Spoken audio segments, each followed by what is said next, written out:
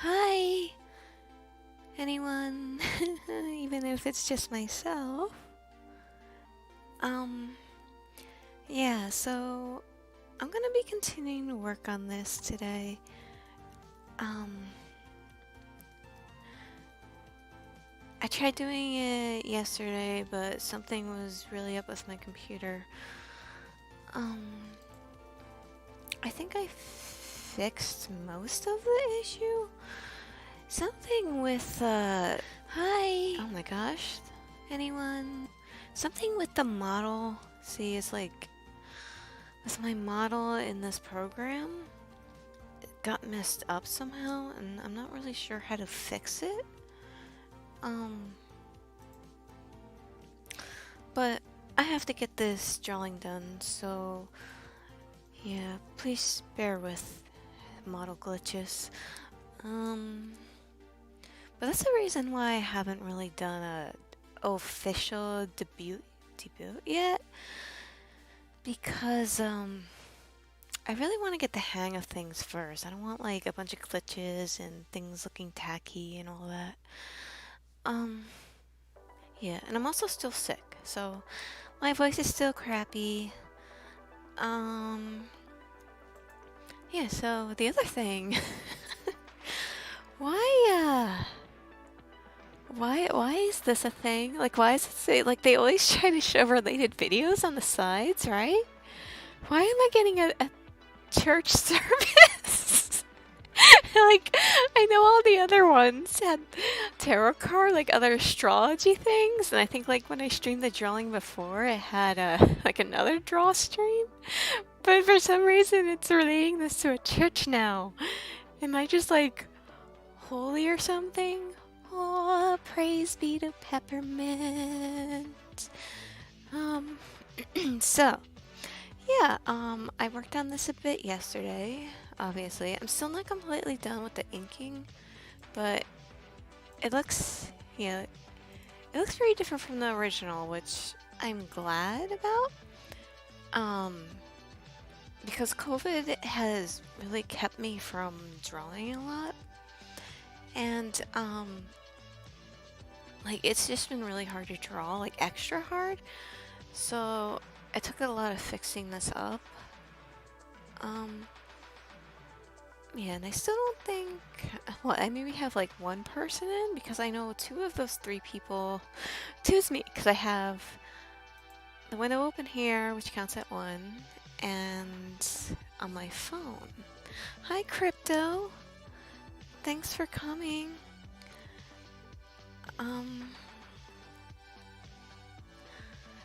Let's see, are you gonna stream on? I can't watch right. Yeah, I'm gonna like be streaming for a good 3 hours, like maybe more, just because I really want to work on this drawing.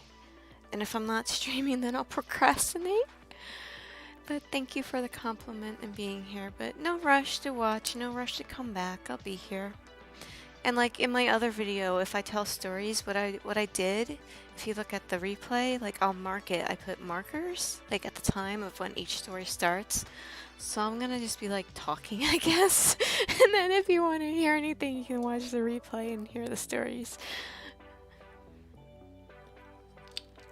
And I found out that my model like neck glitch thing happens when I cover my face, so like when I'm drinking something or when I'm looking down at my phone. So basically when my face isn't like completely clear, that's when that happens, but I'm not really sure how to fix that.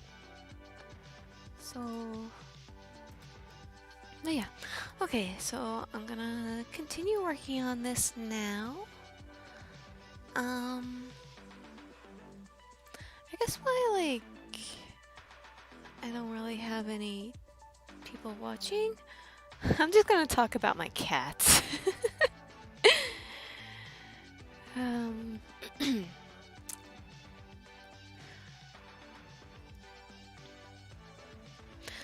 So currently, usually I have I do have 3 cats. cats.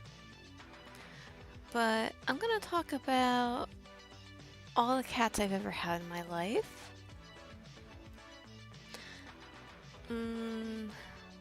Let's see. So, first cat I ever had, it was an all-black cat, and I was like 4, maybe like even younger, but I was sitting outside on the steps of my house, and as I noted so many times, I live in farmland nowhere, so there's, big surprise, a cornfield across from the house. And I was sitting outside. I remember feeling like really sad and depressed, even though I was really little. And this black cat comes walking from the cornfield across the street. And he came right to me.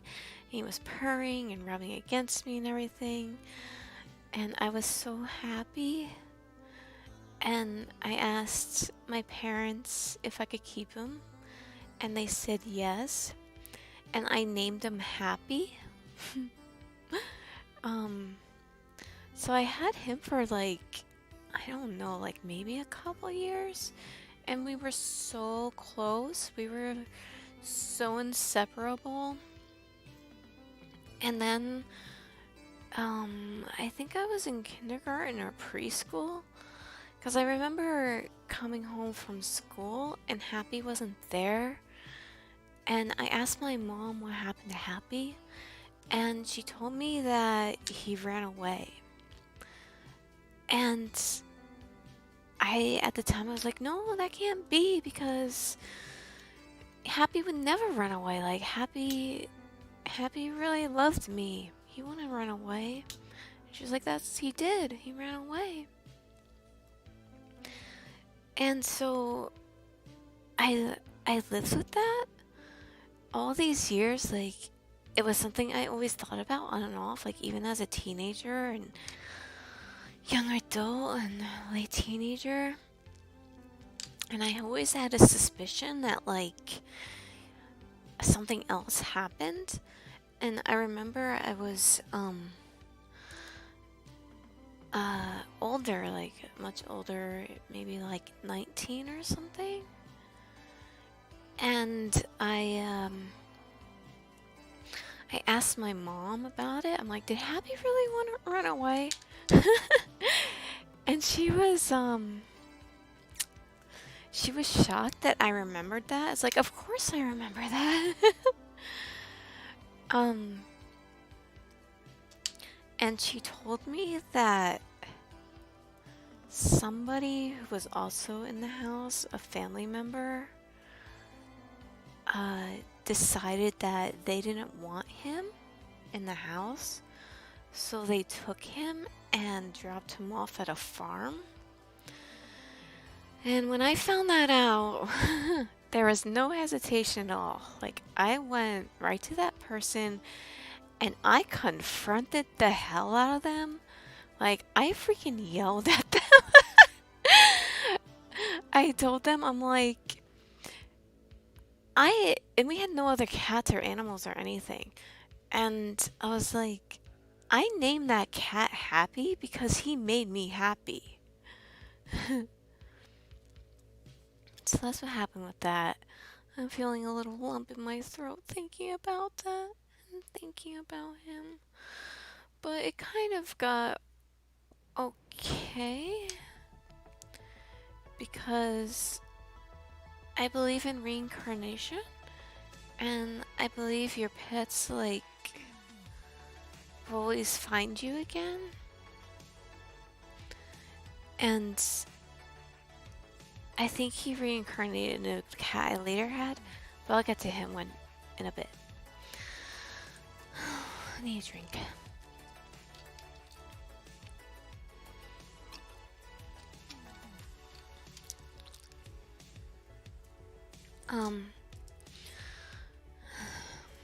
Oh, that made me feel kind of sad.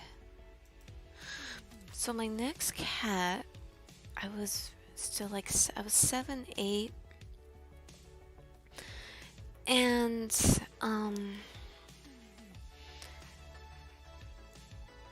I adopted her.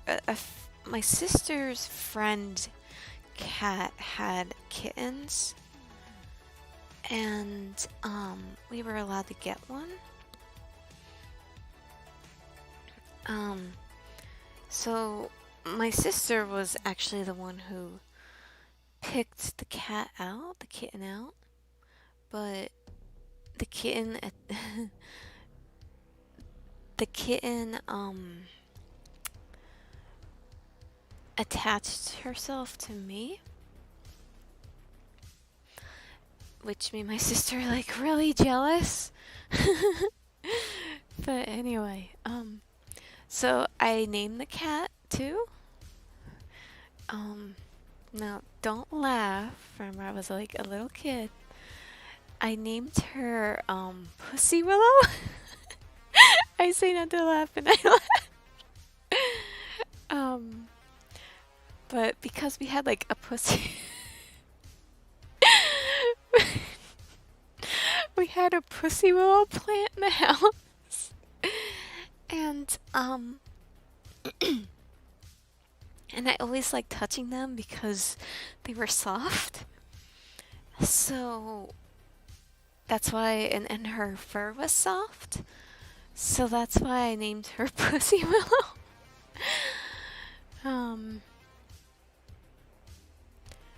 And again, same thing happened with Happy, where like, I guess I'm one of those people that like cats or animals like really love for some reason.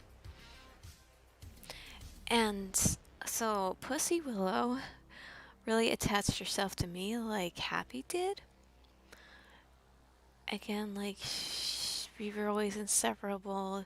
She let me carry her around in my arms as long as I wanted.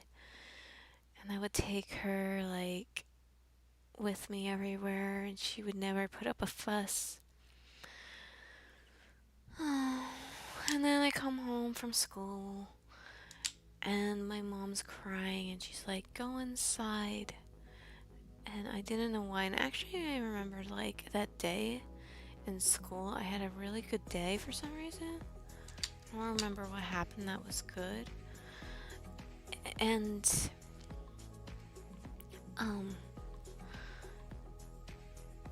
my mom was carrying a bag, and, like, I didn't want to go in. I'm like, what happened? And she told me that Pussy Willow got hit by a car and she was in that bag. And I started crying, of course. And she asked if I wanted to go to the vet to drop her off there.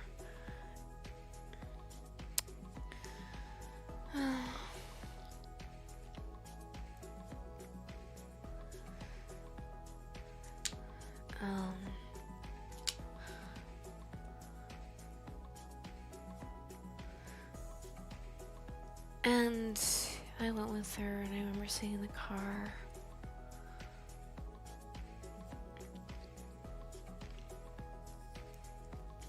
Oh, this is embarrassing. I'm like tearing up.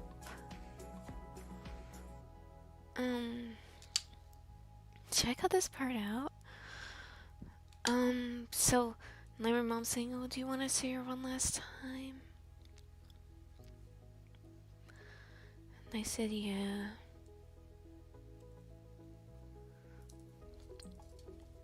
I'll take another drink.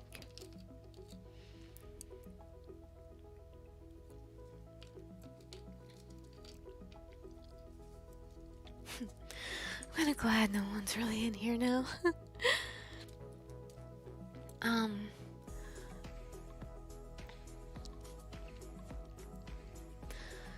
So after that, I got really like adamant about not letting any cats outside. My parents, they didn't want to listen. But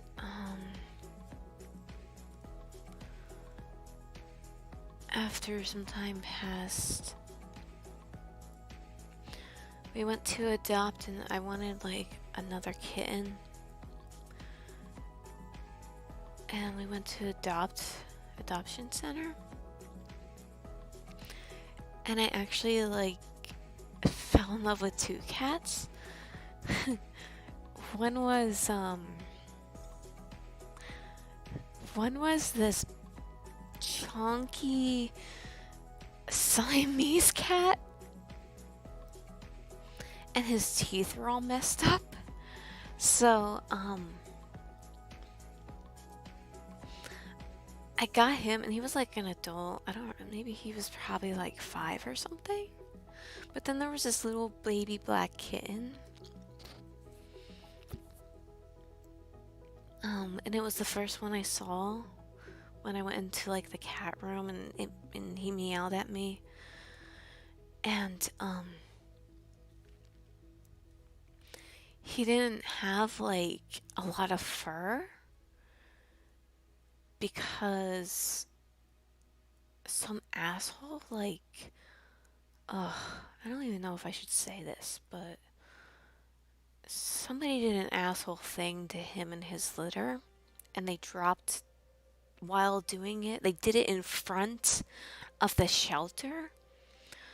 So like, thankfully the shelter, you know, prosecuted that guy, and they were only able to save him. So, he needed some like extra special handling and care. But I got him, and he actually, after, you know, everything healed, his fur grew nice, shiny, soft. He became a little handsome boy. And I named him Spike because, I thought it would have been funny to give him a dog's name. So I picked Spike. And,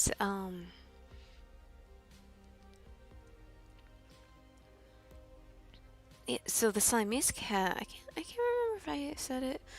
I named him Bubba. Because he was chunky and had messed up teeth. And those two are like such good friends. Bubba would take care of Spike, like he would groom him and stuff. And Bubba loved potato chips.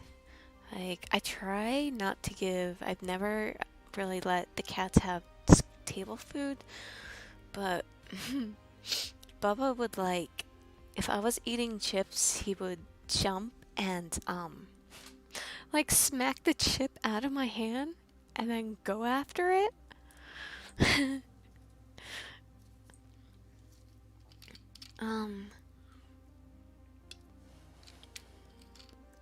But same with Happy and same with Pussy Will. Spike was the same way with me. So I think that Spike was a reincarnation of Happy, and Spike lived to be a good 18 years old. But unfortunately, Bubba, because my parents let them out, Bubba got hit by a car as well. And I was like, I got so much anxiety, like, with the cats being outside, and especially with losing both 2 cats that way. I was like, it got to the point where I was, like, yelling, like, at my parents not to let Spike out. But then, eventually, I moved out, and I brought Spike with me, so he wasn't allowed to go out now.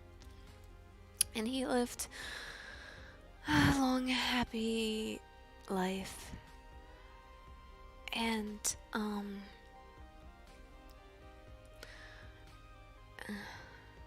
Like, at the store I used to work at, um, my boss was always like losing cats to cars because she would let them out. And I would say, like, don't let your cats out.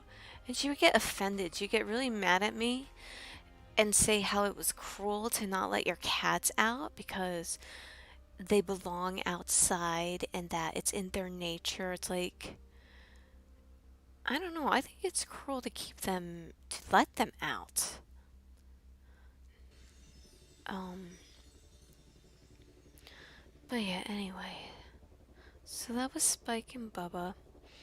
And I also had 2 other cats while I had Spike on my own. For a little bit, I was volunteering at a shelter. Volunteering at an animal shelter. But there was some, like, witch bat of a lady that worked there as well that just, ugh. Instead of doing anything to help, she would literally follow me around and criticize everything I did. She even criticized my tattoos. Like, so I stopped going there because of her. But anyway, while I was there, they had like a cat room. And I was taking care of the cats, and there was this one kitten, like maybe like a month or 2 old, in a cage by herself. She wasn't like with the other cats, and I didn't know why. But because like the cats could roam around and stuff. So every time I walked past her cage, she would reach her paw out at me and kind of like slap me, but with no claws. Like it's like when I would, it's like she wanted me to pay attention to her. So of course I did, and I felt really bad with her being in the cage. So I would open it up and like take her out and pick her up and hold her, and she'd purr and rub against my face and everything. And this went on for a while. And eventually,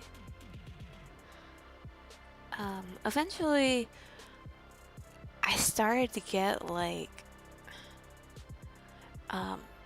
random red spots around me, and they would itch really bad. I didn't know what they were, but I kind of ignored them because, like, I thought it was just something in the environment I was reacting to.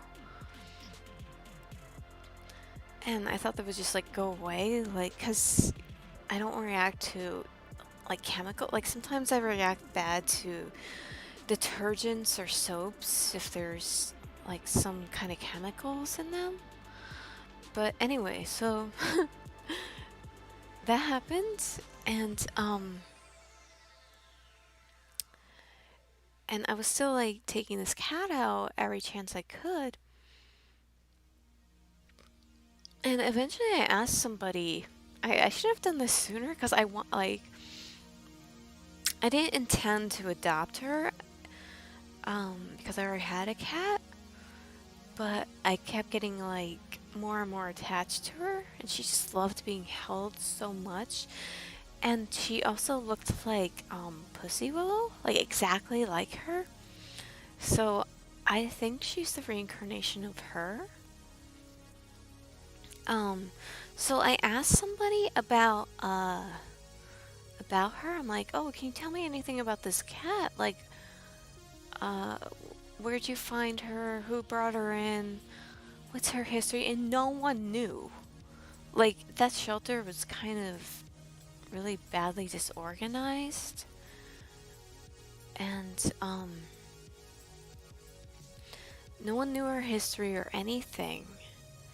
But what they did know, they knew the reason why she was separated from, gosh, my throat's messing with me already. They knew the reason why she was separated from the other cats. Because she had ringworm. And ringworm isn't, it's not actually a worm. It's a fungus, but it's just called worm for some reason.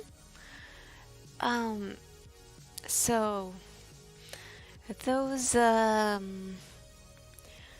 red itchy spots I was finding around me was ringworm. So I got the ringworm from her. So we both had ringworm. And I was like, oh, okay, that's it. I'm adopting you.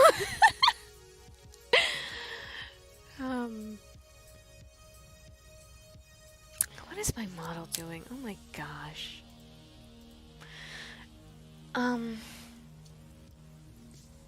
So I adopted her.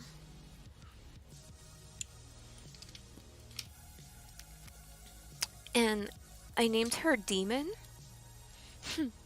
Because I guess she was so happy to be out of that little dinky cage that when I got her and brought her home, she would just dart all over the place, like really fast. So I named her Demon.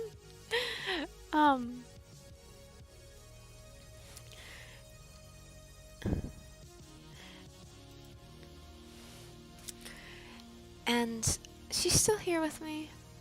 She is...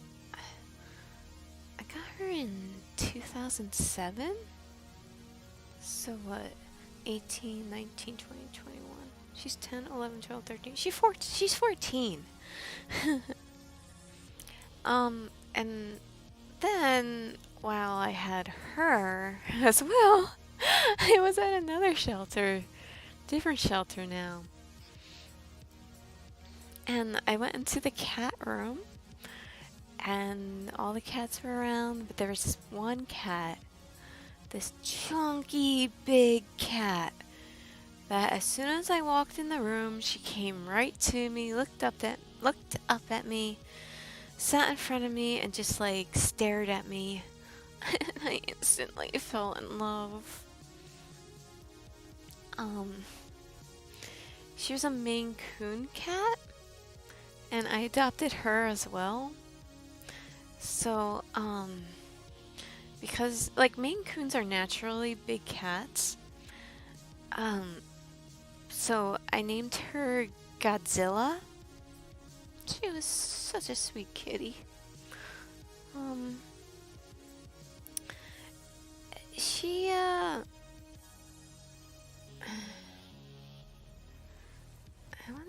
can't remember. She lived to be maybe around like 9 or 10 because she got diabetes, but it was type 1 diabetes. So it's the kind like, cuz I treat my cats like the gods and goddesses they are. They get like the bougie grain-free foods and stuff.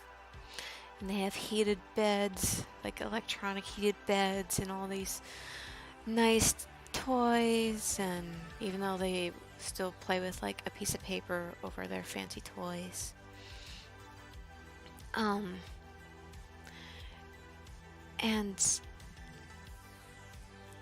So she got type 1 diabetes, which is like it's not from the grain, like it's not from eating too much. So for years I had to give her insulin twice a day.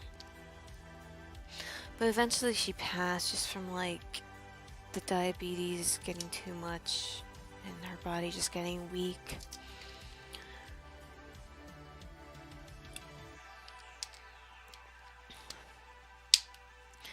And then in 2015, I adopted another cat. So at this point, I had in 2015. I can't remember. I can't remember if I just had Demon or if I had Demon and Godzilla, but so somebody freaking abandon a box of kittens nearby. And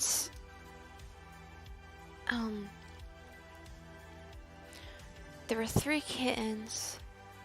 So I took one, and then like some other people I knew took the other 2. And these were like, these were newborns. These were like so little babies. And I had to like, because they didn't have their mother there. So I had to, you know, special like bottle feed and get special milk and everything.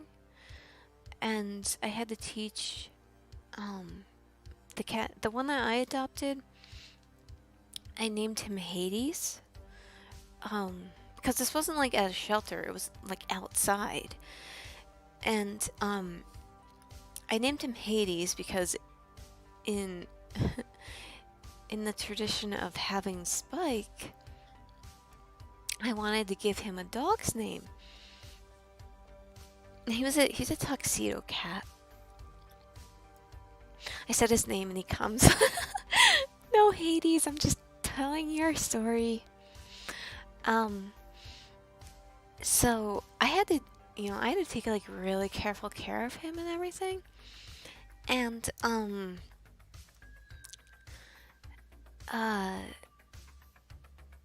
let's see. Sorry, sometimes it's hard for me to like think of what I'm saying while trying to think of what I need to do with my art at the same time. Yeah, so I was going to name him Zeus because Zeus is a very popular dog's name for some reason. But then I thought, like, you know, it would be pretty funny to have a cat named Hades. Because it's, you know, like Zeus, Hades, kind of like the rivals and all that. Yeah, so I named him Hades, and I had to take care of him, and I even had to show him how to use the litter box. I don't mean like I used the litter box and showed him. No. No, he would just like poop and pee anywhere because he didn't know. And so like if he pooped somewhere, what I would do is I would put gloves on and and I would and he comes over, Hades. Oh. I would put gloves on and I would pick up the poop in one hand. Oh, he jumped on the desk and is getting in the way of the camera, so it probably is making me glitch out again. Yeah, so I would pick up the poop with one hand and I would pick him up with the other because he was so tiny. And, so I would show him, I'd like put the poop in the kitty litter and have him watch.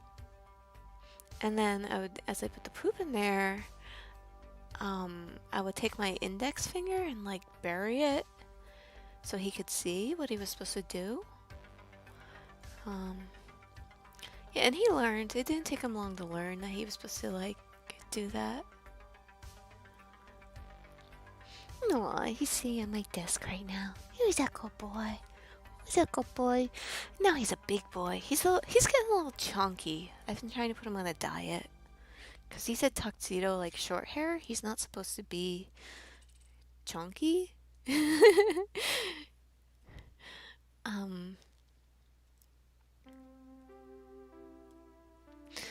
Oh, and Demon, by the way, she's an Egyptian Mao. She's pretty. She has like the double eyeliner around her eyes and everything. So, and then 2018, I got yet another cat.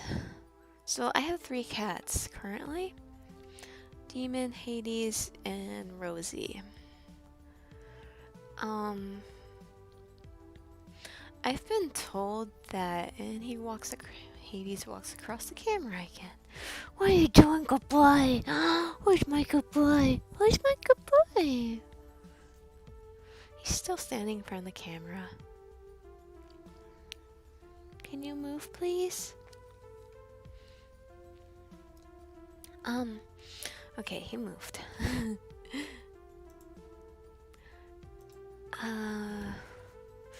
Oh yeah, so Rosie. So Spike passed in 2014. And like, I kept having this dream after he passed, like over and over, of my late grandfather, who I was like really close to.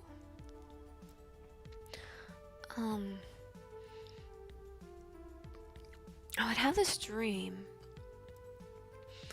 where he was handing me a gray cat with yellow eyes, with like a big smile on his face. And I thought that was the cat I was supposed to get, but, you know, I found Hades then. And I was still having that dream for some reason.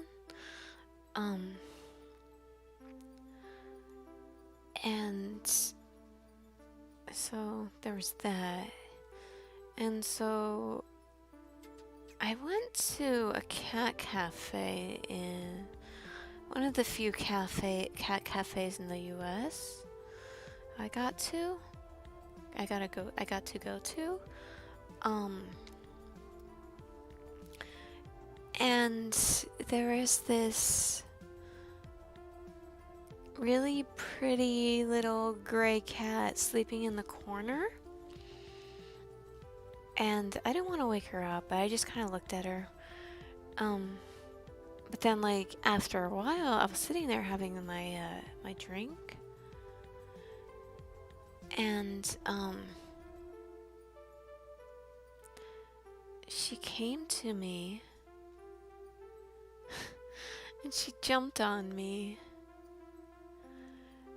And,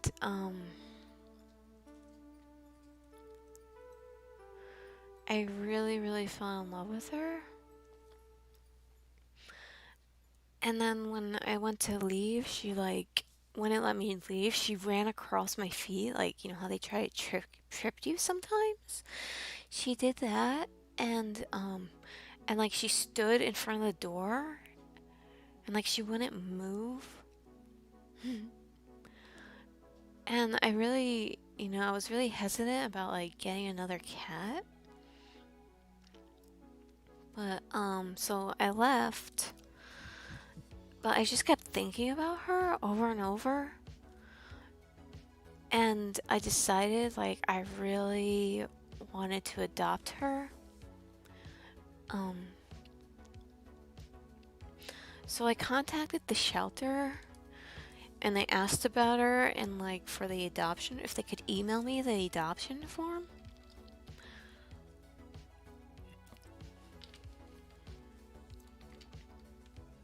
How did you take another drink? So they emailed me the form, and they told me through the email that if I was serious about adopting her, that I shouldn't wait, because so many people had interest in her and wanted to adopt her because she was a Russian blue cat. Because you usually don't find those cats at, like, shelters, or in this case the cafe. And it was like $60 to adopt. And those cats can range from, like, Russian blue cats can range from, like, I think $600 to $800 because of the breed. Even though she would have been like 600, she would have been on the lower end, because she has yellow eyes, and as they get older they get greener. So because she has yellow eyes, and she's small, like, she's really tiny, so she was obviously the runt. So, like, even with being a couple years old, she hasn't gotten any bigger. And I'm wondering if, like, the cafe told me that that they found her on the streets, like just wandering around. And with the way the cafe was like connected to a shelter, so they took her in, and then there was like another cat that that came in that needs special needs or something, and they didn't have any space left in the shelter, so they fixed her. What do they call it? Oh, spayed. They spayed her and like did the ear clip thing, so that like if anyone else found her, they knew she'd already been fixed and chipped and stuff. And they let her back out on the streets. So it's kind of messed up because it was in the city. I don't know. I wouldn't have done that. Like I would have just found another shelter to try to give her to. But anyway, they let her back out on the streets, and once another cat got adopted out, they got her again, and then they put her in the cafe. So I wonder, like,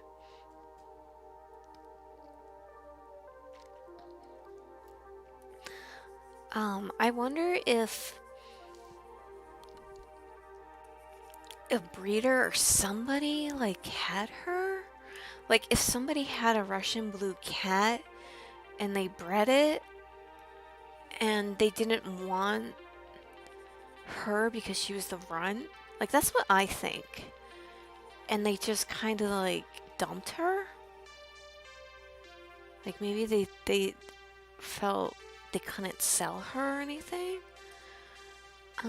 I don't know.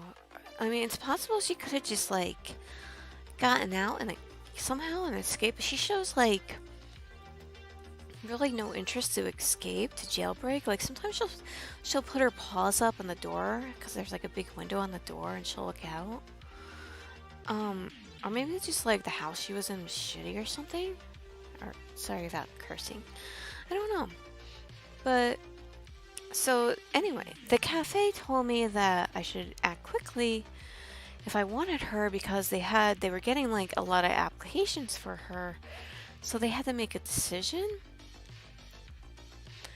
And so I filled out everything.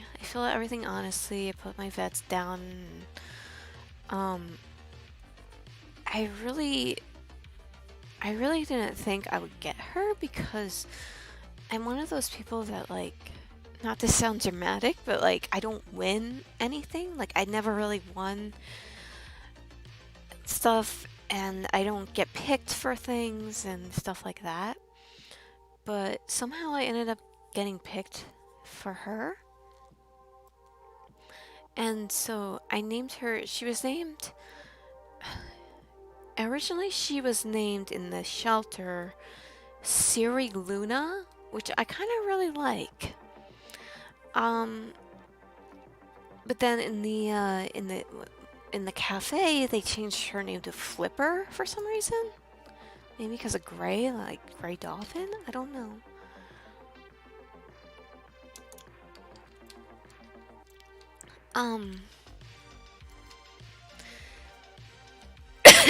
Sorry. But I changed her name to, Rosie? Because, of that dream. My grandpa giving me this gray cat. He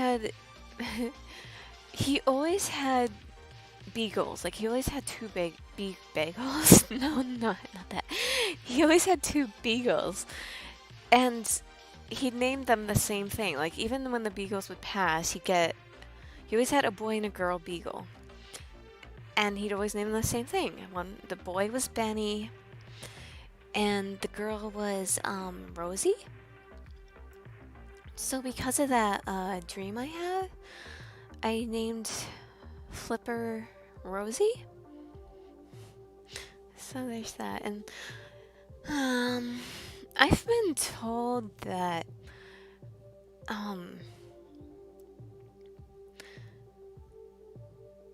I've been told that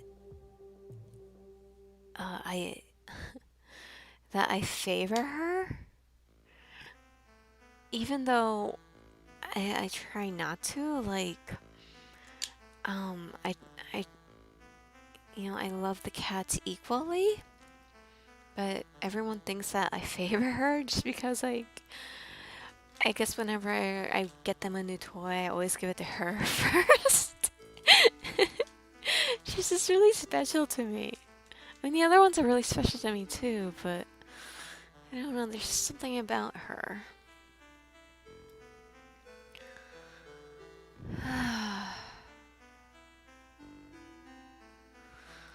And I'm gonna take...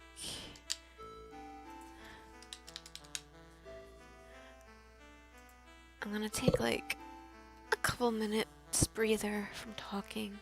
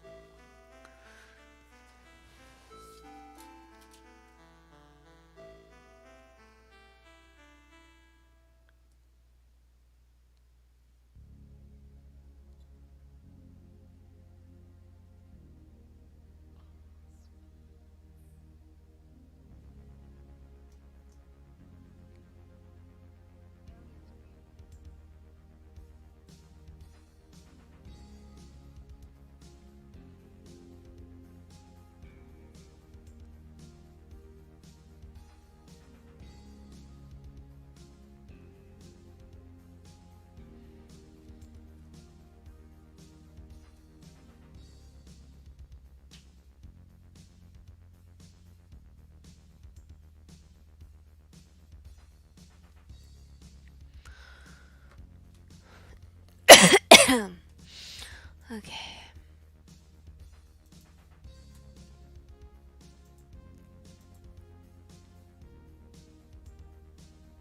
I don't know why my avatar always wants to be looking up, too. I wish I could, like, commission somebody to fix my issues with my avatar. But I don't have that income right now to do that.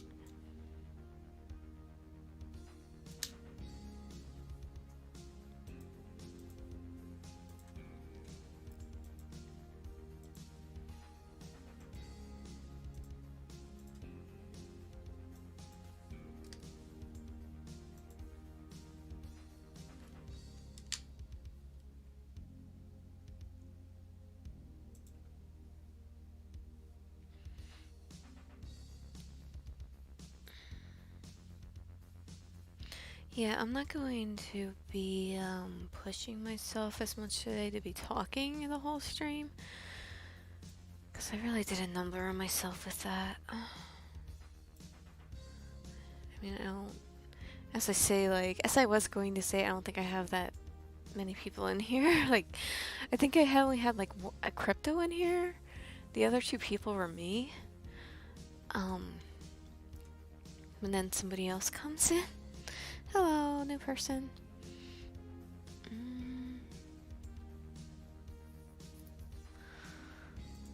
But I guess that's like one good thing about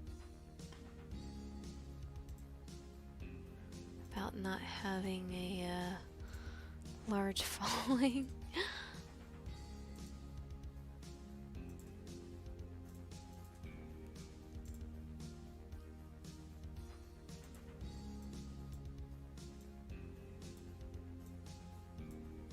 I mean, I still want to be entertaining to the couple of people that are here, but my COVID is just, ugh, I cannot wait to get, like, an appointment.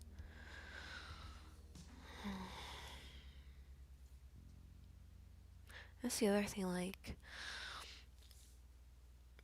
why is my avatar, like, smiling like that? But anyway, when I get better, I'm gonna have my voice back, and then I can have that in my proper premiere too. Because I don't want to be sounding all like there's a frog in my throat. Throat. See what I mean? I don't want to be sounding like there's a frog in my throat if I'm like premiering. So that's why I figure I just had the soft premiere, so it's nothing too like serious right now.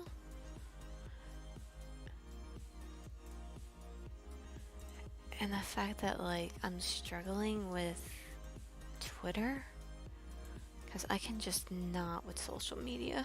It's so hard for me.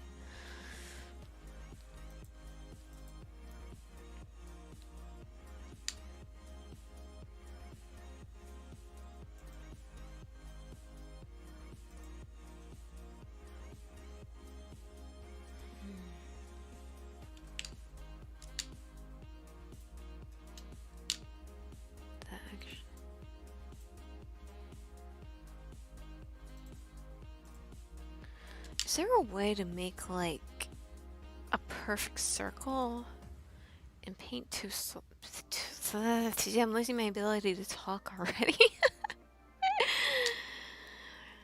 A perfect circle and paint tool. Sigh. I should like search that someday instead of having to bring out Photoshop every time. But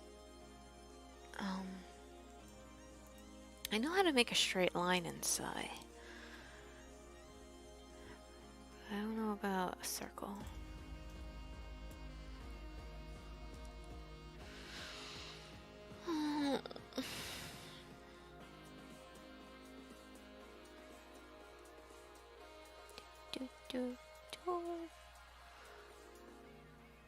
Let's erase this now.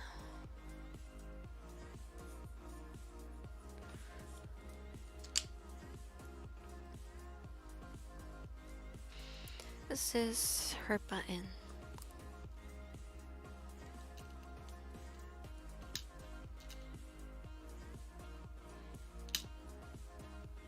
Great, my line's way too thin compared to the other ones. That's okay.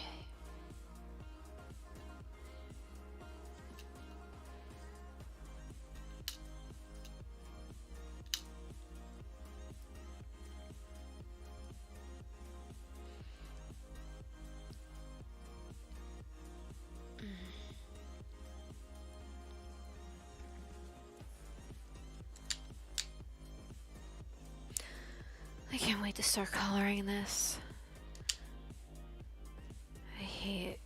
I hate the inking part, but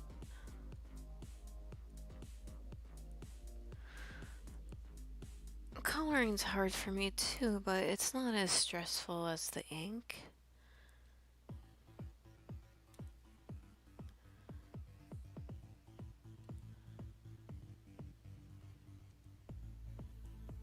I wish my avatar would stop staring up.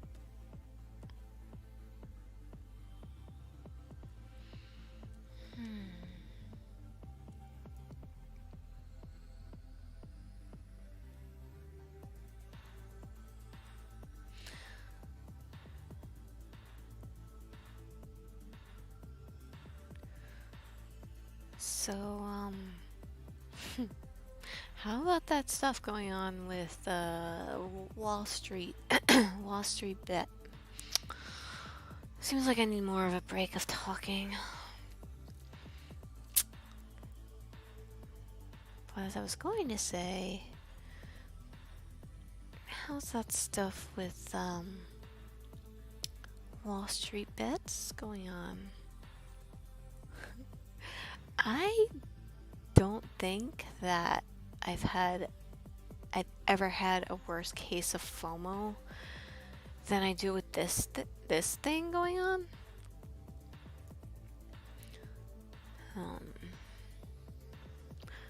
Because I am not a fan of billionaires and crony capitalism and all that stuff, and the way that the 1% abuses the rest of this country. And I saw what's going on and everything. Like, I want to be part of that. Is this my chance to get out of poverty? But then I don't feel like I'm smart enough to get involved in the stock business world. And especially, you know, they're there, the powers that be are gonna shut this down as quick as they can. So I would have to learn like a whole bunch of terms and everything, and what to do in a short period of time, which, pun intended by the way, short. At least I learned that with the whole like stock market issue. But yeah, like I've been trying for years to get a stable job and like stable form of income, and something always happens that like leaves me back at square one. I know a lot of it's the location I'm stuck in and the transportation issue, but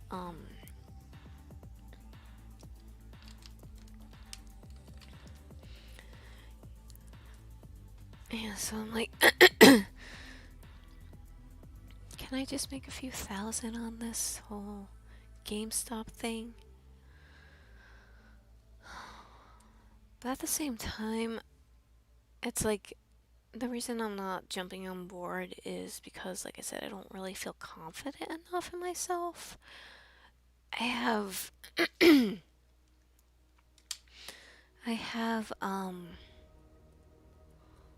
such little income to my name as it is. Like, I don't want to be risking it in this thing, in this ordeal, and losing what little I have. Like, I'm talking about I have less than $500 to my name currently.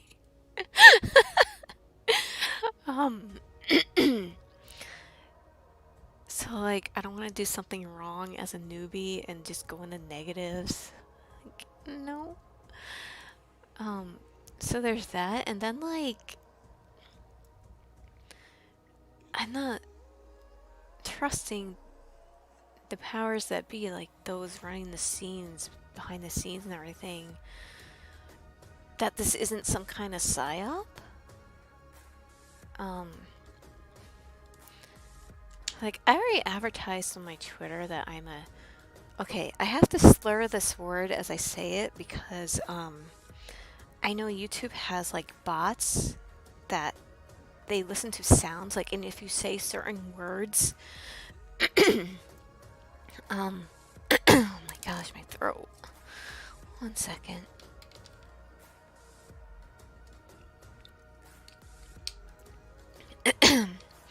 And, if you say, like, certain words, the bot picks up those sounds and you can get strikes against your channel.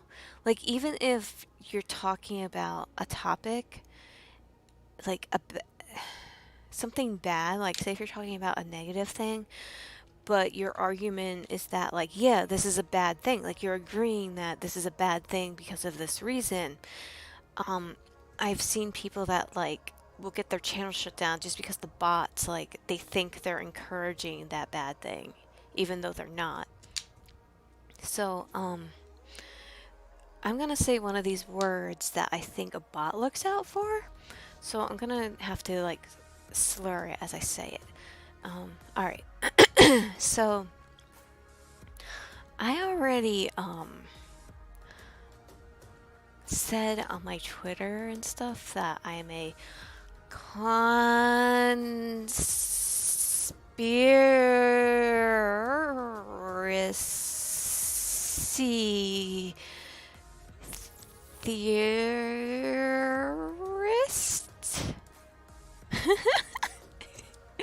But please don't think I'm the no. I'm very left wing. That doesn't mean that I am right. I'm talking about like I'm into the stuff like Bigfoot and UFOs and cryptids. Not that cute stuff. No, that stuff was garbage. Um, but yeah, because like I think about stuff like Bigfoot and Nessie. I love my cryptids. Um, like I believe, you know, the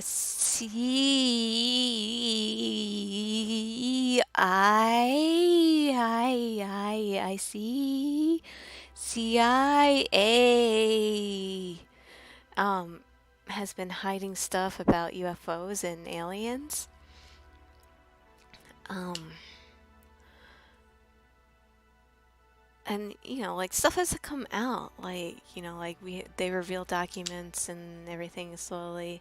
They admit there was an unidentified flying object at such and such time and date. They've been forced to admit that, yeah, this wasn't. We tried to make you think that this was fake, but it wasn't. Um, so I do think they hide stuff like that. And with the amount of corruption that goes on with money and like businesses, and that basically corporations run the U.S. and the whole thing with Bloomberg during the primaries, how they basically like changed the rules on command so that this guy could run. Um, I yeah, I don't trust the whole like Wall Street thing that's going on not to be a psyop.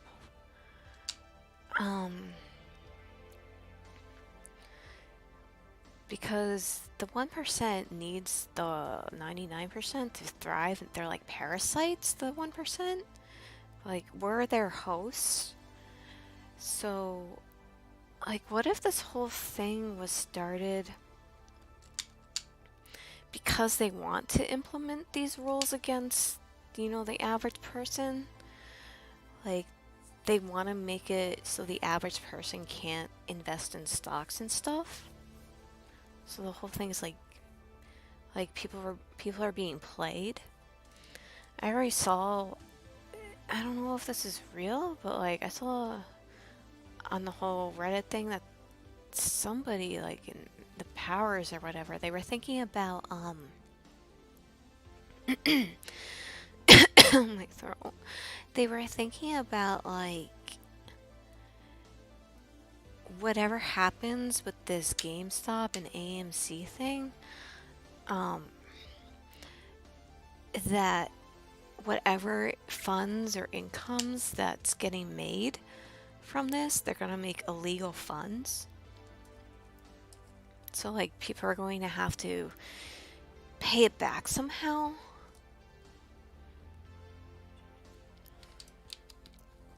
Which is another reason why I haven't really got on board with it. But and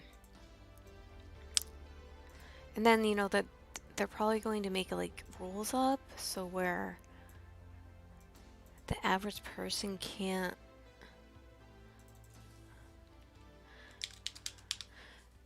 get involved with stocks. Because it was funny, like even like it was maybe it's like a couple weeks ago, that friend I have, he has a friend that like I see sometimes too, and she was literally just talking about how like she quit her job and she was taking online classes on how like on the stock market because she's getting involved with stocks because she doesn't want to be in the 9 to 5 grind the rest of her life. Which like that sounds really good. Like I don't blame her. I would do it if I had more confidence in myself.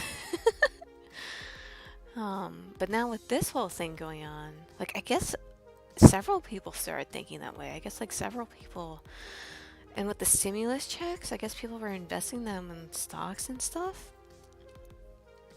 So now they want to make it so that you can't do that anymore unless you're some like part of an affiliation. I don't know. But yeah, I'm not trusting the whole thing going on. As much as I'm feeling that FOMO and being like, I want to make a few thousand, please, so I can eat. Speaking of which, I'm craving pizza so bad.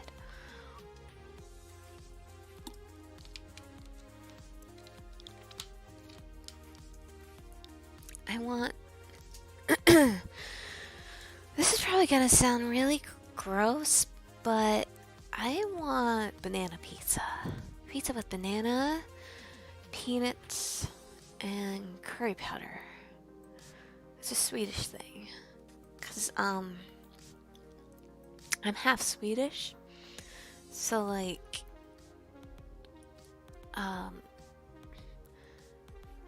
and my grandparents, they were always making like Swedish food and stuff and everything. But if you look it up, like you'll find like every single place, like pizza place in Sweden, the most common thing on the menu is banana pizza. Like it's just as common there as we have as like mushroom pizza. And it's usually it's banana, peanuts, chicken, and curry powder. And it's so good. Except, well, I don't eat the chicken, because I'm a vegetarian. But oh gosh, I love it so much.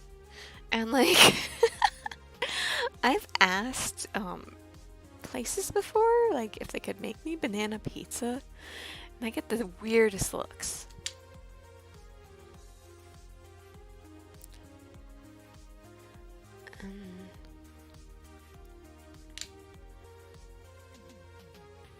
What am I doing?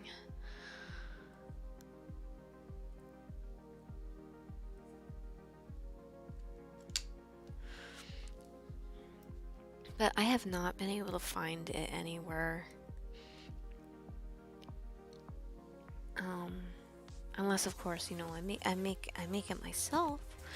But it's not the same, like you have to have like that brick oven thing with the real pizza dough.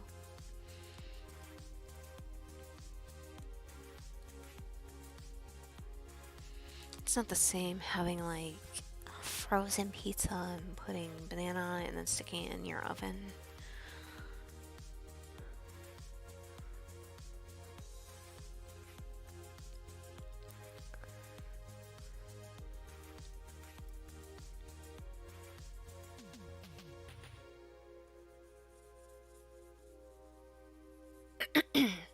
I might have to look around for a cough drop.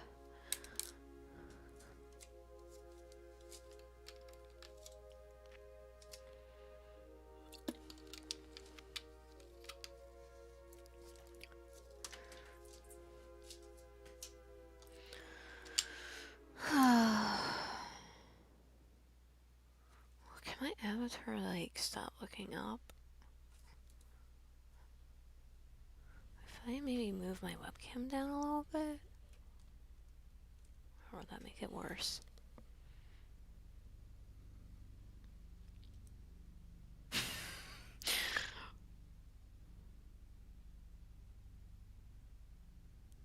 What is going on?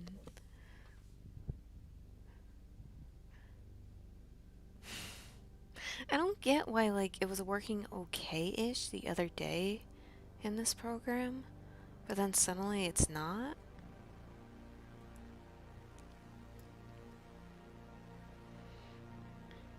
Unless I just turn off face tracking and just use the lip sync.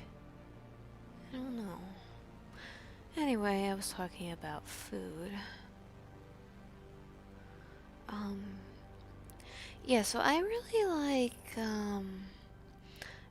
like banana pizza. That's my favorite kind of pizza.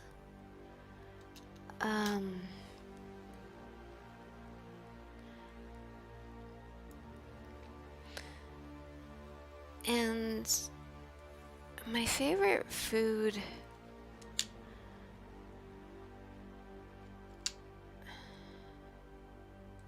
What am I doing? Once I get to the coloring stage, I'll be able to focus on talking more.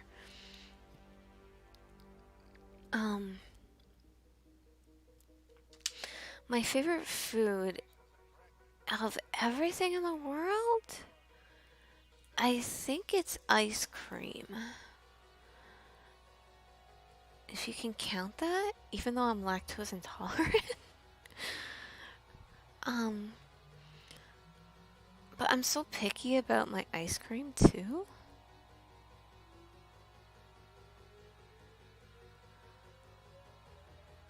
I don't like typical flavors of ice cream. I think they're boring. Like chocolate, vanilla, strawberry.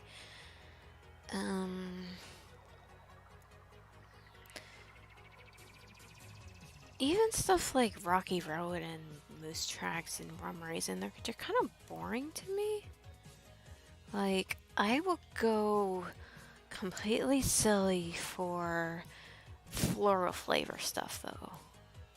Like, I know it's really weird, but I love the flavor of flower things.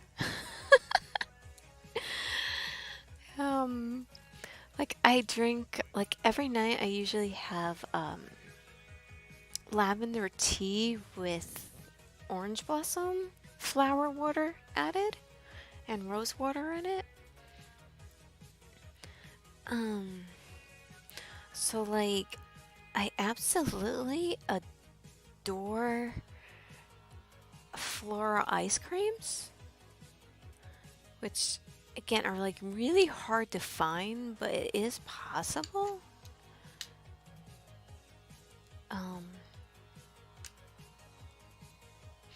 My favorite flavor of ice cream is tea berry, which is a plant. That is really hard to find, like real tea berry ice cream, like with tea berry extract. Usually it's just like artificial flavor. Someday I want to get an ice cream maker, like a little mini ice cream maker, so I can make all these flavors myself and put like real extract in it. But the best way that I can describe tea berry ice cream is like, it's like if you mixed bubblegum and mint together. Like, that's what I think it tastes like. Oh, I would be so happy right now if I had some banana pizza and tea berry ice cream. It sounds so good.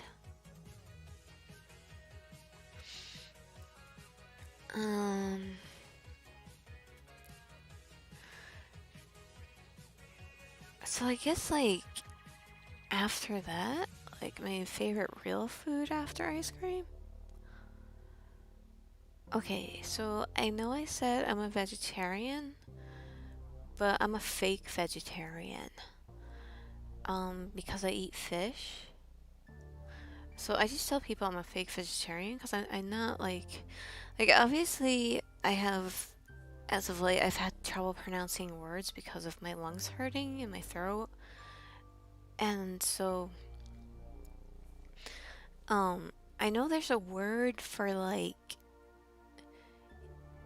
you're a vegetarian but you eat fish. Is this something like pescatarian? Or is that a religion? I don't know. Pescatarian, maybe? I don't know. Whatever. It's just more fun to say I'm a fake vegetarian.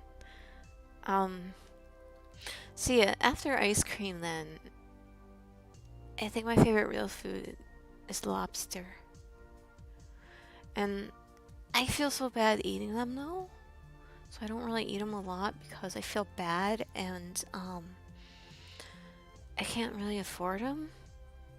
So it kind of solves that issue anyway. And I also love mashed potatoes. But they have to be my mashed potatoes. Like, again, I'm picky with my ice cream, picky with my mashed potatoes. Like, if anyone else makes them, I don't really, they're okay. They're just like an okay food. But there's a way that I make them that I can't get enough of. And what I do that makes them different, of course I use butter. I use almond milk, which isn't too different like I've seen people do.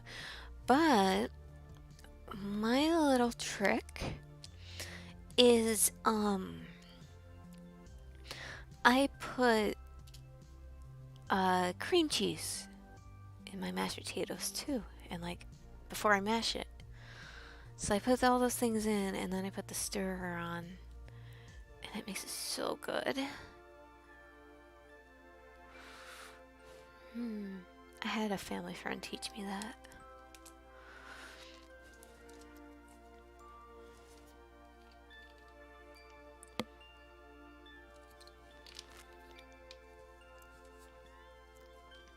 Why does that look lopsided?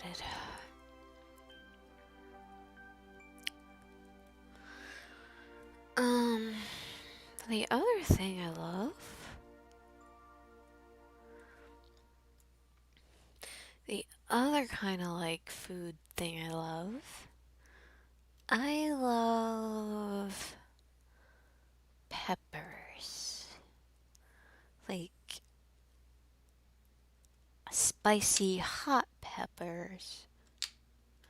And I don't mean your little weak jalapeno. No. I'm talking like, give me that freaking pepper X. Scorpion pepper. I don't know what's wrong with me. Like, okay, I don't know if a couple people are here. If you remember me saying, like, I got sick when I was a really young child. And, so it messed up my, like, brain and body chemistry. So I was saying, like, I don't react like I should to a lot of substance. So I wonder if, like, whatever part of my brain and tongue that's supposed to process spice is broken. Because, like, I have nothing ever feels spicy enough for me. I've actually eaten, like, whole ghost peppers and, what's the one after that? Scorpion peppers? They're a little harder actually to eat. It's not because, like, it's too spicy, but the flavor is overwhelming. I remember the first time that I got a container of ghost peppers. I was so happy. Like, I was so excited. And I sat down and started eating them. And because, you know, I wasn't, like, crying at the spice or anything, like, the taste, I wasn't thinking. So, like, I was sitting there eating them from the container, and, I finish, and I made a big mistake. I rubbed my eye.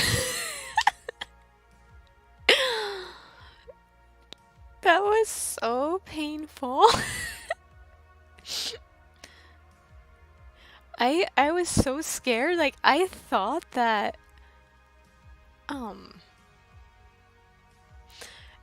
like, I could not see the rest of the day. Like, I thought I was going to lose my sight in the one eye.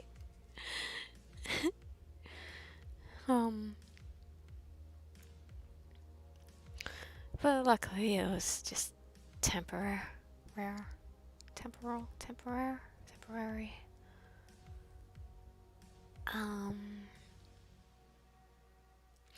No, but, oh gosh. Like, I'll order stuff, like takeout sometimes, if I have the opportunity to. And I'll ask for things extra spicy, like extra spicy.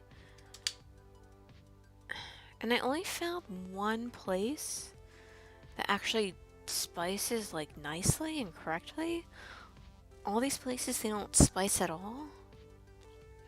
It tastes like they just took like table pepper salt and go table pepper and go like beep with a little pinch.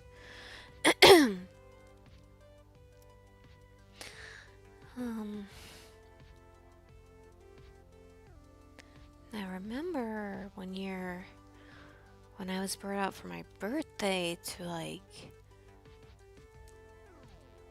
this really good Egyptian restaurant.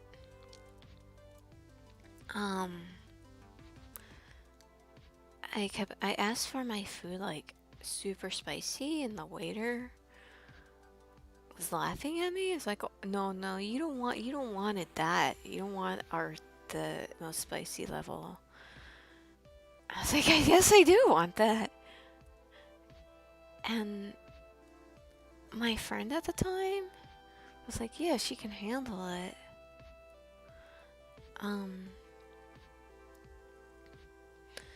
And they made it like supposedly their spiciest level. And it was not spicy at all. At all. And so, you know, the waiter comes back with like smiling and laughing. Is like, oh, it's too spicy for you? And I was like, oh, it tastes really good. Like, it does. It did. It tastes really good, but it's just still not spicy. He's like, what? I'm like, no. And then he brings me out like a little cup of peppers and like spices to add in. And I put the whole thing in. He's like, now is it? I'm like, no, it's still not that spicy. And then he's like, oh, you're like my wife. Nothing is ever spicy enough for her.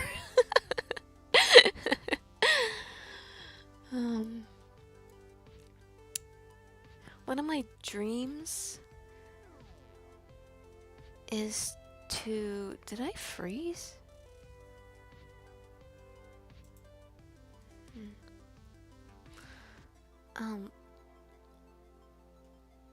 Yeah, one of my dreams is to try the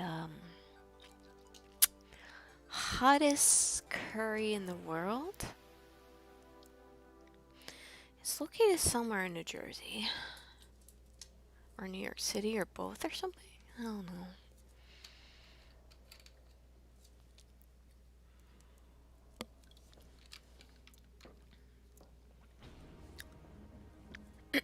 The worst, though, was when, like,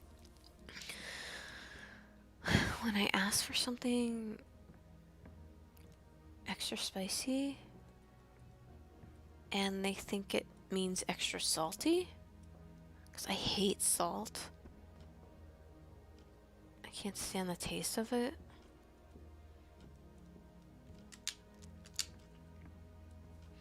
I'm gonna take another little break from chatting.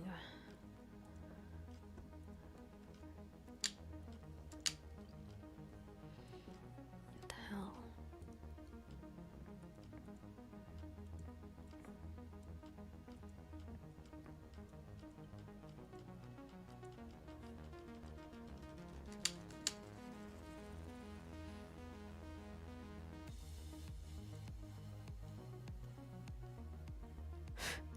And of course somebody leaves as soon as I say I'm taking a break from chatting. I'm sorry, but my throat hurts.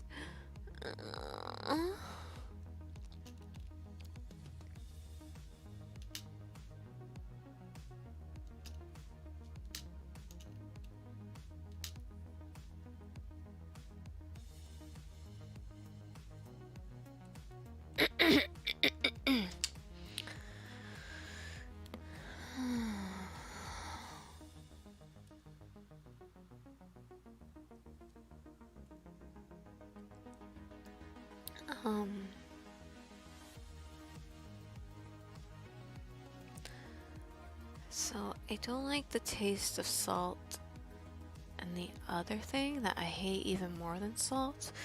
So I went over my favorite foods. Now I'm going to talk about my least favorite food. The food that I hate more than anything, any food ever in existence so far. The thing I hate the most, food-wise, onions. I think during my last draw stream,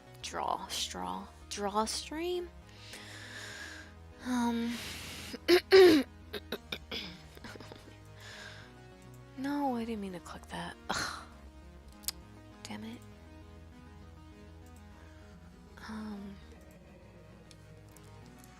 During my last draw stream, come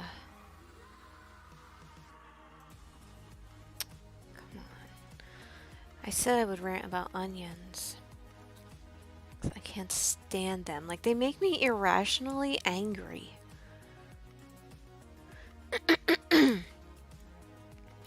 The only ones I can tolerate are green onions. Because I don't think they're like the other onions. They're not like, they don't even look like.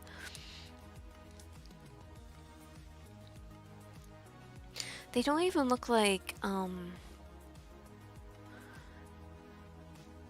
white onion, sweet onion, red onion. Those kind of like all look the same, but not green onion. So green onion's the only thing that, oh, come on. Green onion is the only onion that that doesn't make me feel like I want to die when I have a taste of it.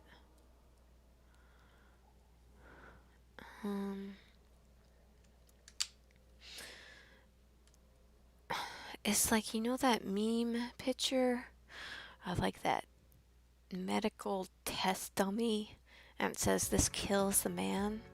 Like, that's me. That's the face I make when I get somebody gives me onion.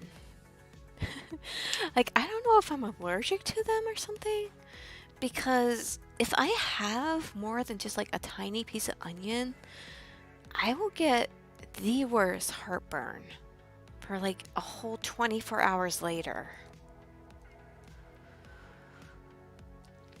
And what makes me mad about them is that, being a fake vegetarian, they're used in everything.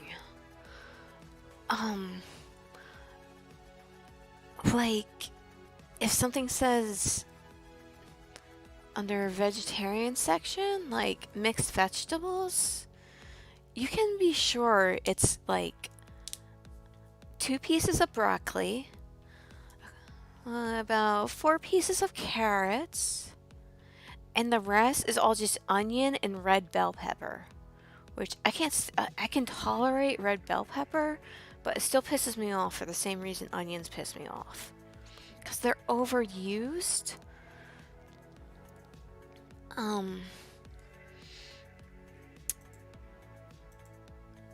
So when I order something, and even if it doesn't say onion, like, I always ask for please no onion, because it's probably going to be in there. They find their way into everything. People put it in freaking mac and cheese. Why does macaroni and cheese need onion? It doesn't. And you know what those onion lovers like to say? Stop complaining. You can't even taste them. It's like, then why do you put it in there? Don't freaking put it in there if you can't taste them, because I can and they make me feel like dying.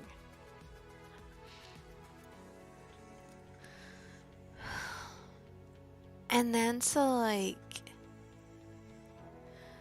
yeah, they're in everything. And the reason why, like, maybe it's the area I'm in. I don't know if it's like this everywhere, but everything but green onion, like white, sweet, red, they're super cheap. So people just buy them in bulk, and they put as much as they can in any vegetarian dish, because it takes up a lot of space. So like, it's cheap and it makes it look bigger. Crypto, I am so sorry. I don't mean to be like bashing on onions and insulting you if I am. But they kill the man. Maybe I should stop ranting about onions then.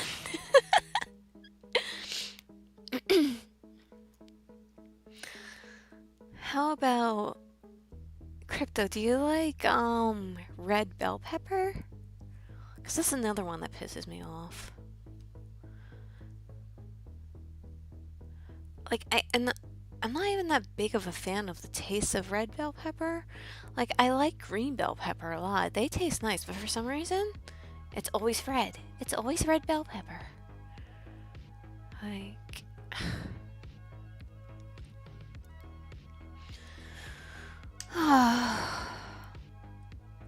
but welcome back, Crypto. Thank you for being here.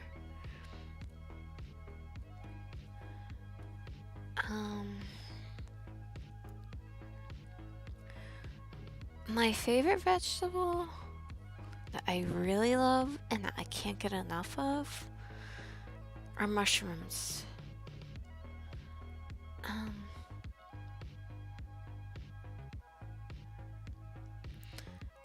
And of course, unlike onions around here, mushrooms aren't cheap like onions are.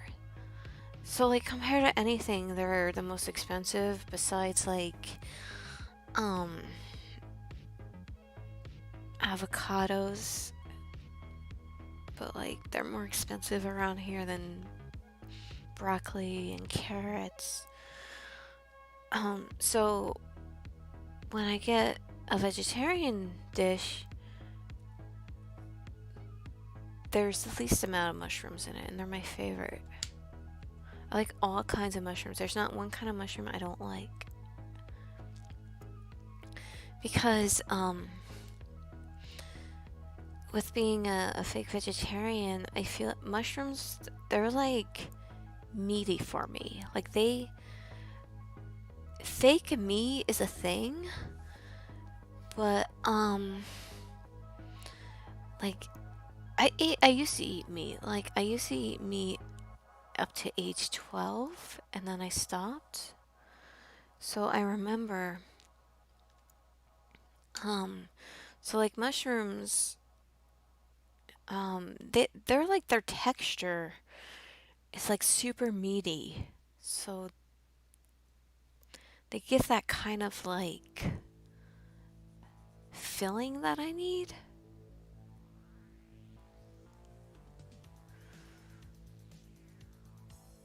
And especially like, and it's ironic because of the fact that I live in like farm country, farmland.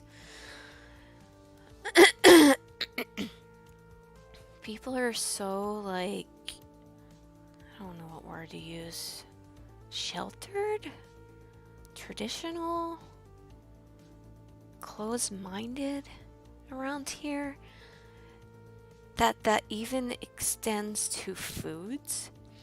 So it's super hard to find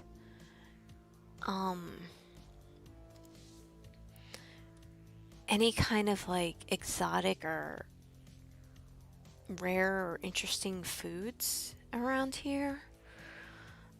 And that basically means like the only mushrooms you can find around here,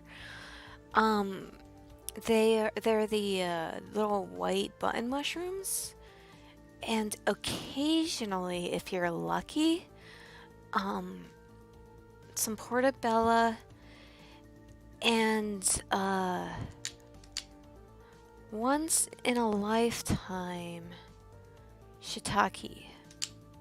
But even that's like pushing it. I'm sorry about my throat still. Taking another drink.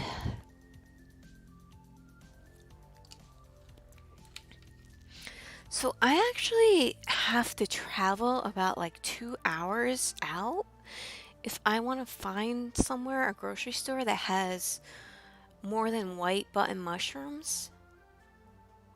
It's ridiculous, and it's annoying because there's so many farms around here.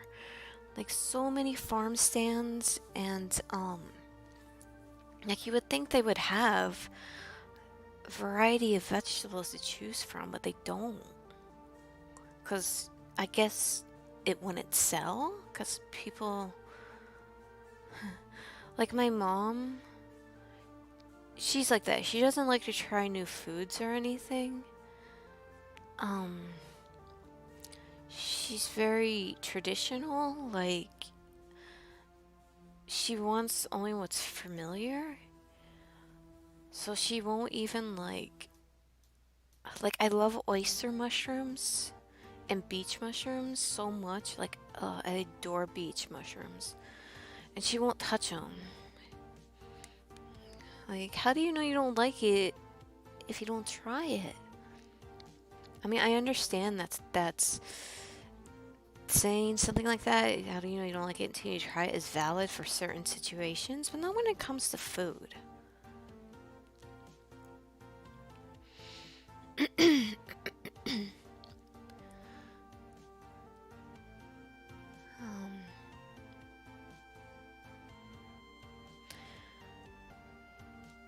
Yeah, so seems like I have oh, I have COVID. No, but I do. But it says I have 7 people watching now. Where did everyone come from all of a sudden? Hello, new people. But yeah, for new people, I do have COVID. So my voice is kind of crappy. I'm almost done inking this and I can color finally. That's what I like about traditional art. You can cheat so much. You can just do like copy paste. I know I've seen like real artists. Like I guess I'm not a real artist because I do stuff like this. Like I do the copy paste thing.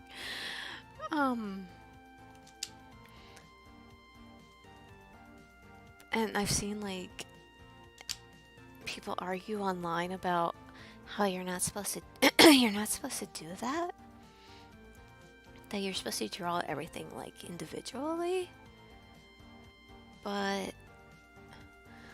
the way I see it, with my like disabilities and the pain drawing causes me, all I'm doing is leveling out the playing field by like taking shortcuts like that.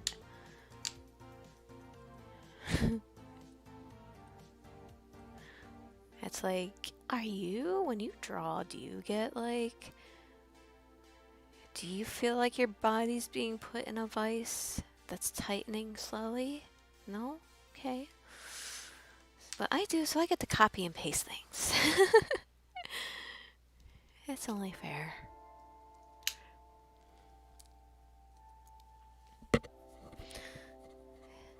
Silly gatekeeping.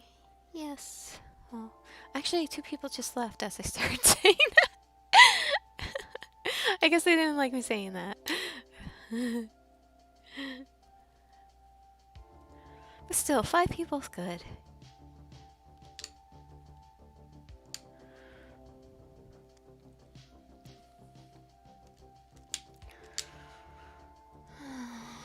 It's like I'm thinking about getting a cough drop, but it's probably not gonna sound great. Like, you know what?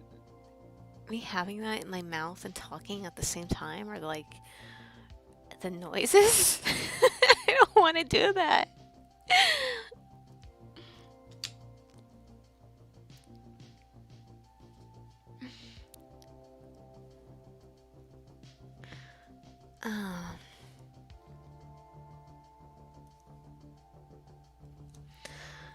Let's see.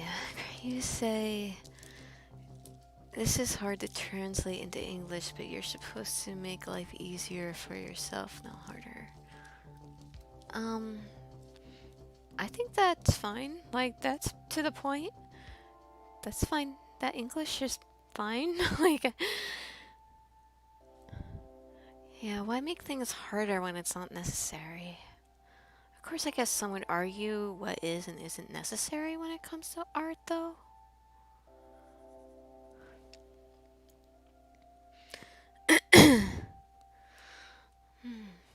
Okay, am I finally able to color now? Oh, no, I have to do the collar and bow.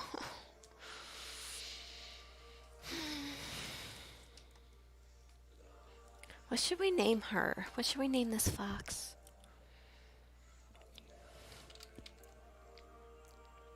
I'm gonna color her, instead of orange and black, I like using pastel colors. So I'm gonna make her pink instead of orange, and the black where fox has black, I'm gonna make like baby blue.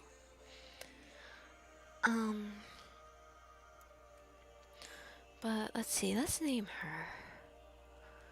Since I talked about this being a heart-shaped bag, you get really nerdy and name her Kokoro. How cliche is that?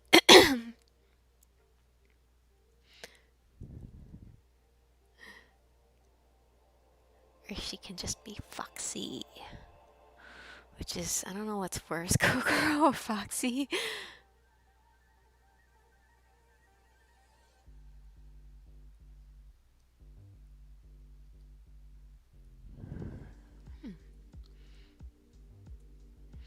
Now the bow.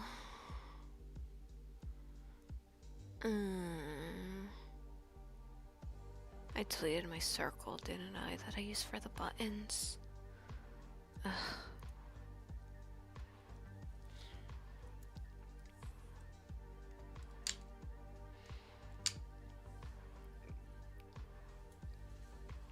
Let's see. How is it necessary for art? How is what necessary?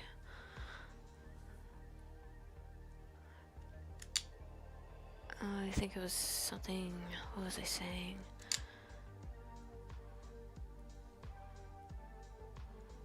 The copying and pasting may be necessary. If that's what you mean. Because the argument is like, you're not supposed to copy and paste, and you're supposed to draw every line, like every circle and stuff from scratch, because doing that, it's like, it helps you grow as an artist.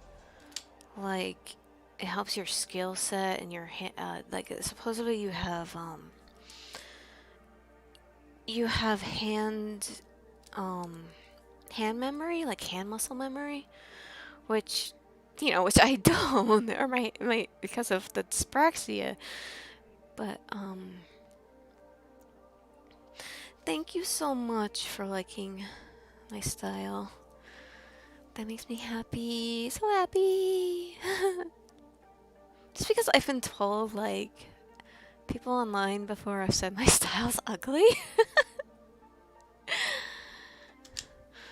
But I guess it's like an acquired taste. Not everyone likes the animal thing. And as I was saying, the last stream I was drawing, a lot of people think it's furry art. But, I mean, I still won't consider it as furry art, but I guess some people do.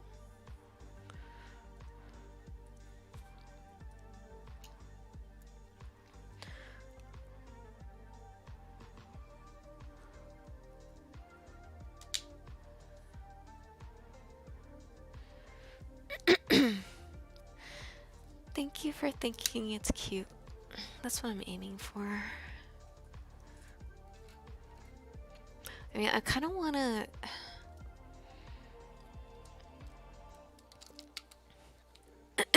I kind of want to, I wish I could show you other stuff I've drawn, like, but I don't want to, like, give my identity away with the whole VTuber thing. Even though, like I said, I don't even have really many followers on my Instagram, if I still showed you, like, a picture, I guess I could easily be found because it's completed and stuff. And I have, like, actual photographs of me on my Instagram, too.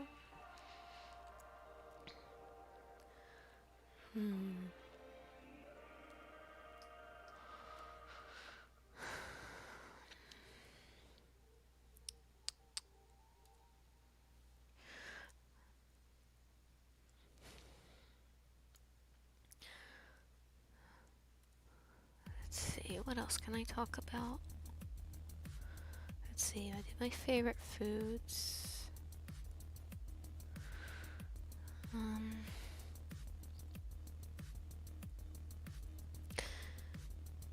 You know what I do want to talk about? Which seems like streaming like this seems like the perfect opportunity to talk about. Like saying that thing I said about my Instagram reminded me.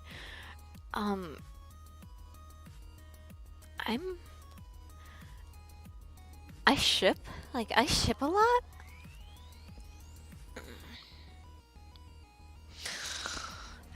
Which is kind of what I was mentioning in the last stream about how, like, the ship I like, the pairings in series, you know, it wasn't the popular one. I always really like unpopular pairings.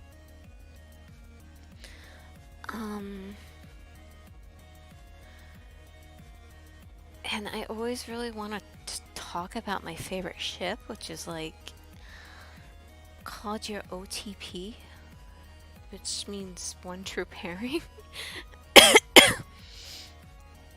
Now my other cat's in front of the webcam.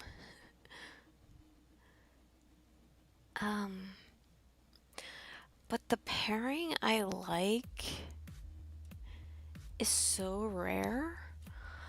My OTP is so rare. I think like all of three people in the world and on the internet like this pairing. And I'm one of them. And I think only 2 out of those 3 people have done art of this pairing. So I can't really mention the name of it because if you typed in the name, like these 2 characters, my artwork comes up. And I always really want to talk about my ship because I love them and they make me happy. Like whenever I get like really super down about something, or if I'm feeling really sad, I'll draw my OTP and it helps cheer me up. But it's so weird, this pairing. Like, so, okay, I'll say this much. It's, they're 2 characters in, Super Smash Brothers. So that's a big roster to choose from. But it's on the same level as, like, Mr. Game & Watch shipped in a relationship with, like, Link. Like that's how weird it is. It's not that, but it's like the two characters that I like together you would never think of like that. Um, but you know how like they do the tiny, I don't know, they do like little tiny cutscenes in Super Smash Brothers. So these two characters had like probably 2 seconds of interaction and dialogue. Like one didn't even talk. It was only the other one talking to or about the other character. And as soon as I saw that, I was like, "Oh my gosh, these two would be so fun together." Like so the reason that I like shipping, like I know a lot of people don't really like slash and ships and pairings, but so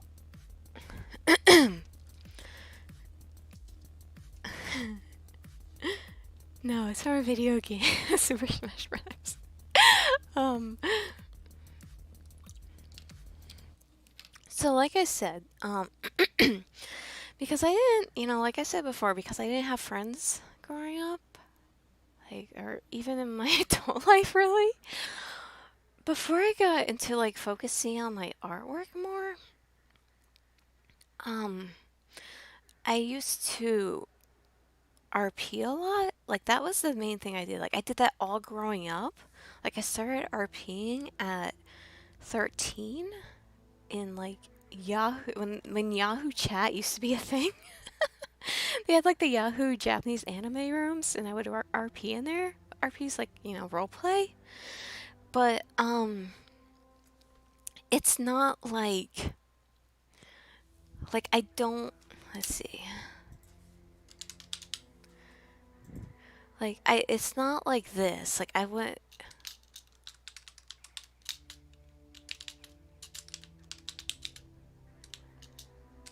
like that's not the kind of RP I do. Like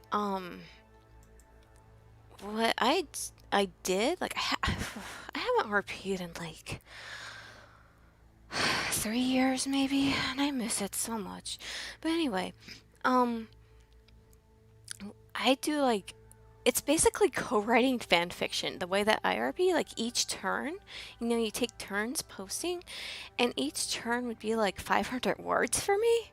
Like I wrote chunky paragraphs describing every detail in third person, and I would write it like um I would write it in actual story format, like as if you were reading a fan fiction, like quotation marks and stuff, not with the asterisks.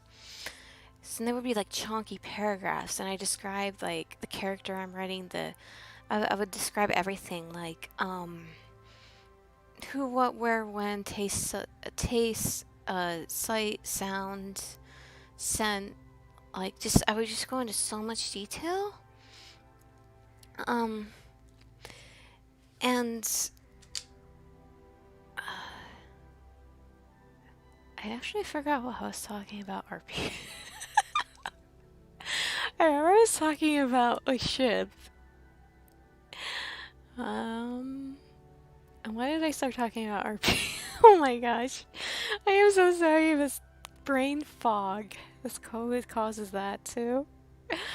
Um, I was trying to draw and think of like what I need to do next. Um,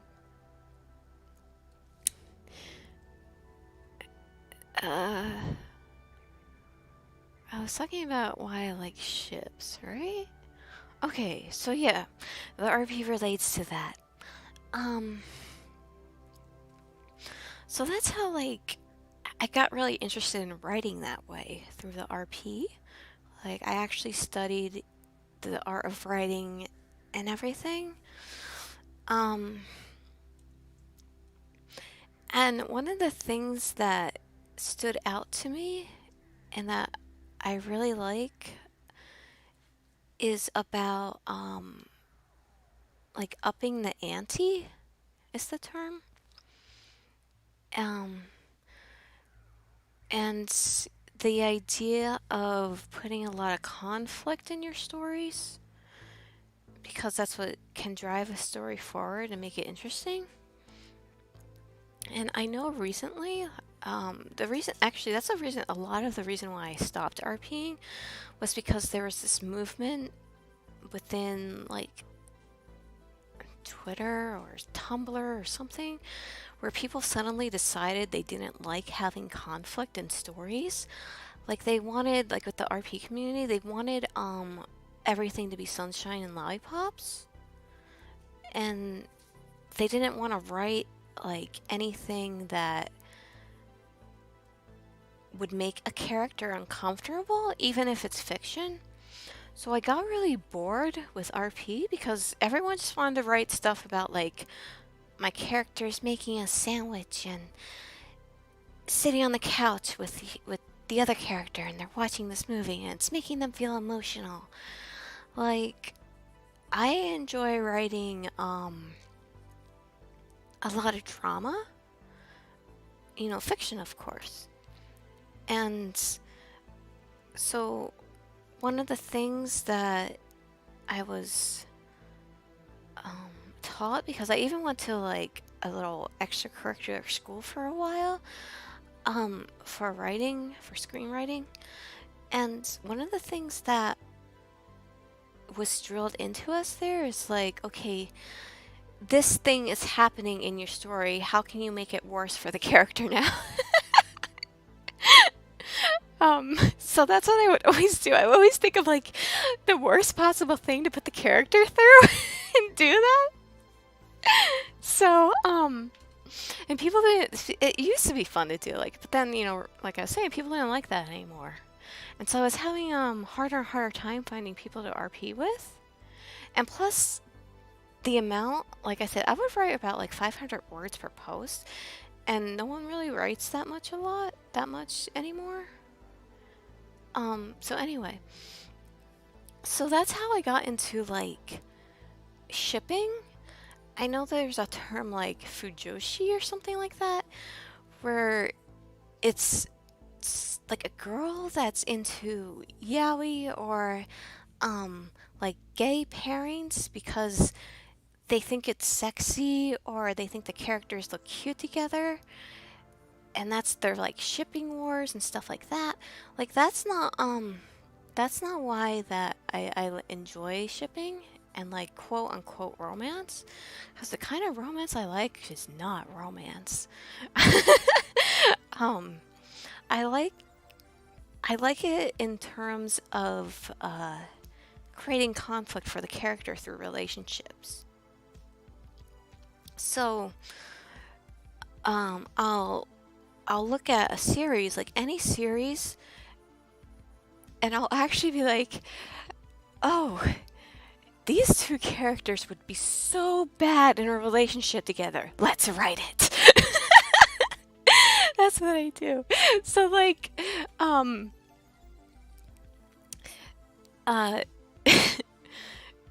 so the whole, like, story I'm writing is about the emotional torment and conflict going on with these characters. And, it's not like there are things people. There are people called aunties who are, like, really against that practice of writing stuff like that, because they think if you write that kind of thing, you're capable of doing it in reality. And I literally cannot kill a fly. Like, I can't hurt anything. I'm just very interested in psychology. So that's what drives me to write it. It's not like I'm getting a pleasure out of it. The interest for me is the psychology of it. But I don't know, people don't really get that. So I always, most of my ships, I think, like, probably 95% of my ships are quote unquote problematic. And, you know, which is another reason why I was saying I don't engage in fandoms, because if I did, I would be torn apart for the relationships I want to explore, even though they're fictional. But anyway, my OTP is probably like the most healthiest relationship that I like out of any fiction. But there would still be tons of conflict in it because these two characters, you know, being in Super Smash Brothers, so you know, like, their characters from everything in there. These two characters are complete opposites. Like, their worlds are so opposites. And, so I thought, like, that would be so fun to explore. Like, if you had these two characters meet, you know, what would happen if they tried interacting? And how would they get over their differences and stuff like that? Yeah, but no one, no one thinks about this pairing because you wouldn't. Like, no one would think about this being a pairing. So it's so hard to find art of or anything of. Yeah, I've always wanted to RP this pairing too, but no one does. Oh my god, my throat. Any other drink? 1 second.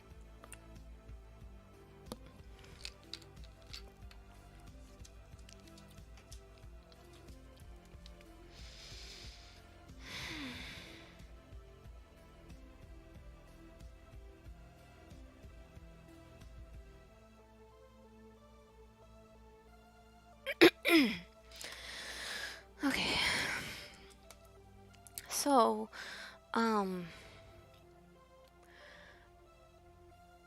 my second favorite pairing is also really like, my second pairing I like is very problematic. Like, that's actually problematic. It's not just... So I'm kind of even afraid to mention it because I've seen people get, like, harassed about it, about if they like this pairing, because, like, this pairing is at least more known and, like, people do like it, but the people who like it get, like, harassed because of the reasons I just explained. Like, it's not a healthy pairing, but that's the point. Like, you know. So yeah, I don't think I can talk about my second favorite OTP. My third is just also problematic.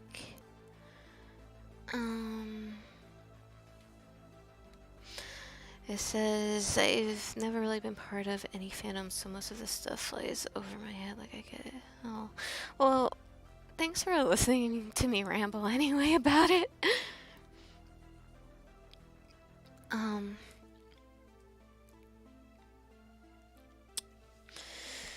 So, let's see. I have the text.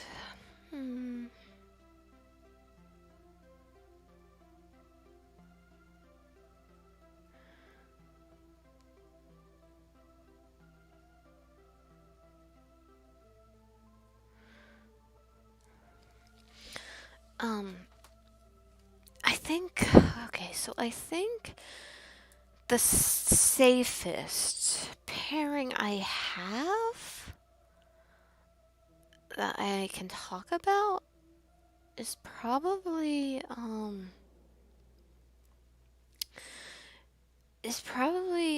Orochimaru and Kabuto from Naruto. Like, I know there are a lot of problems in that as well, but I really like that ship. That's probably my safest one I can talk about. But there's a lot of art of that and stuff, so it's easy to find things of those two together.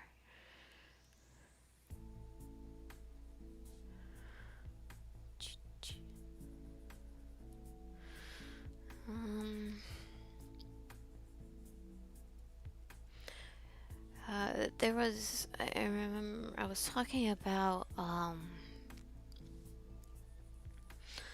this Facebook group before of the Facebook group for artists that want to be in the artist alley. And I remember a couple years ago, like, something really bad happened, because of everything I just talked about, um, the show Voltron, like the remake of it that was on Netflix. I never watched it or anything, but I just know about it because of this incident. Um, uh, Asmox? What is the trolling platform you use, and does it cost money? The program I'm using right now, it's called VDraw.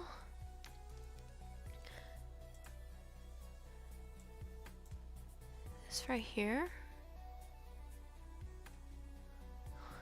And it's $10. Unless you mean like this program that I'm coloring and inking in. This is Paint Tool Sci. It's $50, which is good compared to like what Photoshop charges and stuff.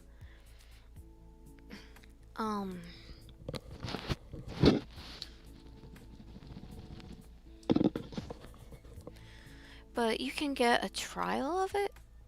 I think like my friend uses GIMP, which is free. There's that, and there's another program called Fire Alpaca, which is also free. I think like I got Photoshop and Sci and as a gift from my dad. But if I didn't, I would probably be drawing in Fire Alpaca. I don't really like the program GIMP. I had a hard time using it. But GIMP and Fire Alpaca are free. If that's what you mean. Other than that, like platform, I just post my stuff on Instagram. That's it. That's all. Like, so. Oh yeah. So okay. So I was talking about Voltron.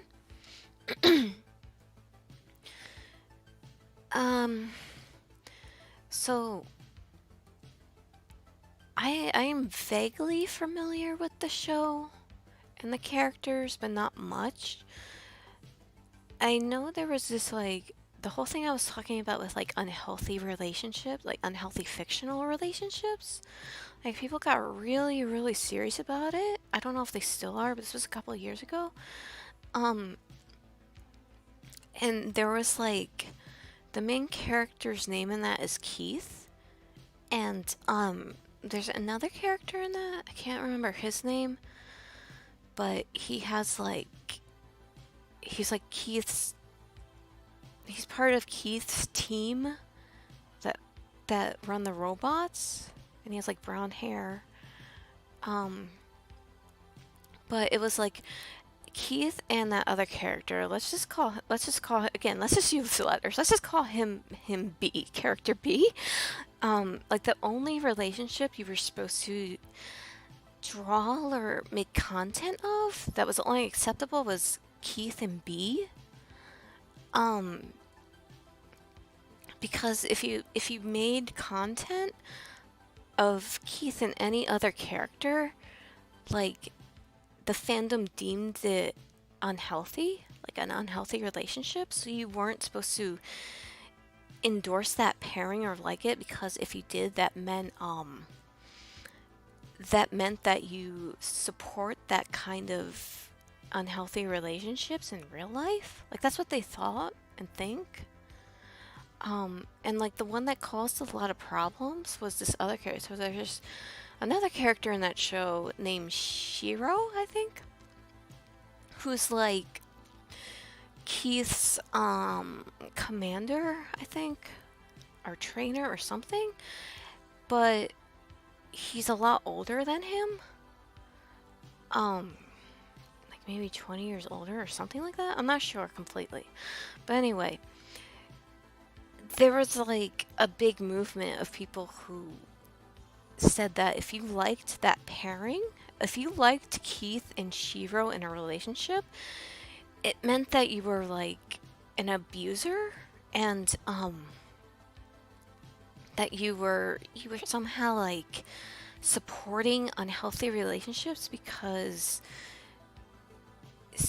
of Shiro being like a lot older and in a position of power over Keith. They're like, that's an abusive relationship, and people are getting harassed if they like drew that pairing or something. So there was, in that artist group, somebody was at a convention, and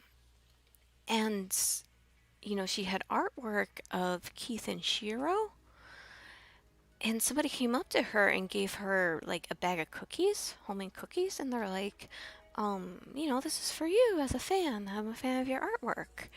And the girl was like, oh, thank you. And she ate the cookies, and one of them had like a pin in it, like a needle or something. And she had to go to the hospital.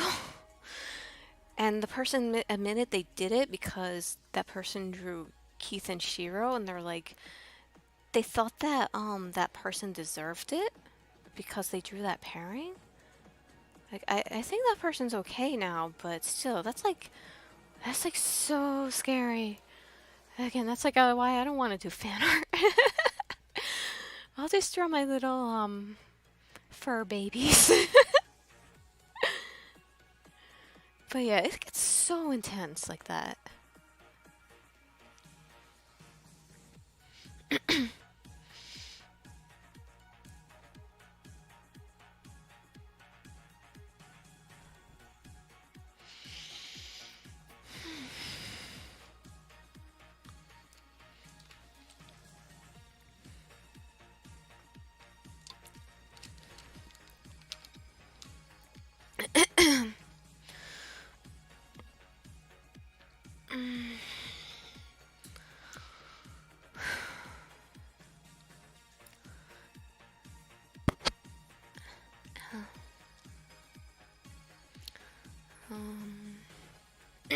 Maybe I'm gonna take like a 3-5 minute break from talking.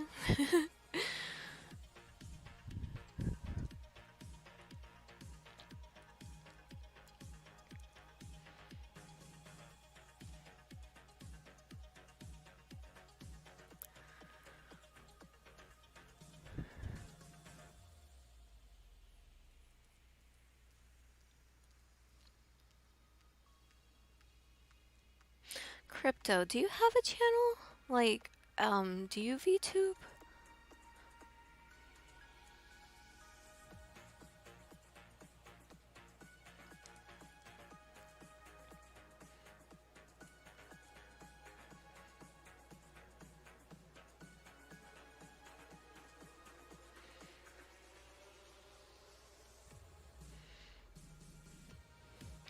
Thanks for understanding too. I feel like I do feel like pressured. Not by you, I'm just saying like in general. I feel pressured to like be entertaining the whole every second that I'm streaming.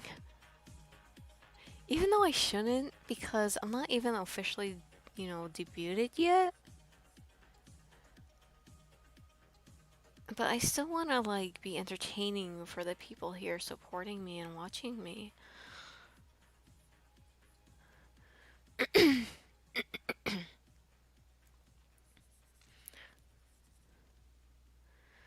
Let's see, what's this say? I clip XP being clipping VTubers for about I clip XP being I clip. Oh wait, that's a face. Sorry, I clip. Been clipping VTubers.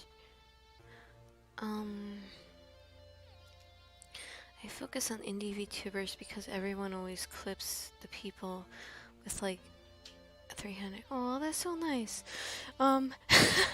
Okay, so since I'm still a newbie, what does clip mean? I'm going to assume it means like support?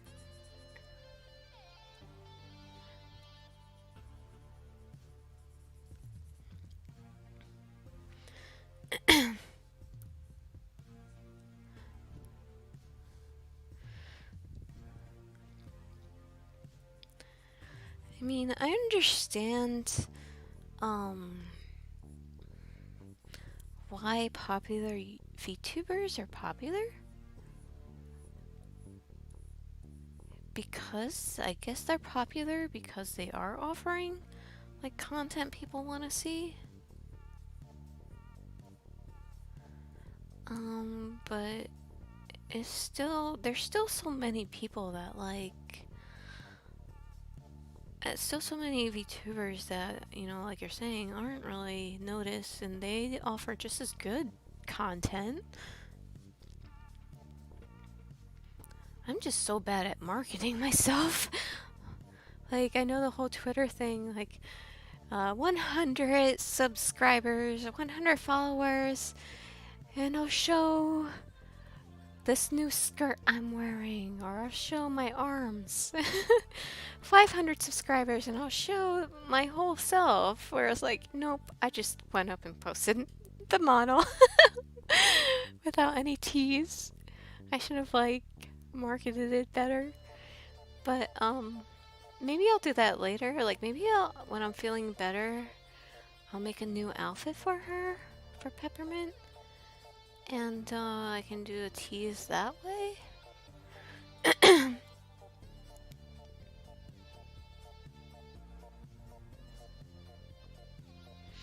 Oh, I got the puppet. Oh, I understand what you meant.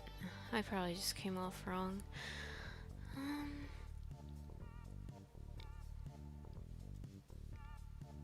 So it says you make a clip. Interesting. You could make a clip of me if you want. I don't mind. Maybe when I'm, like, cracking up about. Remember when, I don't know if you were here for when, like, I was trying to work on the mouth and I moved it all the way up here and I started cracking up because I thought it was, like, the funniest thing. Because it reminded me of the smug cat meme.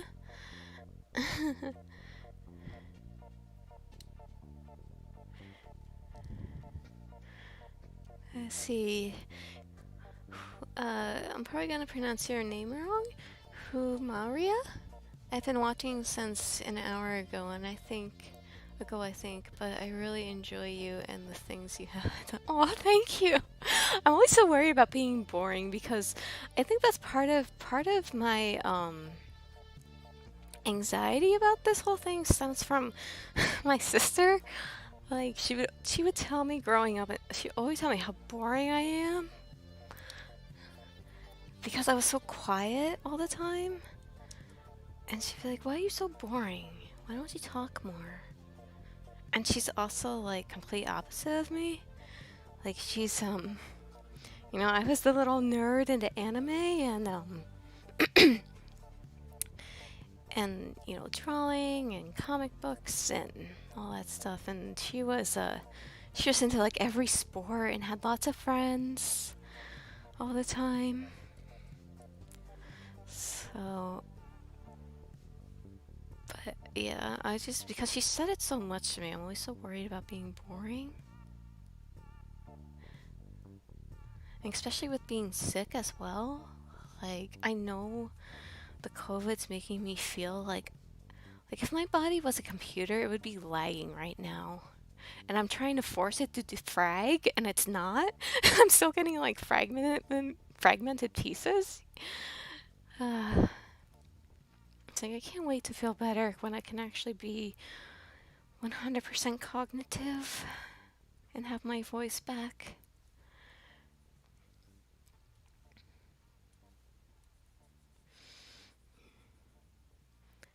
Let's see, Crypto says, especially since you like to say a lot of small VTubers are just as talented as well-known people, but get a fraction. Yeah.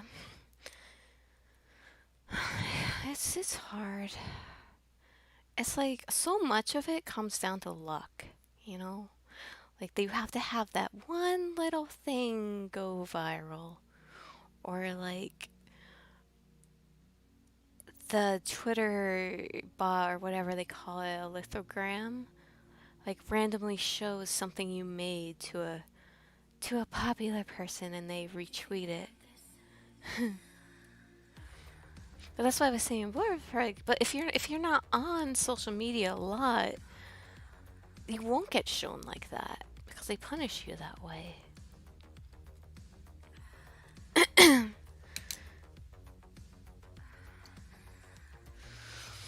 I can finally start coloring her! Yay!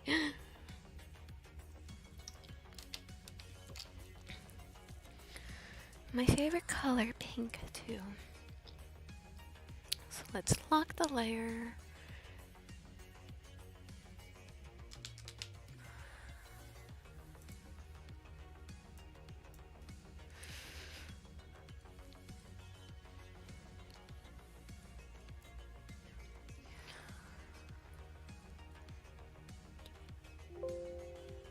Oh, no, no, no! No! Oh no, Sai usually does this before it crashes.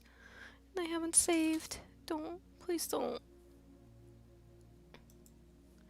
Save. Save. Save. Yes.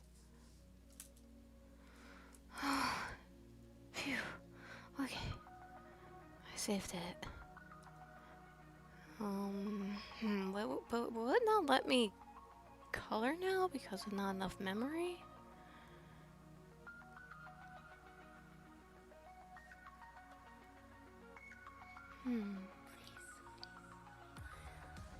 Cause this thing is huge. It's like I was saying, that bag's 52 inches.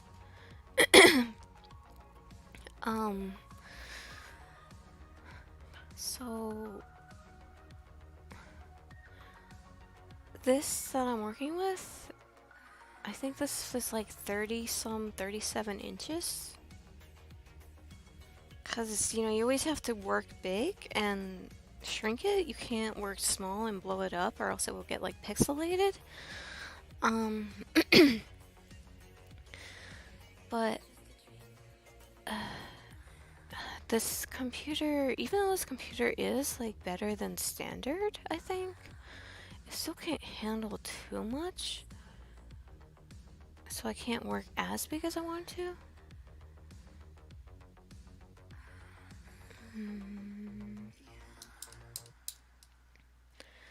Let's see.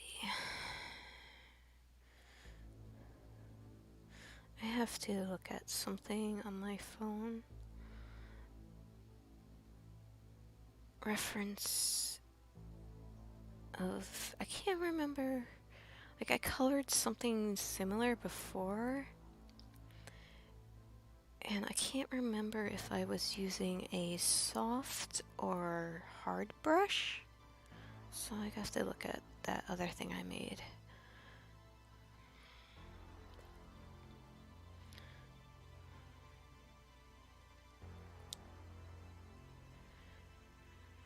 Looks like a hard brush.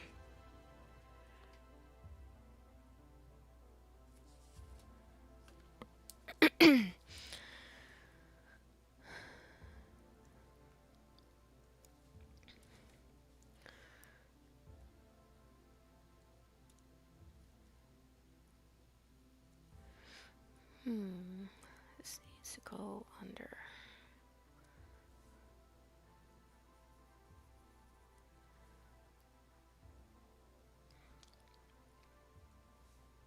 Just a milk mustache.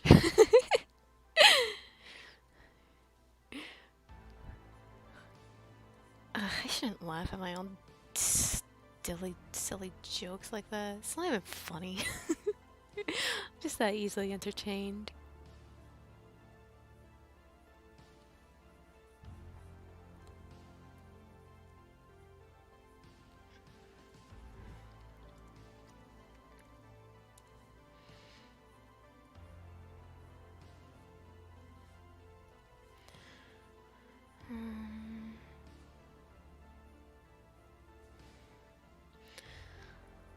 Let's see. What else can I chat about?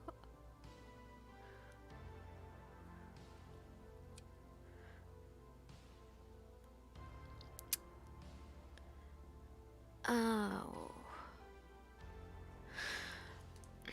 I actually made like a little list. I have a little list on my phone of random thoughts. So like, if I have trouble thinking about something, I can look at the list and be like, oh yeah, like, I want to talk about that. So, do you know what or who Raelians are? I don't know too much about them. Like, I'm not sure if they're a cult or not. I just know, like, they're a group of people that believe, you know, since I was talking before about how I like cryptids, and stuff like that, and UFOs and everything,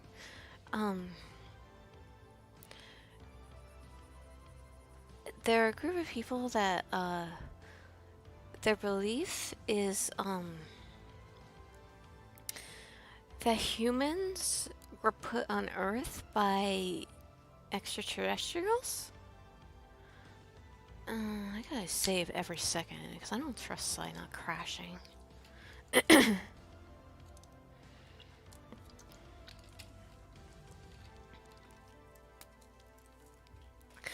But, I actually believe that. Like, it seems kind of silly. Like, and I think they think, like, Jesus was the main scientist. I'm gonna say, like, I'm not 100% sure, because it's been a while since I've read about them. So I could be wrong. But, like, our people's religious figures here were actually the scientists of the extraterrestrials that made us. And, the reason that I believe in it is because, can't you imagine, like, us, like the US or United Kingdom or anyone, like, really, if we had the ability to clone ourselves or, like, genetically make a human, don't you think we would be like, oh, let's send them up to space, to Mars, or like some random planet, and see what happens. Let's see if they form a colony. Let's see if they like build a society. Like, can't you imagine that happening? So I've always found that interesting, and like, yeah, Crypto says Raelians so weird. Yeah. It's like, I don't know much about them. All I know is like the belief I was talking about. Like, I don't know if they're actually a cult and like if they, you know, do all the cult stuff. So I don't want to be endorsing it. I just like the theory of humans being made by aliens and dropped off on Earth is kind of neat.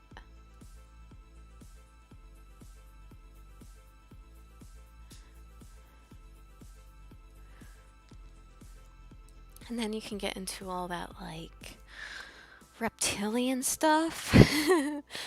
That's pretty wild to read about. Like, I don't really believe in, you know, that, but it's still fun to read about these things sometimes. Because it's entertaining, you know? Like with, Mark Zuckerberg being a reptoid, robot.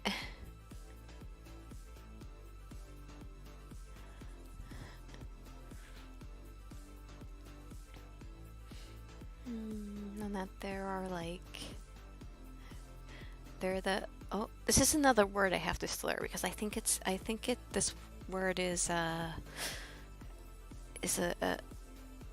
alarm word for the bots. So like the Illuminati.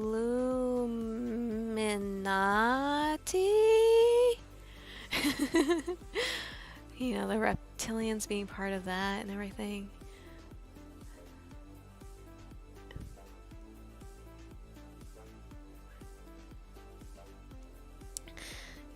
I used to be huge into aliens growing up, like obsessed. But these days I'm a lot more skeptical. Yeah, I can understand. Like, I completely understand the whole skepticism thing. But I guess, you know, living out where crop circles would be a thing, and you know, Billy Bob down the street says he was abducted by aliens. This is fun to listen to, that kind of stuff.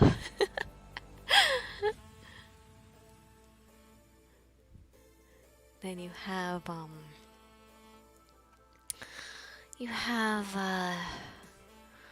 Project Blue Beam, where the whole thing behind it is a fake alien invasion, which I'm still contemplating about. I'm wondering if they would actually do something like that. Wait, do fox have... Are fox paws black or white? I think they're black, right?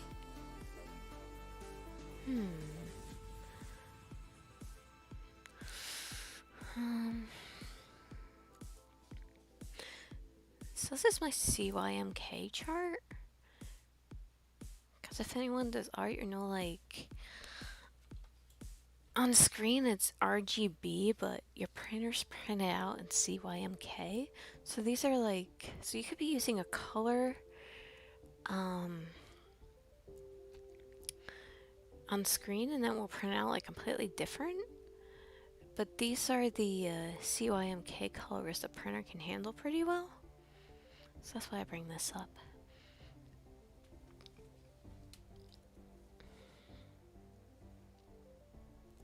Okay, they're black, thanks. Yeah, I don't know why I was thinking white. Color difference. Oops.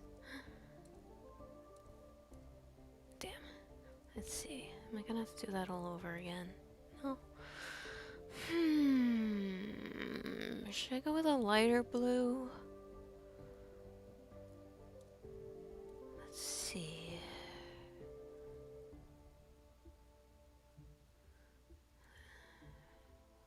This blue maybe? Or that blue?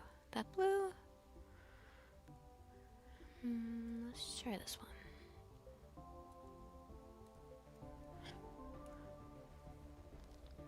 Why keep doing that layer? That looks a little less blinding. It's not as neon and in your face.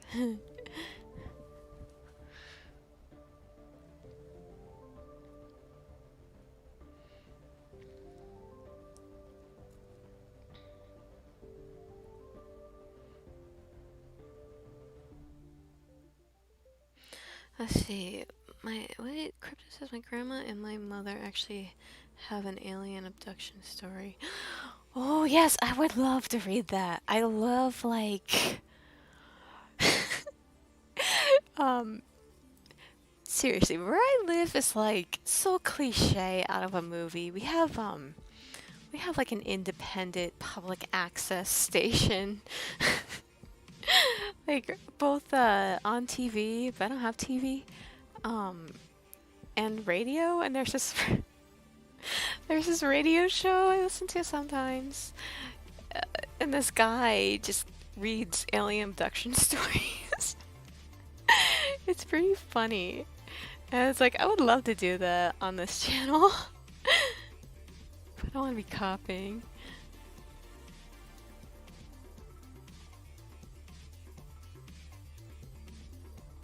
So tell me your story and I'll read it.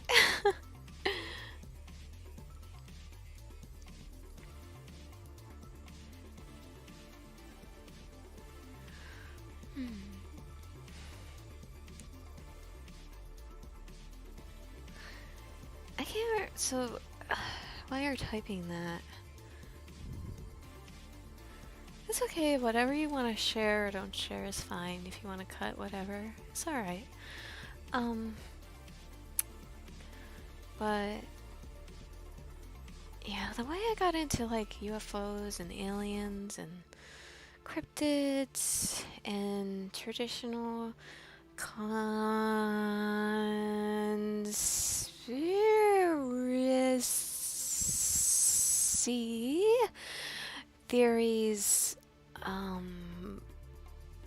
actually got into them late 90s. So like way before stupid freaking Q and righties like took over the group.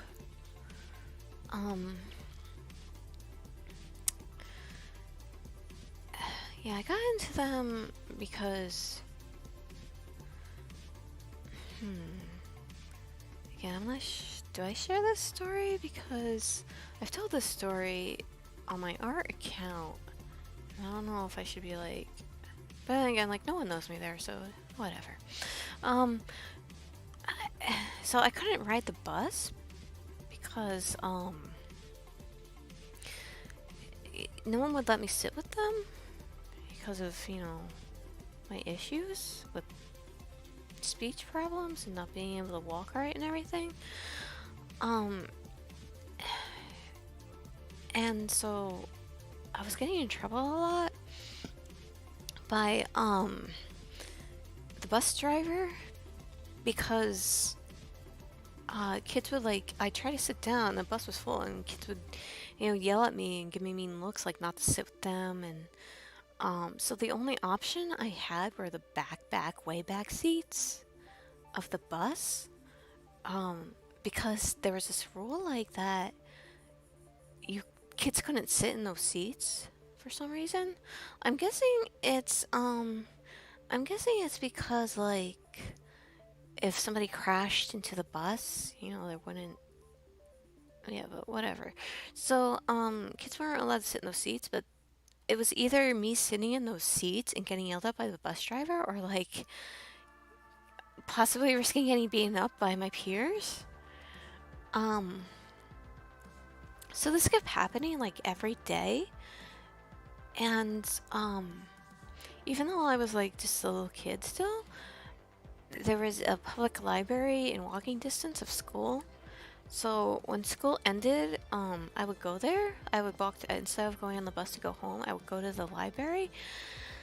It was this like little tiny trashy thing. But I just look up a picture of a fox. So I would go there and I'd have to wait until like 5, because school got out around like 3, I think. So why is it when I put in a fox image search and I get a spider? No. Anyway, I would go to this library and I'd wait there until like 5 or 6 o'clock until my parents would get done working so they could come pick me up. And okay, so fox have black ears and a black tail. They're so cute. Sorry, just checking pictures of fox. Foxes? Fox? Yeah, so I would go to the library and I would, you know, do all my homework and I'd still have time. And, maybe I'll make the tail a darker blue. And they didn't have a lot of books there, and it was really, like, boring. So I wandered around to try and find, like, something a little bit interesting.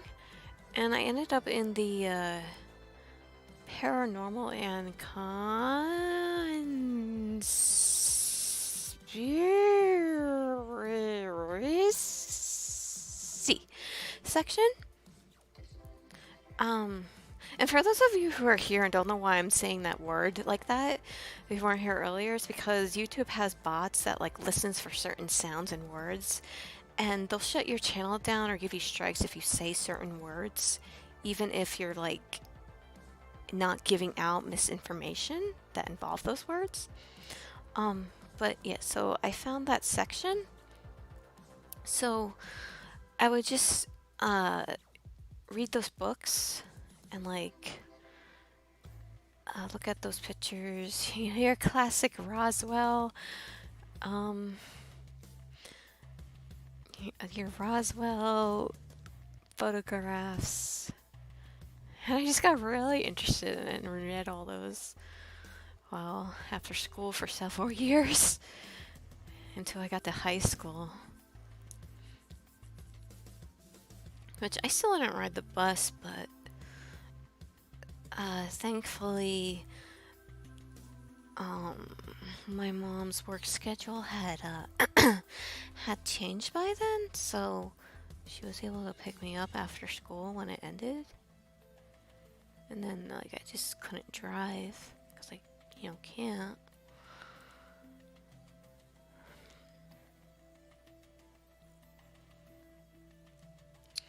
Should I make this? I don't know if I should match this blue to the other one. Yeah, I think so.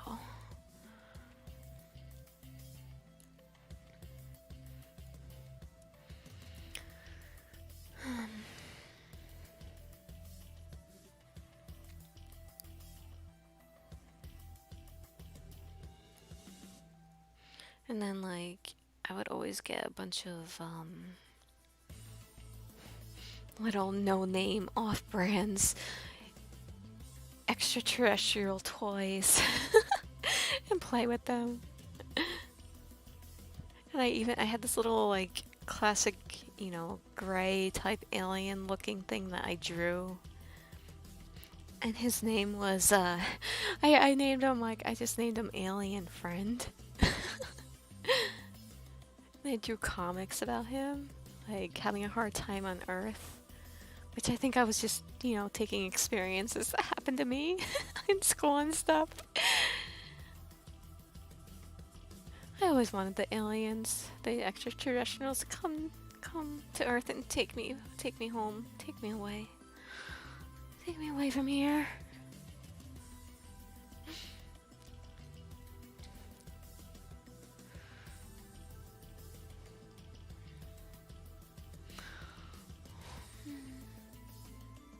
Like, why are you abducting Billy Bob down the street? But I'm begging you to come take me away, and you're ignoring me. I'm offering up myself to be probed by you, and instead you're taking Billy Bob, who's crying about it. No, but I wouldn't want to go because I'd miss my cats and, like, people who I love. Unless I want them to take me and the people I love and my cats. That'd be good. But then you get, like, one of my favorite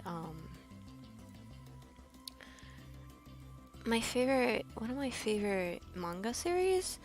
I would say anime, but they only made like 12 episodes and the manga gets like drastically different after that period of those episodes.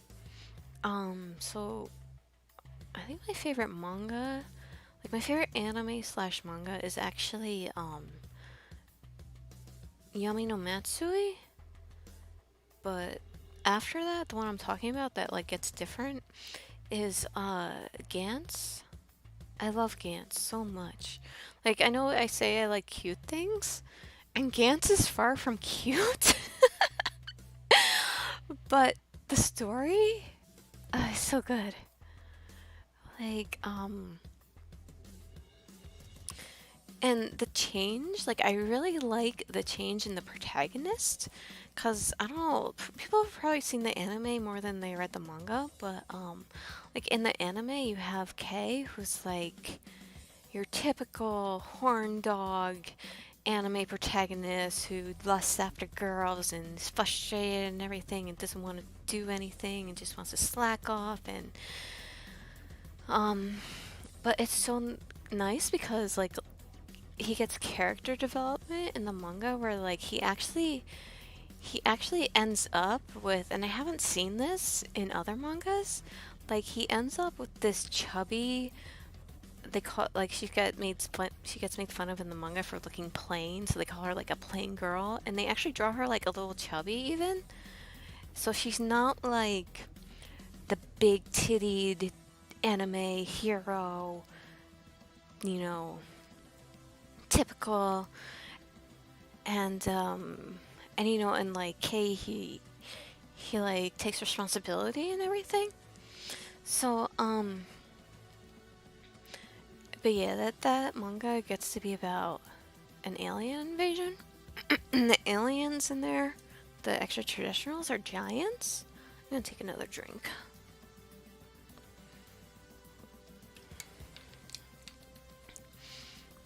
So I kind of think about that too, like maybe if extraterrestrials did come and visit and abduct us, it wouldn't be a good thing.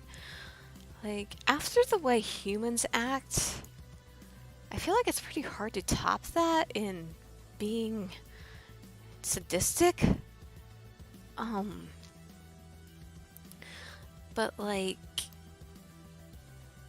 in this manga, the extraterrestrials, they start harvesting the humans for food, and like they eat them and all casual, and they keep them like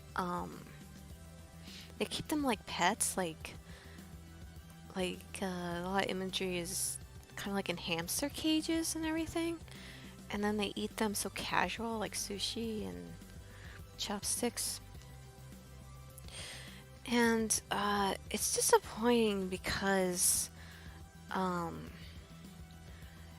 the ending of that manga series, it wasn't the original intended ending. Like, I was reading it and it was so good, and then suddenly like the story just falls. Like, it just gets very anticlimactic and missing a lot tying up a lot of things, and I'm like, what happened? And I was reading, I might be wrong, but I was reading, I don't remember where because it's been a while, that the artist and the creator got frustrated with continuing the series because it was when Attack on Titan came out. So I guess in Japan, like, people were comparing Attack on Titan to GANTZ because, you know, like in Attack on Titan, the Titans are giants and stuff like they are in GANTZ, so people were comparing them, and the artist didn't like that. Like, he didn't like getting compared. So he decided, as like protest, he was just gonna end the series in like the most shitty way possible. It had such potential. Let's see.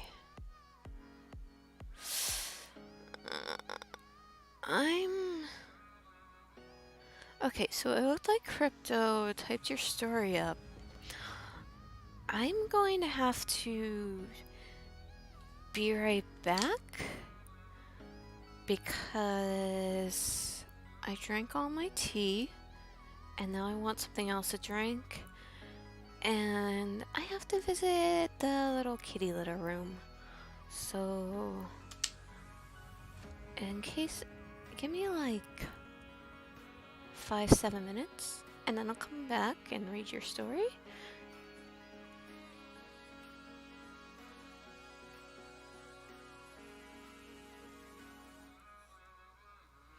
Alright, be right back.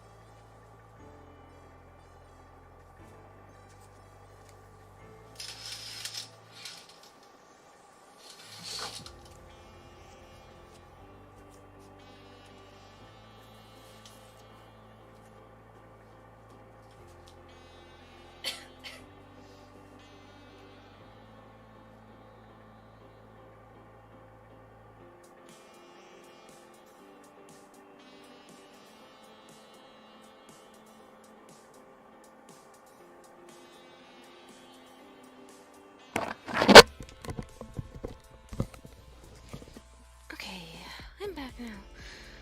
Thanks for sticking around and waiting.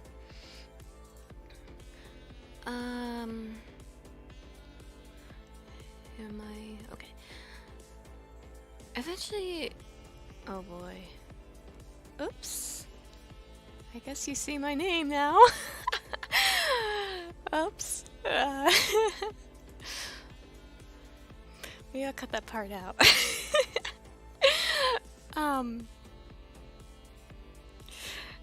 So yeah, after I finish this Fox project, I wanna now I'm thrown off because of that. I want to make a proper BRB screen. Like I want to draw chibi peppermint. But yeah, I have to. Like I said, I basically have a deadline for this Fox thing. And then my friend texted me today saying he wants to commission me, so hopefully there's that. But okay. So I decided instead of tea, I got glog now.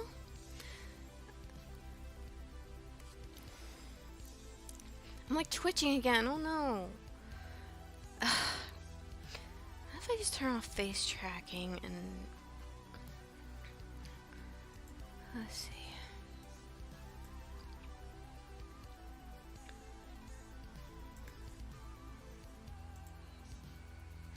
So will this still pick up? Will this still move my mouth? No, it doesn't look like. If I don't have face tracking on, it looks like it's not even moving my mouth.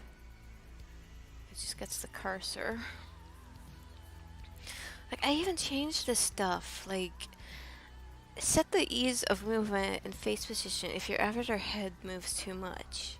And I have this almost all the way down. You saw how much she was like Linda blaring. And then this, smooth weight. If your avatar head moves, I'll set it lower. Or set, if it's wobbly, try increasing the value. I have this shit at 99.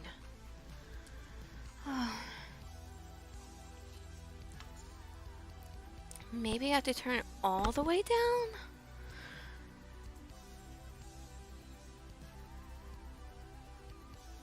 So it's all the way down now. Am I still gonna twitch like I'm possessed? Thanks for welcoming me back. Yeah, I got some. I was talking before about being half Swedish. So I grew up with this stuff called glog. It's, well, of course when I was a kid we had non-alcoholic, but now since I'm an adult I get to have alcohol. But it's a wine with like spices in it. You can usually find like knockoff ones around Christmas called like Christmas wine. But what?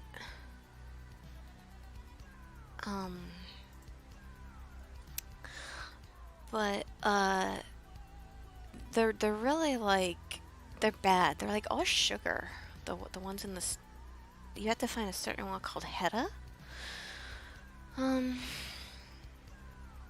Okay. So, is this even okay? So I'll read your story now. Let's see. Thanks for typing that all up. And I'm really appreciative that all you guys stayed. All of you people stayed. Alright, let's see your story. Basically, this was in Venezuela in the 50s. My grandma had a small farm in the boonies, and my mom stayed up late listening to the radio. She was like 8? So she was listening to the radio late at night when she heard a bump near the window. She ignored it at first, but then she noticed a shadow behind a sofa. Oh my gosh, it's inside? When she approached, out comes this thing she described as a little kid with big black eyes and gray skin.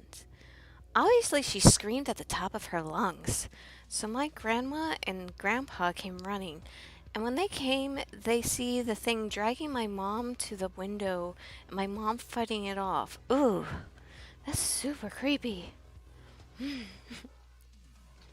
My grandma threw a vase at it, but it wouldn't let go. So my grandpa ran to it and punched it. Your grandpa punched an alien?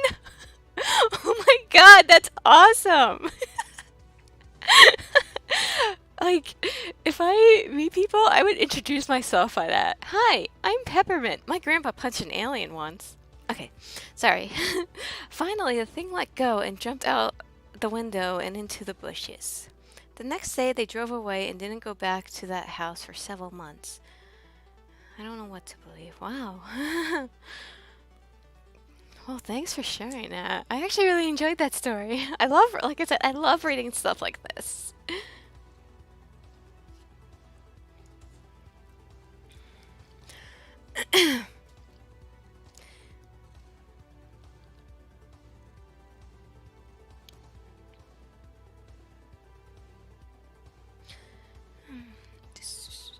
Just not responding to a text.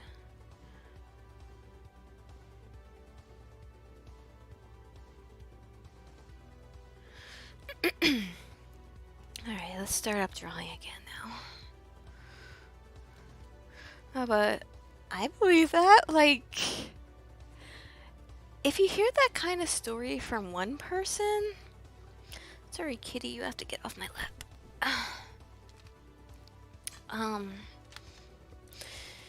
If you hear that kind of story from one person, then you, like... I can understand skepticism. But, I don't know, if it comes from 3 people who share the same account, like, that's pretty wild. Still, I find that so cool that your grandpa punched an alien.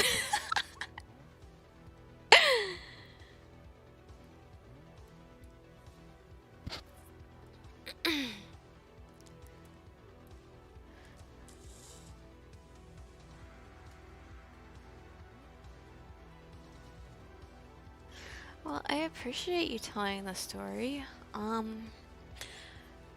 I can edit that part out if you want of this stream.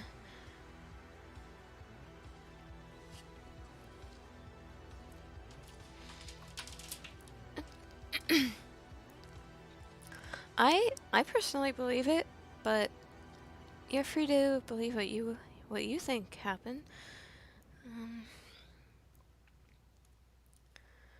Let's see, where should my light source be coming from?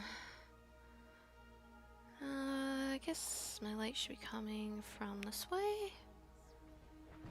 Yeah, let's do that, because I like having the side closer to the viewer as lighter.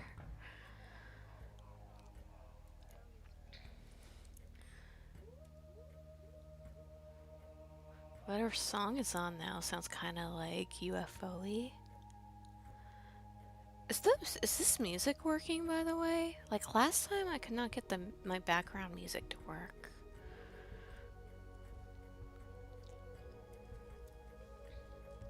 Says don't worry about it. Okay, I will though if you ever change your mind.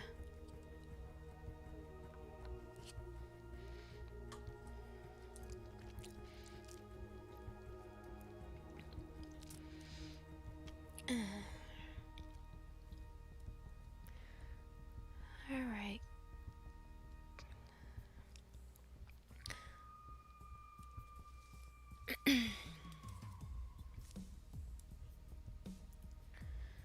Let's see. I have like a whole palette system that I use. Like I was kind of explaining like this before. But I have a chart, like, I reference my old drawings because I do it in a certain way, like, blues and greens get yellow for highlight and purple for shadow. I think my pinks just get a darker pink though.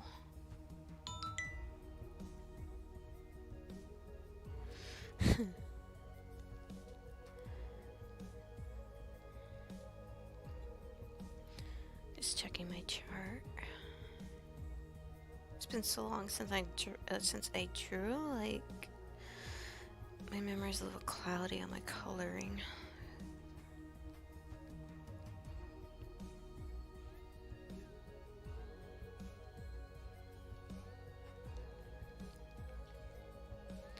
Yeah, my pinks just get a darker pink.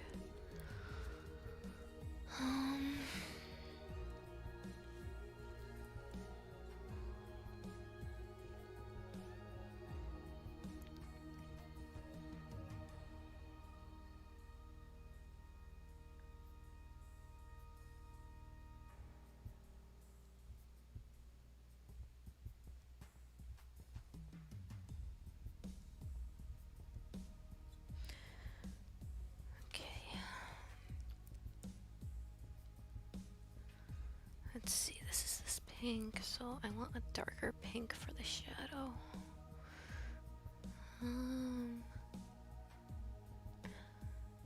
Is it the same as that? That might be too light still.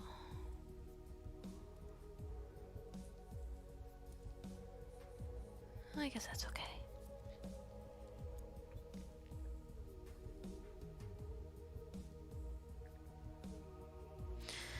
Let's see if I can.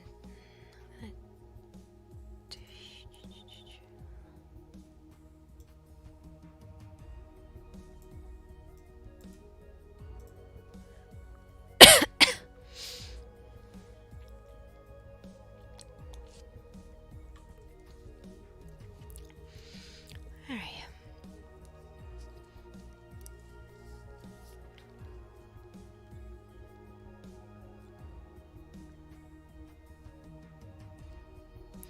What time is it where you are, Crypto?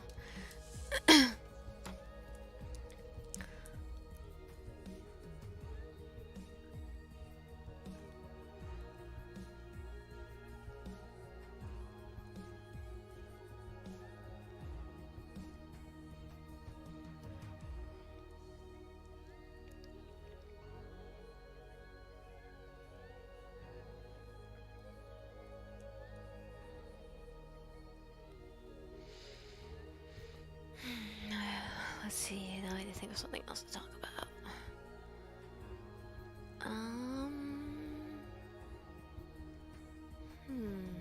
Let's see, we talked about food, talks about ships, talked about UFOs and aliens.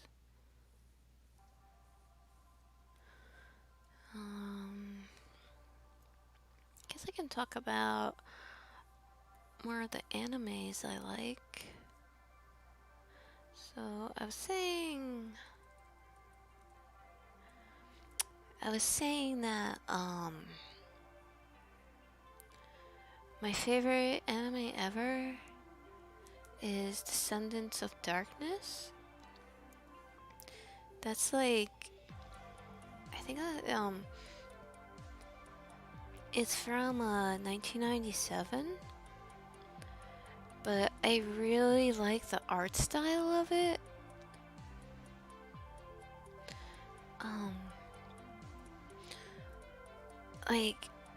So the art style of that and GANTZ, like, it's the way that the artists, they do the hair. I just love the way they draw the hair in those series.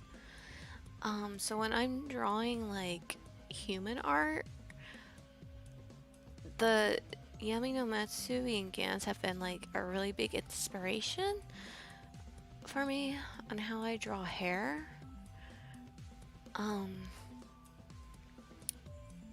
And like the eyes too. You know, of course, when I was little, it was Sailor Moon. And I was trying to copy that. And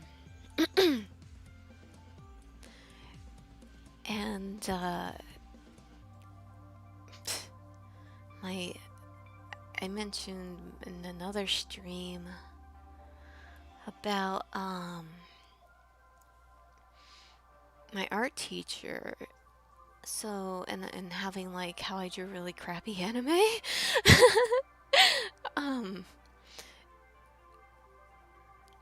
So I had this Sailor Moon self-insert called Sailor Comment, and like her power was to control comments. Oh, great, of course.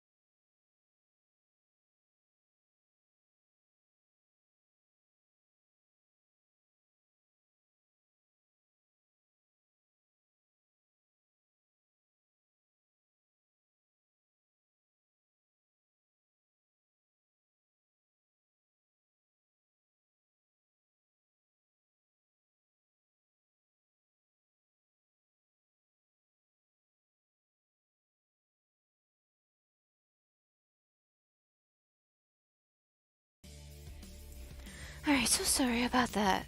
I had a phone call from my doctor that I had to take.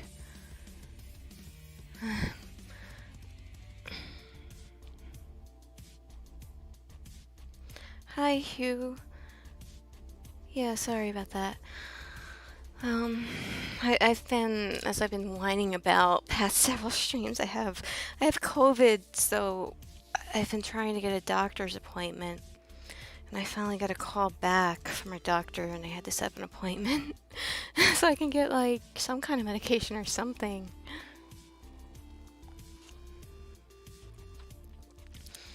But thank you for being here. I think I was talking about my really crappy self-insert as like a 13-year-old. Yeah, so as I was like 12, 13, I had a Sailor Moon self-insert. I feel like who didn't have that, you know? And my Sailor Senshi's power was the power of comets, like from comet space. Ugh, it was so bad. I mean, I can understand my art teacher yelling at me about something like that, but there's no reason she had to do it like so many times in front of the class.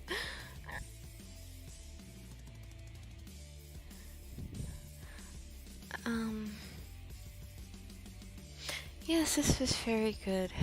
I finally have an appointment. Oh, I don't know what they're gonna say though when I'm there, when they're checking me there.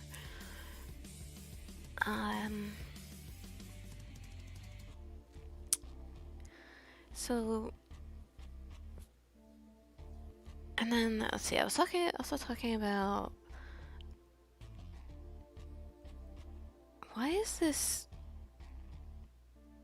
screen like frozen over my drawing?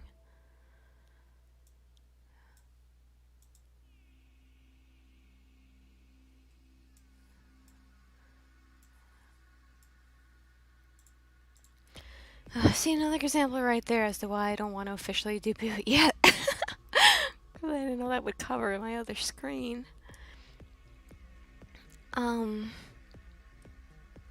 So I really like Yami no Matsui, Descendant of Darkness. So I like the artwork. And I also like the story.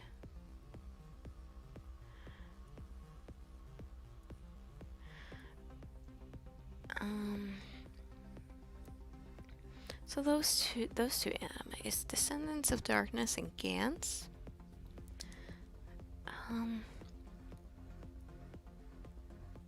I went to my first anime convention when I was 14. My dad took me.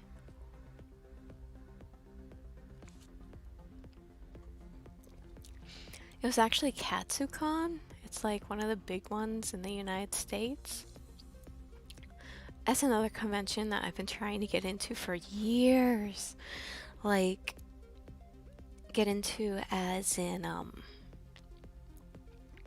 for Artist Alley, because that's like heavily juried and only a few people get in that.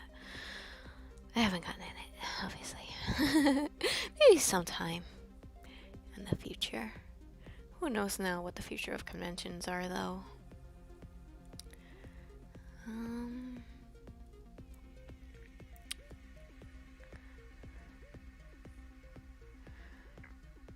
Let's see, so I had my first convention when I was 14, and then my first anime I ever saw was, Area? In the US, we had these, way long in before time. 90s? I don't know when. But, the science fiction channel, they would play, something called, like, Saturday Night Anime. And it was all, like, the ultra-violent,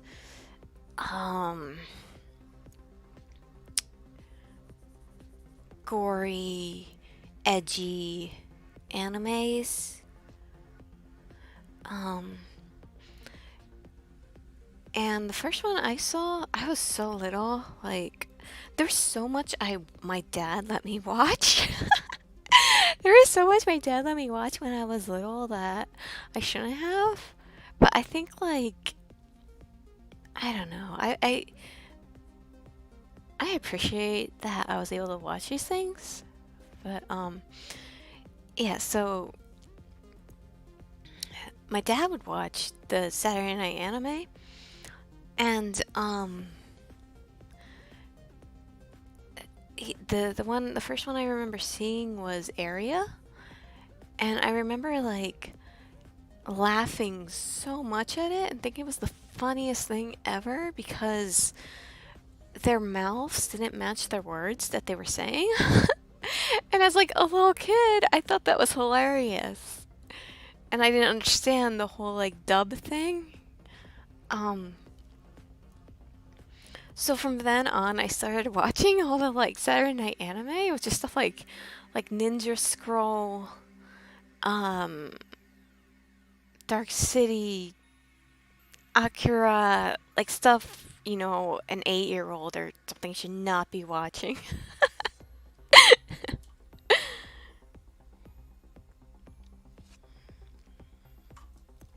Um,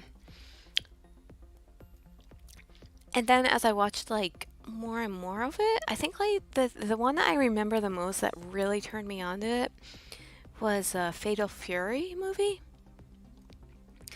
Because I like as I was watching that, I realized like I really really love the art style. Like I loved, even though I was watching it because I thought it was funny with the mouths moving not right.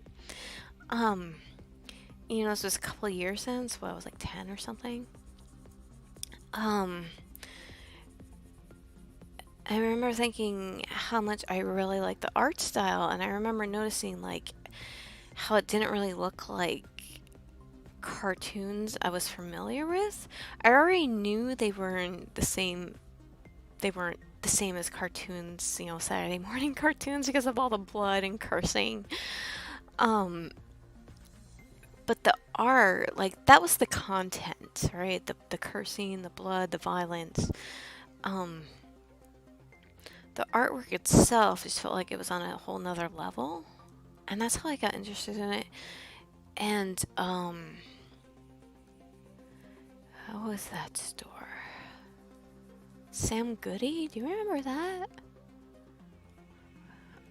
There's a store that used to be like FYE. Like, I don't know if crypto, you know, because you're not from the US. But there's, it's like a media store called FYE, and they have a bunch of like movies, records, CDs, and like general nerdy stuff too, merchandise too.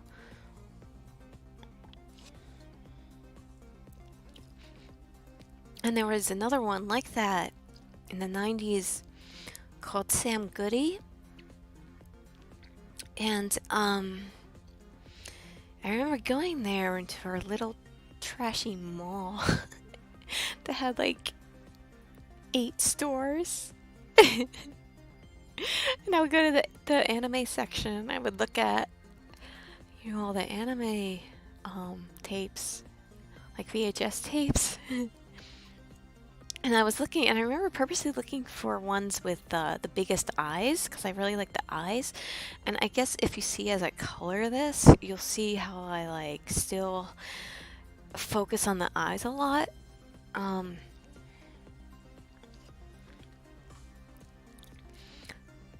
a lot of, I remember the first VHS tape I bought was like Tenchi Muyo series. Because there were a lot of characters in that, and I liked the way they looked. And so I would watch Tenchi Muyo, and I was, what, like, I don't know, 13, 14 now? Again, probably something a 13 and 14-year-old shouldn't be watching. Especially that being uncensored from, like, the tapes and everything. But, so, yeah, I watched those, and I also, it was that, so start with Tenchi Muyo, and the way I would pick what anime I wanted to get was by, you know, looking at the covers, like, I would judge by the character designs.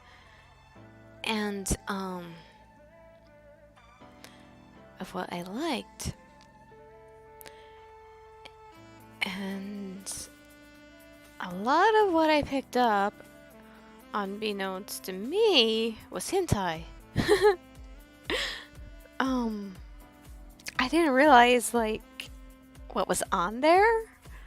I just saw like big-eyed anime girls that I liked, and I didn't really read what it was about or anything.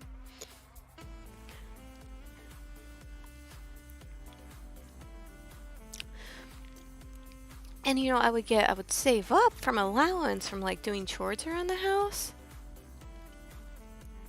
Actually I never saw Clan.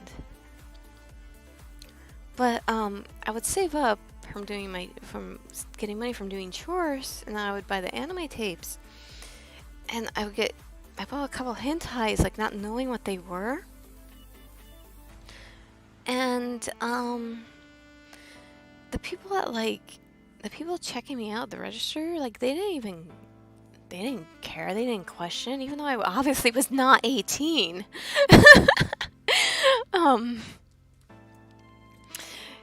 So even though they had big red stickers over the VHS saying 18 or older, not for children, and you know, by this time I had been watching a lot of anime on Sci-Fi Channel, so I thought when it said like not for children, 18 plus, I thought it was just because of like the gore and the cursing and all that. And then I put it, I'm like, what is this? And I remember like getting so embarrassed. Like I was watching it by myself, thankfully. Like I remember watching it in my room. And I remember like watching it a little bit and getting so embarrassed. No, my cat wants to sit on my lap, even though I have a tablet. Like I remember taking that tape and hiding it, like throwing it in my closet. Not knowing what to do with it.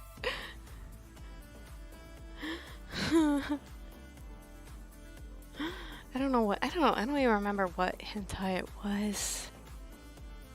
Yeah, I think it was something about like, I don't know, a guy and a woman go on a vacation for a festival, and that's the plot. As much as a plot as you'll get. And then I think I picked up like a VHS tape of either, I can't remember if it was Night Shift Nurses or Bible Black. I think it was Bible Black. Bible Black was so bad. And I was so upset that I spent my money on that. And like, of course I was too embarrassed to ask my mom to bring it back to the mall if I could exchange it or whatever.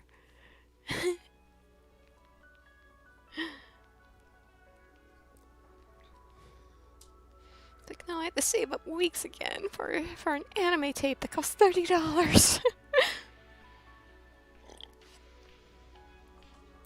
Because I got like $5 or $10 a week for doing chores.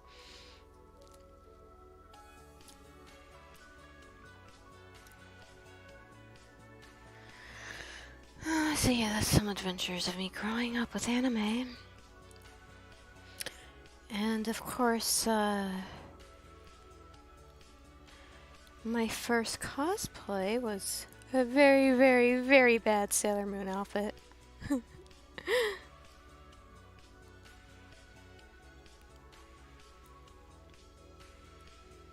Yeah, that was because, you know, that was before, the $30 thing, that was before, it was like 1999, 2000? So that was before like Crunchyroll and all the streaming stuff, and it was really hard to come by anime, and the only way you could get them was going to those kind of stores, and they would always like price really high for anime VHS tapes for some reason. And then later on in my later teen years, I found Chinatown, the closest city with a Chinatown. And so I would go there sometimes and get the bootleg stuff.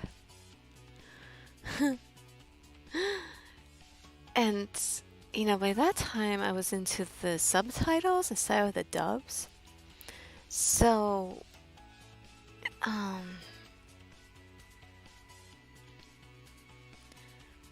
they would have the very like weird dubs on there. the Chinatown bootlegs. Because I think what they were doing, like, they would translate it into Chinese or Mandarin, I mean. And then they would translate that into English. So it was really like the subtitles were far from accurate. I remember the first bootleg series I got from Chinatown was Sayuki. The whole series, the whole like 59 episodes. I was so excited. Like, I can't believe I found all these episodes for so cheap. And the subtitles were so off. Like, Sayuki is another it's another series based off of Journey to the West, like Dragon Ball is.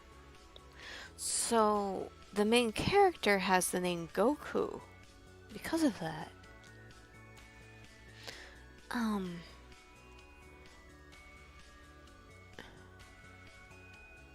looks a little off. And with the bootleg dubs in the Chinese bootleg dubs, they, for some reason, his name in the subtitles, even though they were saying Goku, like the name, the subtitles showed Wukong, which is the original name of Sun Wukong in the Journey to the West books.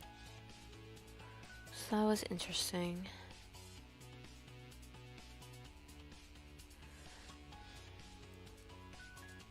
And I think my next bootleg series after that was Kurotsuji, Black Butler.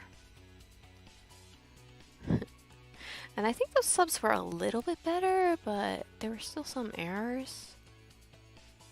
But you know, you can't complain if you're getting it for so cheap. And you know, it was a while before that series was dubbed. And I remember when I got Sayuki, the series wasn't dubbed. So I only had subtitles as an option.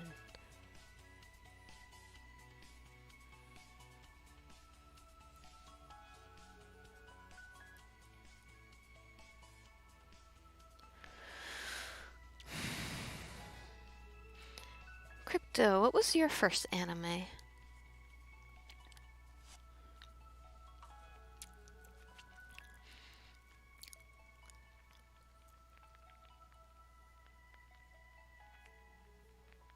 Oh, my cat wants to sit in my lap so bad. Demon, the one I talked about before, my Egyptian Mal. She's addicted to sitting in laps. Like, she's such a snuggle bug. Like, she's always snuggling. And, she sleeps, you know, like, near your head, but she has, like, spots. Like, she has a certain spot on the bed that she likes. And if I have a pillow in that spot, or if I'm, like, taking up that space, she'll get, like, really anxious. She'll just keep, like, pacing back and forth until I clear that spot for her. And so, like, you know, if I'm drawing and I have my tablet in my lap, she'll get really anxious, too, about that since she can't sit in my lap. And I feel so bad, but I have to get this done. I can't draw with her in my lap. And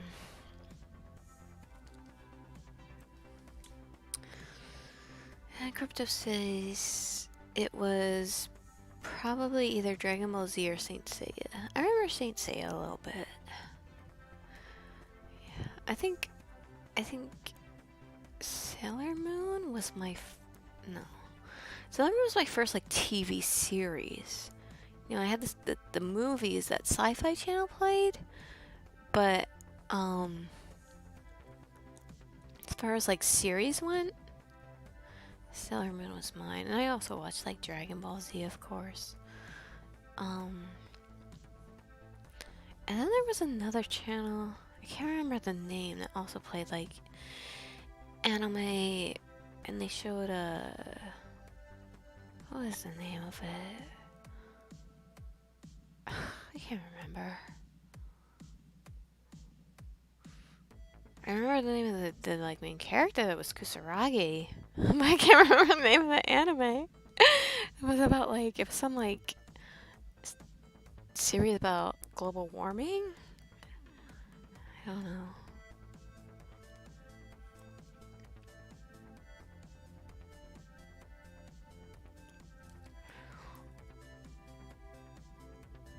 That's understandable. Sailor Moon was kind of girly.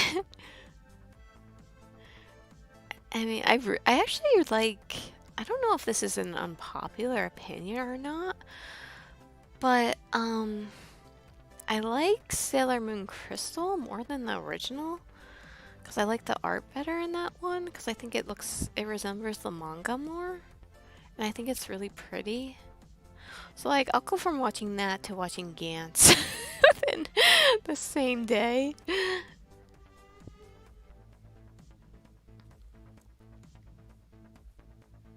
And it's funny, like, in the original Sailor Moon anime from the 90s, Ami was my favorite, but in Sailor Moon Crystal, I actually like Usagi the best. And then, let's see, Evangelion 2, something you really should... Yeah, I watched Ava as well. I used to be obsessed with Shinji. I remember, like, everyone hating him at conventions. Like, I remember asking Shinji cosplayers if I could take their pictures. And they were so happy, because they're like, oh, no one likes this character. I was like, what?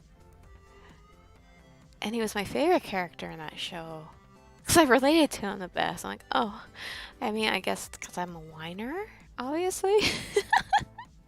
I just whine a lot about all this stuff I can. And then I like Koru, of course. Because I have a thing for, like... Well, Koru really didn't have white hair. He had silver hair. But... I have a thing for, like, white-haired anime boys. And then I have a thing for pink-haired anime girls. It's weird. I always love that pink hair so much. And if there's a white-haired anime boy, I'm like, ah, there's my favorite. I guess that's why I made Peppermint's hair pink. I have tears. Like I said, the way I got it, like, you know, the way I got into anime was I liked the way they looked. So that's how I was judging my favorite characters by, except for, like, instances like Shinji and, like, Ami. I like those characters because they reminded me of myself. But there were a lot of instances where I made my favorite based on how they looked. So, so my number one favorite is if they had pink hair. And then, it was white hair. And then it was like a light blonde hair, like a light yellow. I liked a lot. Like that golden thing. And then, so it actually makes sense, like years, you know, I also played Pokemon. So I was one of those people that, like, I picked my Pokemon team based on looks. It's like, even though a Pokemon could be really good and really awesome, like, no, I don't want it on my team, it's ugly. And I'm still like that today with the games. But my favorite Pokemon, it's weird, like, my favorite Pokemon is not based on a look. Or, like, all my other ones are, like, Sylveon and Eevee. I love because they're so cute. But my favorite Pokemon is actually, is Ghastly. Or, like, the Japanese name is Goss. Because he became my favorite because of the episode, the English episode with him, where I thought he was so cool. because he was the only other Pokemon that talked besides Meowth. And, so, because they always made like this big deal about Meowth talking, and then there was this episode, Ghost of Maiden's Peak, that had Ghastly in it. He could talk. I was like, and all this stuff, he changed himself into anything, and he was like messing with people, and I thought it was, you know, really cool. I was like, this Pokemon's so overpowered. This Pokemon could do anything. So he became my favorite. And plus the fact that, you know, I was still a nerd. I was into like the paranormal stuff. So I'm like, I love the ghost. But yeah, and he still remains my favorite to this day. And you know, like I mentioned before about my tattoos, well, I actually have a tattoo of him. I have a tattoo of Ghastly on my side. Your favorite Pokemon is Ampharos? Okay, I can't picture that one off the top of my head. Is it cute?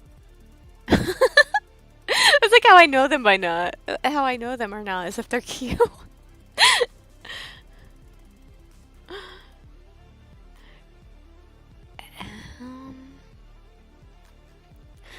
Oh, and I see you also. Let's see. You also felt super identified with Shinji. So I'm not the only one. That's good. I feel like I was the only person who liked him. Everyone liked Ray the best. I was just like, I mean, I guess I was kind of like her too, since I was so quiet and just kind of did what I was told without question. But it was the whole like, even though Shinji talked a lot and was a whiner, like that's what was going through my head, except I was more like Ray with not saying it.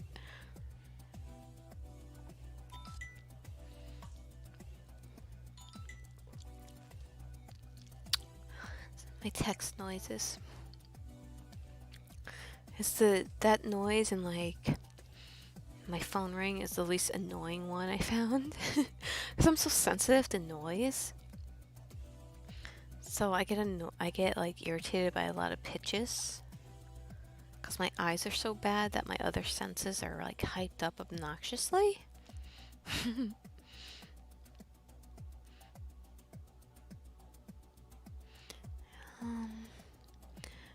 Yeah, I'm all for people liking unpopular Pokemon. Because, you know, I like Ghastly. He's not really that popular. It's always Gengar or like, Haunter.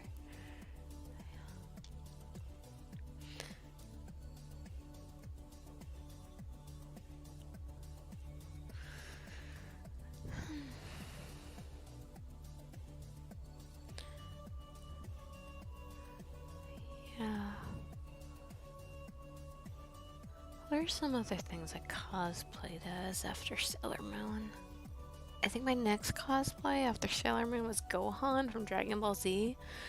Like Kid Gohan with the purple outfit. That was another really bad one. And I actually found that one on, was it Reddit? I found it on some website years ago. So it was Otakon 1999 that I dressed up as Gohan. You know, I was a little kid then. But so like the pictures back then, they were still using like traditional throwaway cameras, like disposable cameras. That's what they were called. So I remember a few years ago actually finding that picture on some kind of like bad cosplay thread. And it was really funny because, you know, it was a super old grainy picture from like, obviously one from a disposable camera. And I just started cracking. I'm like, oh my gosh, that's me when I was like 12. Or no, 13 or something. I don't know. I don't remember. It's so long ago.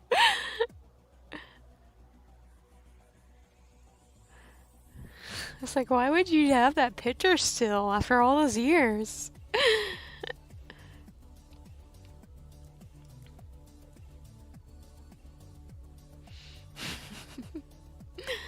So So for Gohan, what did I do?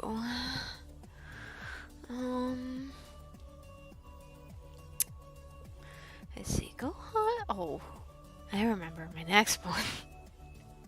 Vincent Valentine for Final Fantasy VII. That was awful. That was awful too. I made like, you know how he has that red cape and and then across the capes he has like those belts, right?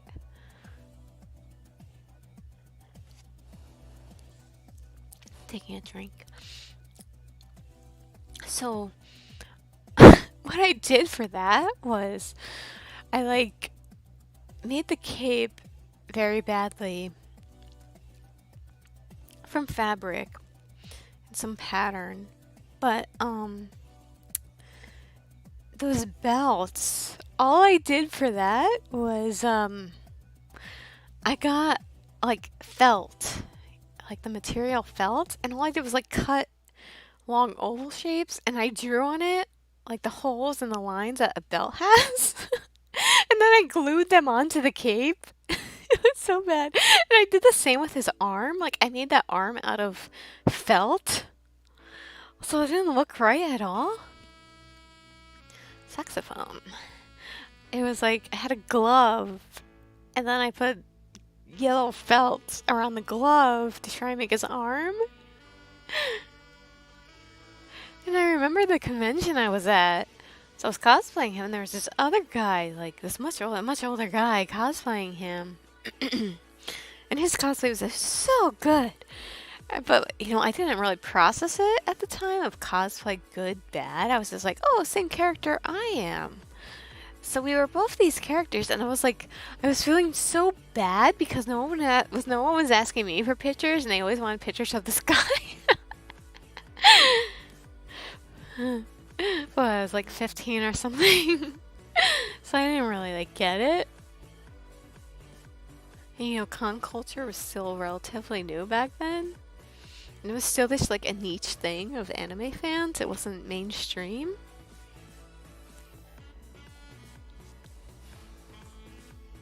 It was back when you got like, when it wasn't cool to like anime.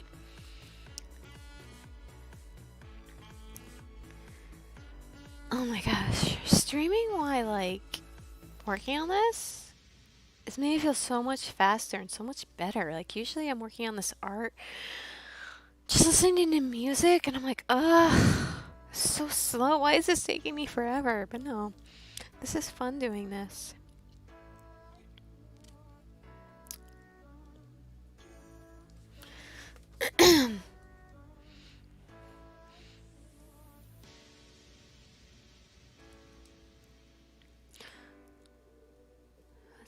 Where do I put my sparkles now?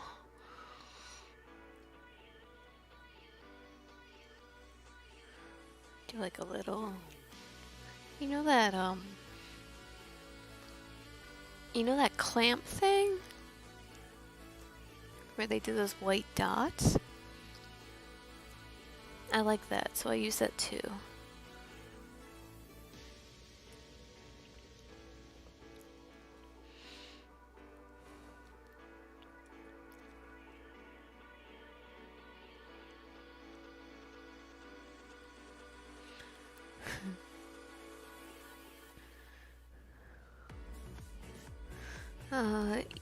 You got a little bit of an audience too. 7 people though, I think. Yeah, 2 of me.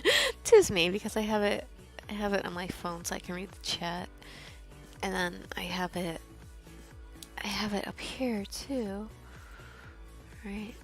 So that's 1 and 2. So I have 5 people watching me? Yay, 5 people. Thank you for being here. I wish like when it, I mean, I understand that you like to lurk and watch, but I wish you don't have to be shy. Like, feel free to chat, anyone. If you have any questions or want to know anything about like me or whatever, it will help me give me ideas of what to talk about.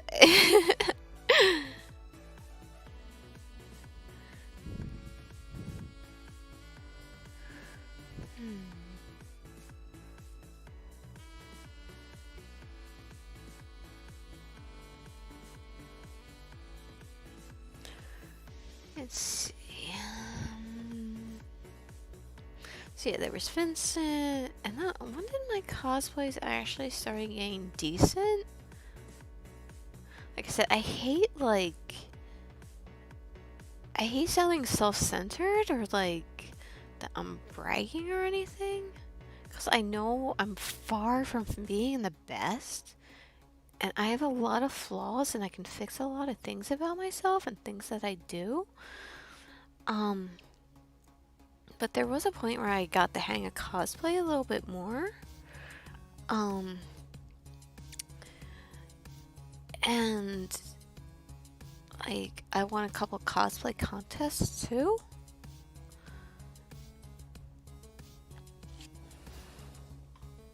But it's kind of not like really all that, because the characters that I won with,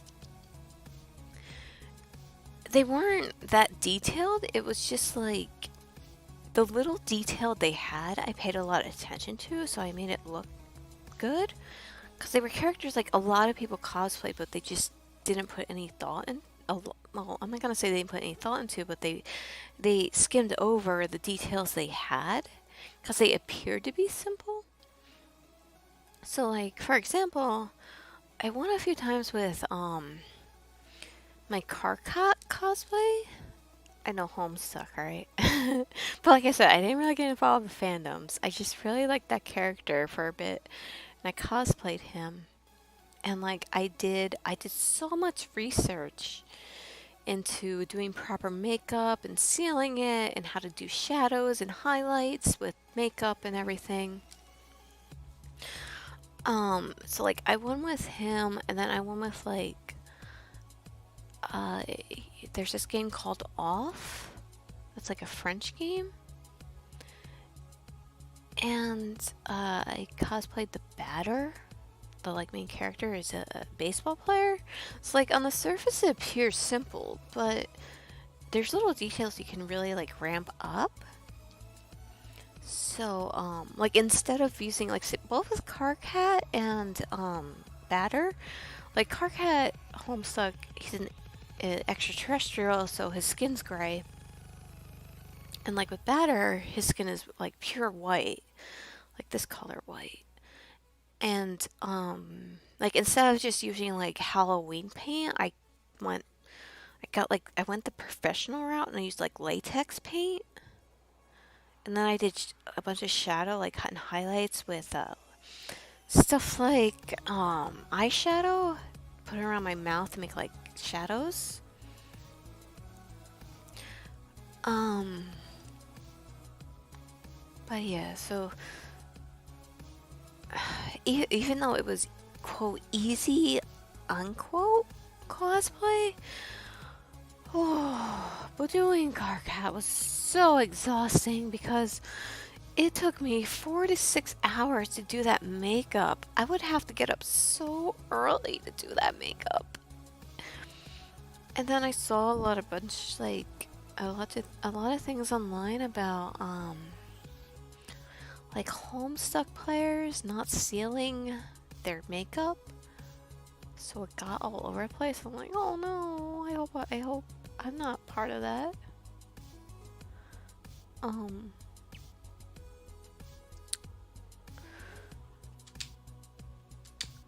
Yay, I'm feeling that wine a little bit now, which helps from the pain the drawing causes. Glog is the best because it has like spices that make it taste really good, and it has a higher alcohol count.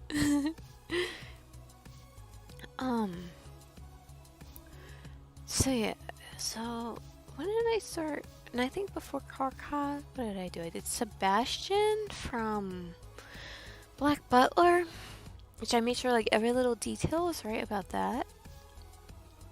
Like the chain across his like suit jacket and everything, and the button designs on down to the little designs on his buttons.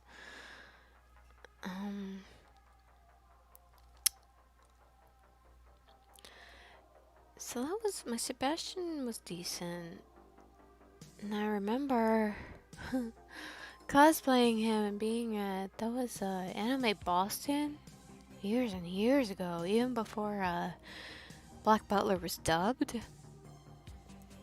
I remember cosplaying him, and oh, it says Red Jordan, really nice art. Have to go to bed now though. Thank you, Red Jordan, for being here in the compliment. I appreciate it. Helps, made me smile. Thank you for spending your time here. Sleep well, please.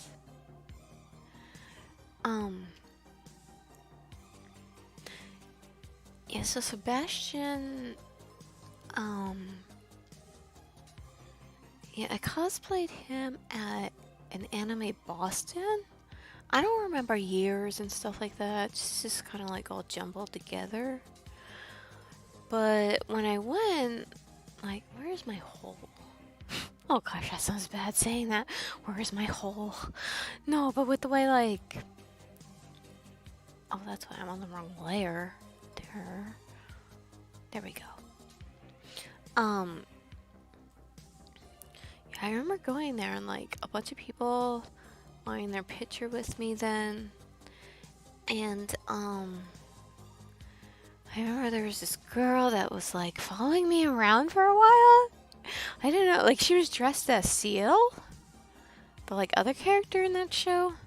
She kept, like, following me around and not saying anything. And I was like, what's up? And then she's like, I'm really shy to ask, but can I have a picture with you? I was like, sure. Like, you don't have to be shy. It's fine. Like, a lot of people have been asking. I don't mind. And, but then she's like, no, I mean, like, would you mind if we did a picture, but you were kissing me? I was like, what? And, you know, I was single then, so, I asked her, I'm like, oh, how old are you? And she told me she was, like, 22. I was like, okay. So I just did that for her. She was so happy. And then, like, she ran back to her friends, and I overheard, she had like two friends there, and she was like, and one of her friends said to the other, I don't remember that they were just like, name, like, I don't know what her name was, like, just to say a common name, Ashley, like, oh, Ashley got her one of her wishes for this convention. She found a Sebastian cosplay that would kiss her. So that was pretty funny. I also had a Rorschach cosplay that I worked really hard on. That's another one that, like, a lot of people do because they think it's simple, but there are a lot of little details you can pay attention to that, like, make the difference.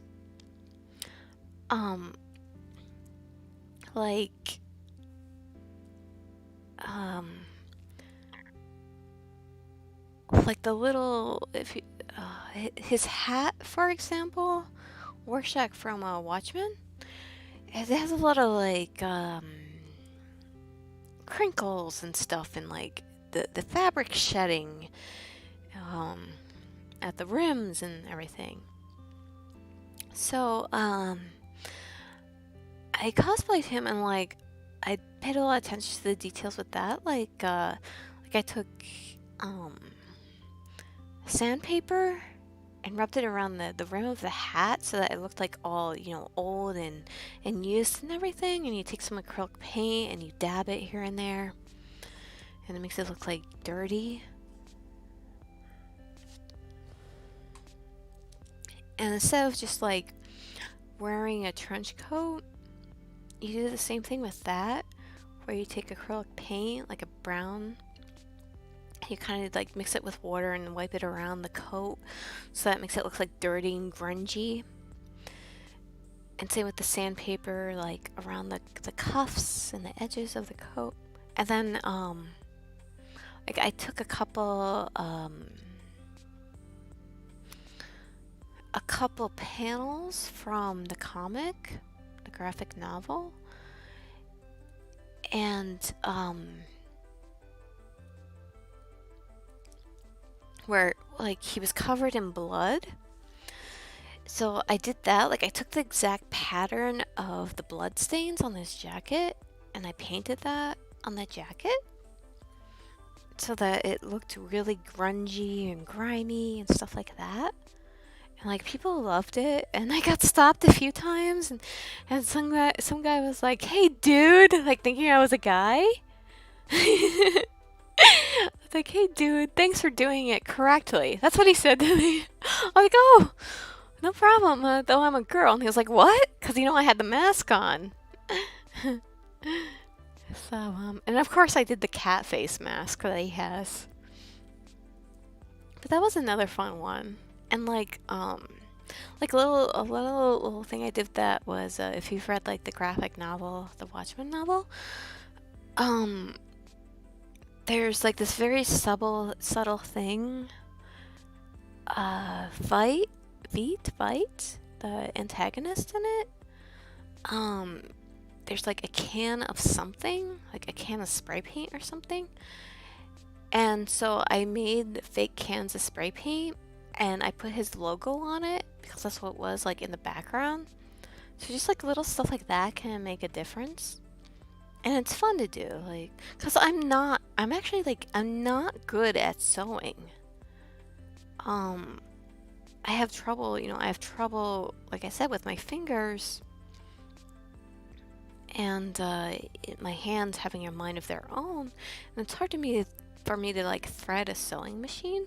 So I think like I purposely pick quote easy unquote characters, and I just kind of like think to myself, okay, if these characters were real, what would they look like in the real world? Like even if their outfit appears simple, I still like try to think about that. And then that's what I try to make in the cosplay.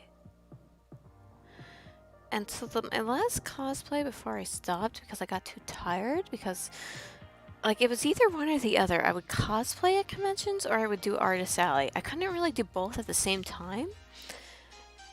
And the reason being because when you're running a table, it gets hard with like the wigs, and so the wigs get in the way, and plus the fact that I wear glasses, and because of the like nerve damage in my eyes, I'm not able to wear contact lenses. I would have to get them specially made, and my insurance won't cover it, and they're $1,000 per contact lens, so it would be $2,000, which I don't have. So I just wear glasses because my insurance will cover those. But anyway, yeah, so if I cosplay a character without glasses, like I wouldn't wear my glasses, so I can't really see anything. So I can't do that like at the table when I'm trying to run it and draw and work on commissions and everything. Like even if the character was simple.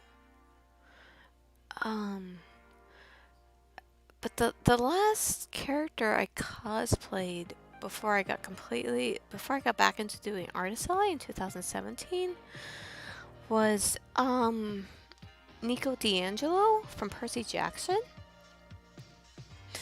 Like, oh, I was so in love with that series.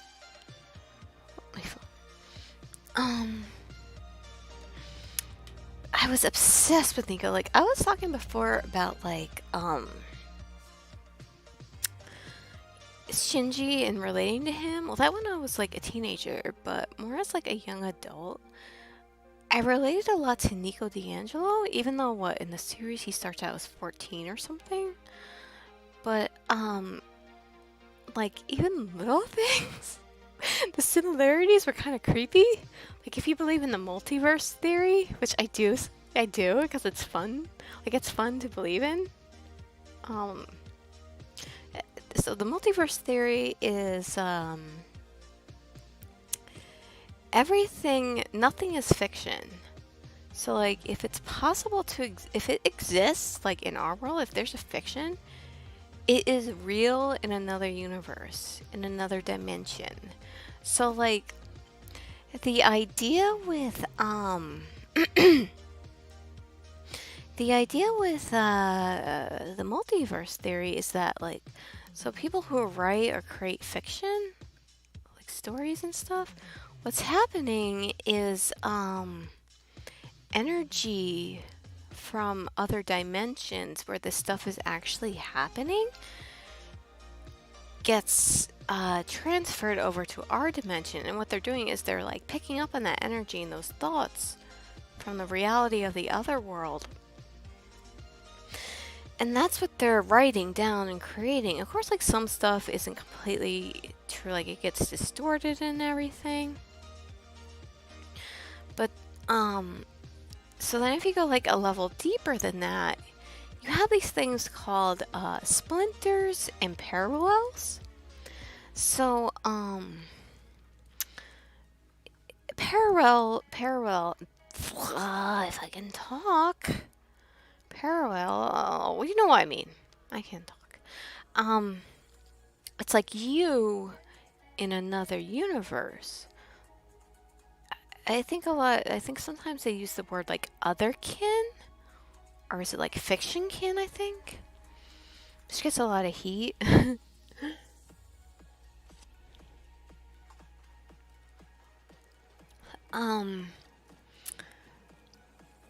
So like there's a lot of drama I saw about it where it's like people think that like, oh, so there's this character from this series, I'm that character in this universe. And then like a whole bunch of fights start, like, no, I'm that character, no, I am. But then like you can break it down to splinters. Like a splinter means a part of you that is that other person. Like even in our real world, like did you ever meet someone and you're like, oh gosh, it's like we finish each other's sentences, we're so alike. It's like, how is it you can read my mind? It's like that. Then you would say like, oh, you're a splinter of me. Like if you understand that meaning. So you can say like, I'm a splinter of this character. So if you believe in the multiverse theory, I could say like, I'm a splinter of Nico D'Angelo. Because there were like very weird similarities. Like all my life, I stopped the past few years because I ran out of space and I got very adverse to clutter. But I used to, since very young, like I would collect figurines.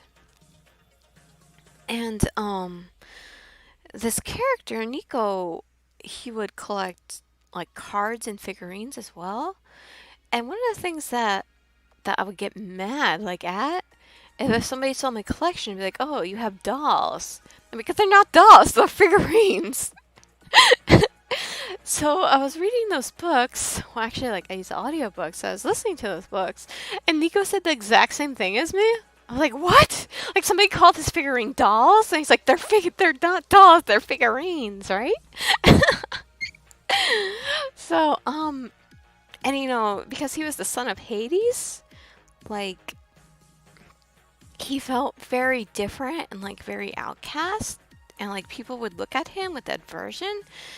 And I felt the same way, like with being disabled and, you know, not being able to like walk right and everything and hold stuff correctly. Like people would look at me like I was a freak or something. So like I had that connection too with Nico. I'm like, yeah, I know what that feels like.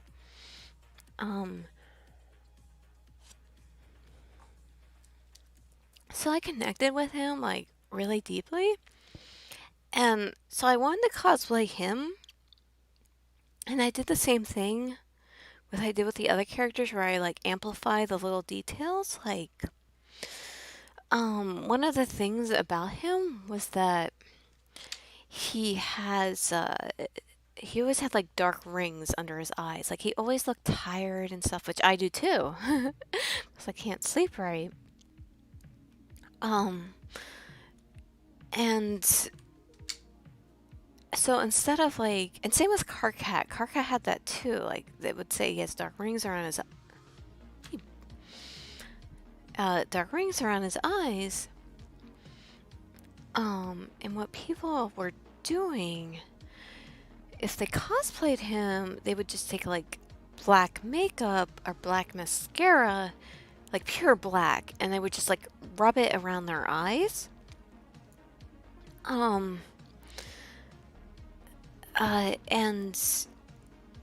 but if you think about it, like if you actually have insomnia, which I have before, that's another story I can tell. Like if you're looking at someone, the ring around their eyes, it's not black. It's like there's a red tint to it because your blood's red. So so what you can do and that kind of thing, what I did with Karkat and Nico,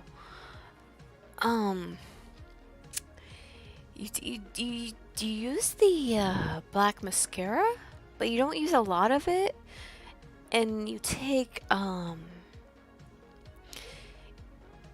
lipstick, like a scarlet, like a burgundy lipstick color, not pure red, and you dab it in the corner of your eyes and on both sides, and then you smear that with the black eyeliner so that it gives you that kind of like authentic look of being an insomniac or stressed. So stuff like that.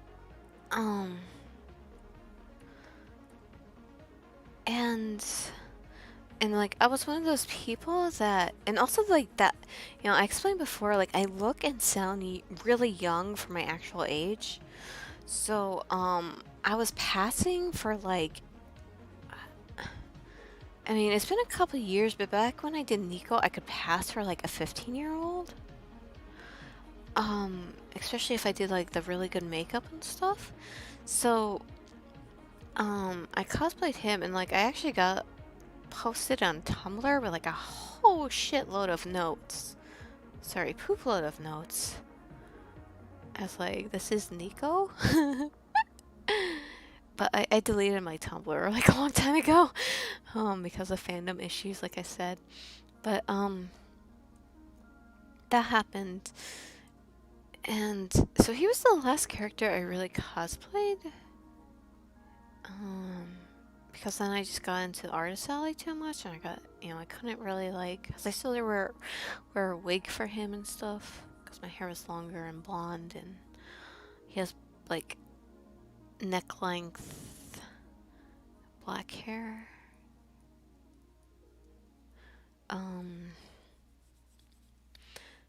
But yeah, so again with like that Percy Jackson series, the pairing I like in that is considered problematic, which was Percy and Nico. And the reason why that was considered problematic is because I think, like, it's been a really long time since I listened to the series or like read it. But from what I remember, you couldn't like Percy and Nico together because Percy was 3 years older than Nico. So that was the problem with that. That kind of like, ooh, you can't be in a relationship with somebody older than you? Like what's the okay cutoff to be in a relationship with? 1 year maybe? I don't know.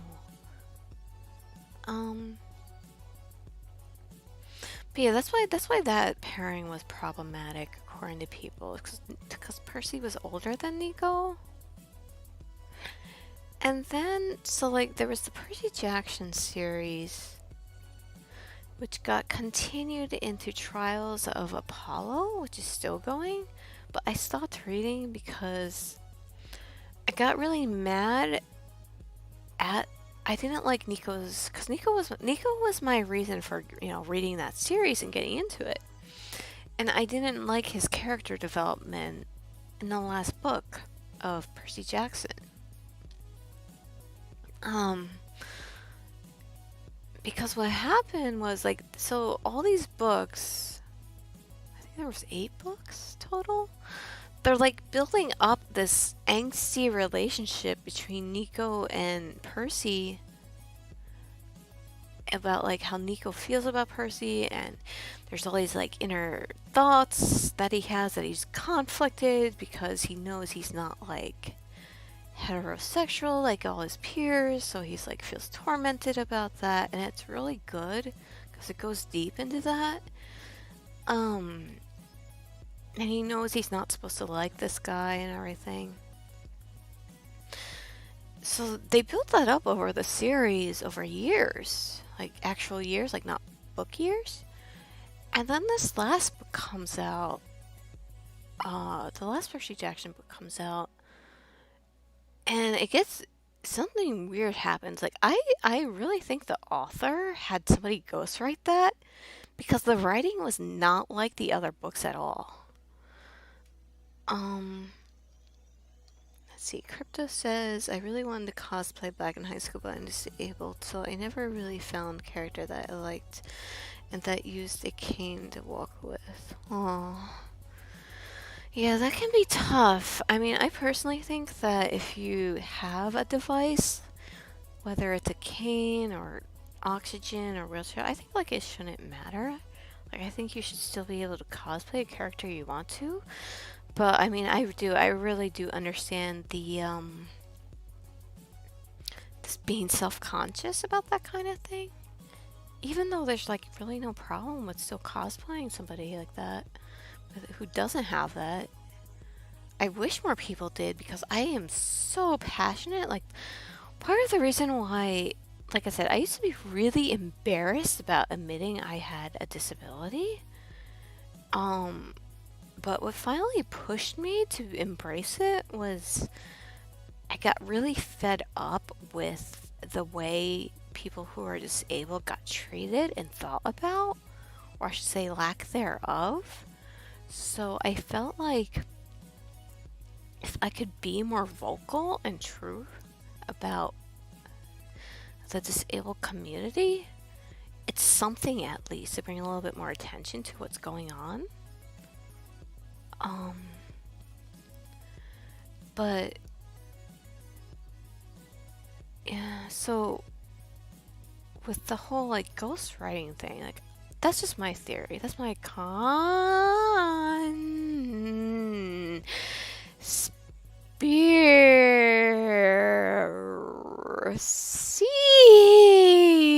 theory about that book. Because, like, so you have these 8 books or so where this character, Nico, is tormented by his feelings for this other character. And then suddenly in this last book, you get this other character, Will. His name's Will. Who just kind of like appears out of nowhere. He was in a scene for like 2 seconds in like the 2nd or 3rd book or something like that, or the 4th book. He had like literally his part, I think it was the 4th book of the series, is he went up to the main character, Percy, and he's like, take my motorcycle and borrow it. That's it. That was his character. That's it. And he was never mentioned again until this last book, where it's like, I don't know, Nico, something, I don't really remember 100%, but Nico has to get, like, go to the infirmary, and Will's the doctor there, and he suddenly, like, falls head over heels for him or something, and suddenly he forgets about all his feelings for Percy as soon as he meets this Will character, and it's suddenly all about that, like,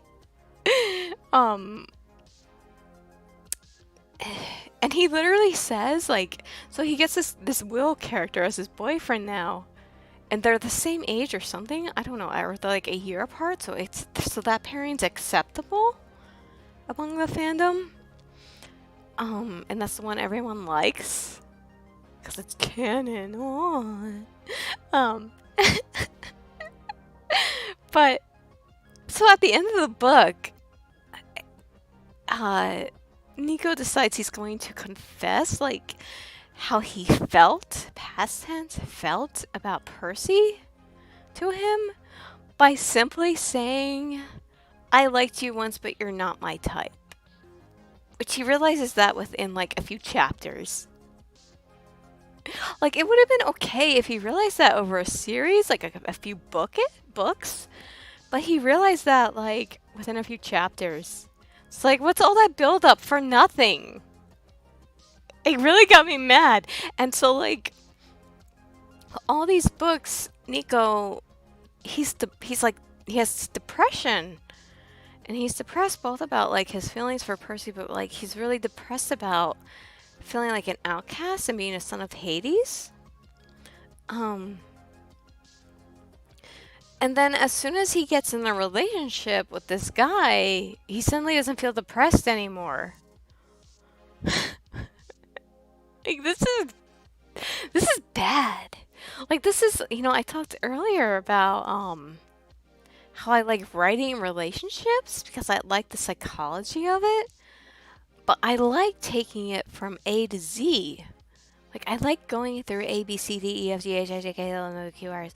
Like, I like going through all those stages and steps. I don't like going from, like, A to Z with skipping everything in between. So that writing kind of, like, really, like, what? So not just because it killed my ship, but I just didn't like that. Like, that's not how it works. If you're depressed, like, yeah, you might feel better in a relationship, but it doesn't solve everything, right? I don't know. So, Crypto says, I can walk and stuff, but my imp is pretty thin. Without the cane, I wouldn't. Yeah. Like, I think having devices like that should be more accepted. My mom needs a cane because her, like, knees, her knees are bad. So she needs a cane, but it makes me feel so sad because she won't use one. And I always try to get her to use it. And, like, I even got her a really pretty purple one. And, like, I got her keychains for canes themselves, but she still won't use it. Because, I asked her why, and she's like, oh, if I use that cane, it makes me feel like I'm weak and that I lost. And I spent years feeling terrible about, you know, my physical disabilities. So it makes me feel really sad when I hear stuff like that. Because I know what it feels like. And as much as I try to talk to her, it's like, no, it doesn't mean that you're weak at all. You know, if you don't use it and you have all this pain and everything, like, why put yourself through that when you have something that could help you? And especially because, like, I feel passionate about more awareness of the disability community. Like, I wish more people would embrace it, but I get it. Like, I understand feeling some kind of way about it because it's hard when, you know, society is not built around you and you have to give like 300,000 10% more than an able-bodied person.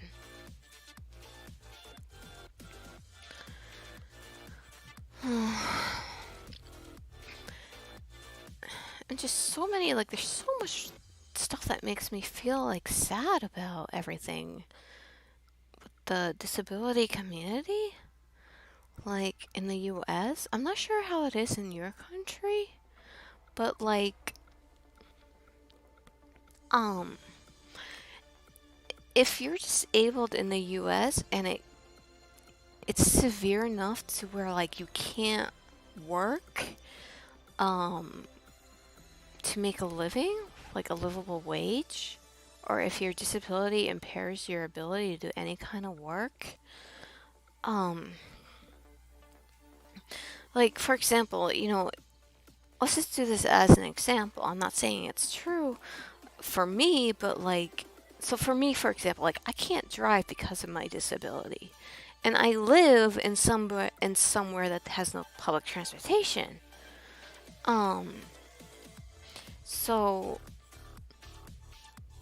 um, I don't, and there's not a lot of jobs around because we're just like a farming community. Um, and like even stuff like working at a grocery store or bagging, like I would have trouble doing stuff like that because I don't have the right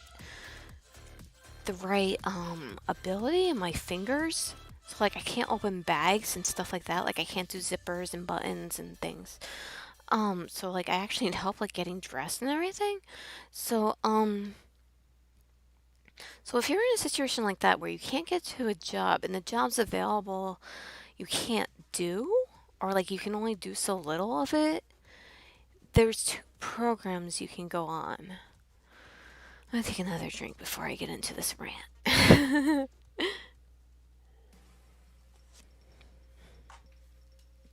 Okay. So in the US,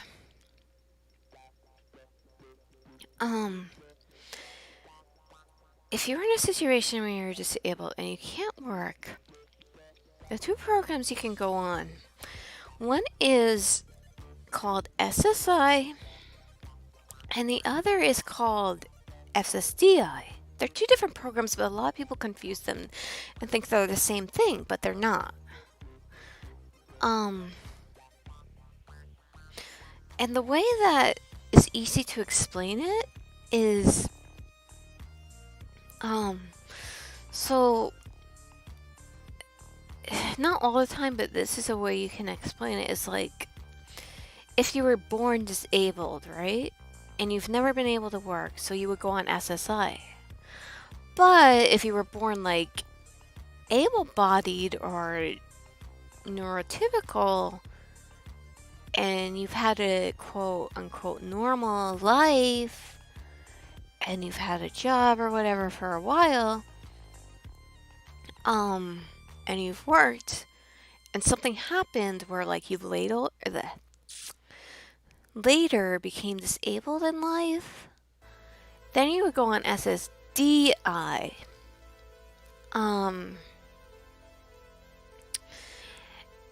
Because what you do is like every time you work in the US, you earn something called like work credits. So like you get on SSI if you don't have work credits or if you don't have enough work credits. So SSDI,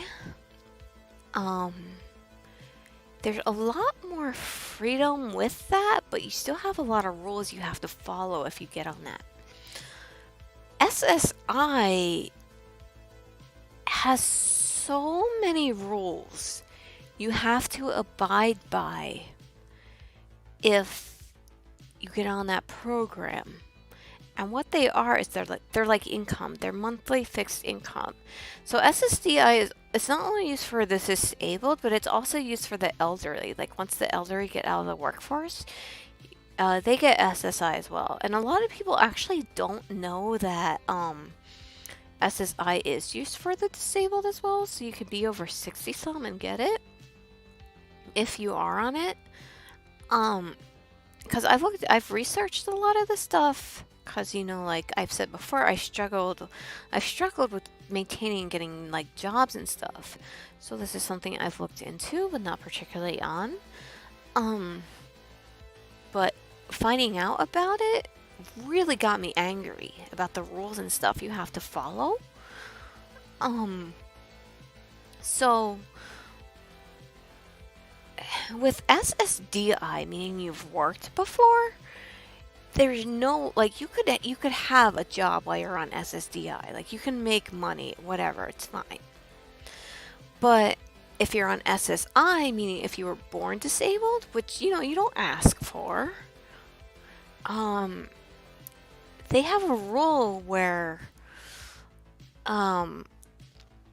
you can't make or have at any point in time more than $200,000 in your account or assets. So, say if somebody was on SSI, right, for a while, and say if they really liked gaming, and they had friends and family and stuff, and they got together, and the friends and family decided, okay, for this person, for their birthday, let's get them like all these gaming systems, right? And games and games and gaming systems that they can play. But if they get like the PS5, the new Xbox, older stations worth a lot, and that person gets them all, and it puts them, like, if all that equals up to over $2,000, they would lose their monthly income of SSI. So, and the most you can make on SSI, like the most the government will give you is like 790 something, which is not livable on in the United States, even if you're on a low cost of living area. So you literally cannot survive on SSI alone unless you're on other social programs like Section 8 or EBT, also known as food stamps. But say if you got like a present and its worth was over $2,000, you would lose your SSI. And like say if you had family members, like, and the worst part is like it's a monthly thing. So you get a monthly check of 700 some. And say if you have like a family member that's well off and they want to help you, if you're disabled, they want to help you with groceries or something. And like groceries, food's expensive, right? Especially if you want to eat decently. So if they give you like $100 a month extra, you have to report that to SSI, because after you're only allowed to get $85 extra a month before SSI will take away that 700 some. Like you'll still get it, but they'll dock like for every $2 you make, you lose $1 of your SSI. And it doesn't matter if it's a family member like helping you with food money or anything like that. They'll still take it away. So that really got me mad when I learned about that. And it gets even worse. Like, so, let's get another drink. This part gets me really mad.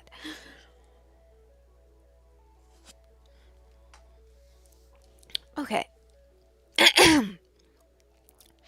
So if you're getting SSI, this is the most asinine rule ever that gets me so enraged. If you receive these crumbs of 700 some a month, and if you want to get married, they take it away from you. That gets me so mad. Like, and if you browse the I don't know if you know the subreddit disability, like I hang out there a lot, like I've read accounts of people saying that they're in long-term relationships, like freaking 10+ year relationships, and they won't get married because they lose their SSI, which is also connected to their insurance. So they lose their insurance because it's connected to the SSI, which they need because it's a medical thing. Like, when you're disabled, you have a lot of medical problems and medical prices and stuff. So they take both of that away from you if you get married. So I've read, like, threads and stuff over the years of people saying, like, they get tired of not being able to marry their partner, So, just out of like a cute thing, they'll start calling their partner like husband and wife, right? Even though they're not officially married, they'll say like, "Oh, this is my husband, such and such is my wife." Um, and like the social stigma of it too. Like if you're in a relationship, like a long-term relationship for a long time, people start to look at you weird if if you don't get married. Um, and they put like a lot of pressure on you to get married if you're in a long-term relationship. Because with the way things are, like people are getting married after like being in a relationship for 2 years and stuff in America. And if you're in a relationship for like 10 years and you're still not married, like people wonder what's up. So I've read threads of people just calling their partner like husband and wife or spouse. And the Social Security Administration, SSI, went after them and still took away their SSI because they found that they were in a long-term relationship. That's so horrible. Like, that gets me so angry. Like, and I'm just gonna be blunt. Going back to the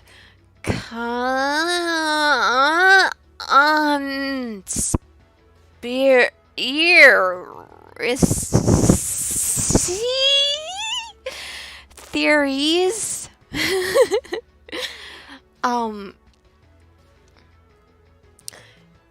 The eugenics project was actually started in America, and another country took it as inspiration and ran with it before it was shut down in that particular country during a particular time.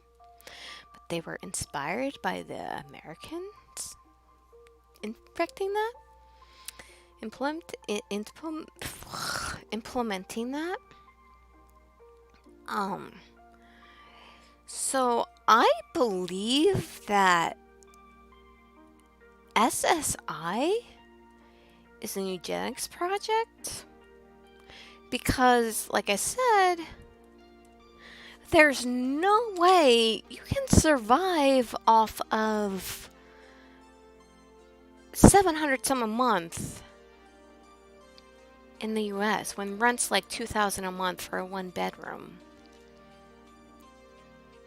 And so they want you as a disabled person. I think they want you to starve. I think they want you dead. Like, I think it's a eugenics project because of the marriage issue. Like, that's the thing that raises the most red flags for me. Because they claim the reason is, and this is their terms. This is the terms they use, like the SSA and stuff. And conservatives and everything, they call you on SSI a burden of the state. And that's what you get that SSI money for. And if you're married or even in a long-term relationship and they find out, they say, oh, now that burden of the state gets passed on to your spouse. So you're no longer a burden of the state, but you're a burden of your spouse. So they should be paying for you and covering all your costs so we don't have to anymore. That's their theory as to why they take SSI away from you if you get married. But really, all that does, obviously, if you look at like the subreddit and stuff, is it's discouraging you from getting married. And the way things are is if you get married, the idea, like the traditional idea is you get married and you have kids, right? So I think their theory is if they discourage people who are disabled from getting married, then that's discouraging them from spreading their genes and having children. That's what I think is really going on. Might not be true or whatever, but it sure seems like it.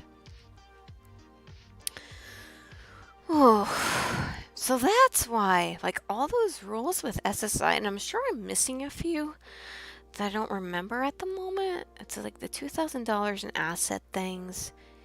No more than $85 a month extra on the marriage thing. I'm sure there's others I've missed.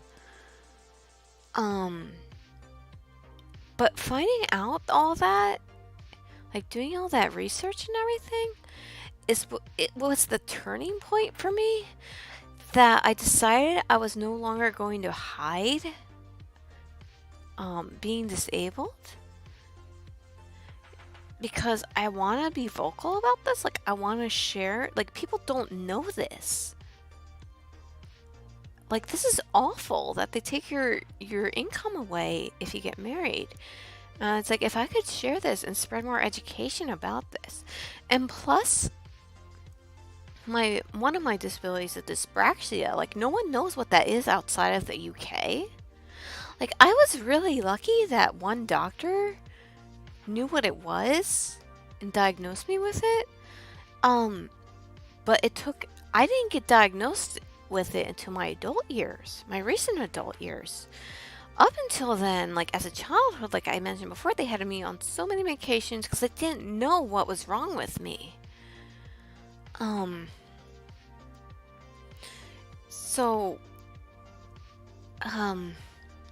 That's also why I'm like sharing now, saying like I have dyspraxia because no one knows what it is, and I want to help educate people about it. And and like I've lost count of the amount of times that I tell people I have dyspraxia, and their response is like, "Oh, dyslexia? My friend coworker's son, niece, daughter has that too." That's why originally when I mentioned it, I said like, "No, it's not dyslexia," even though it sounds similar, but it's not.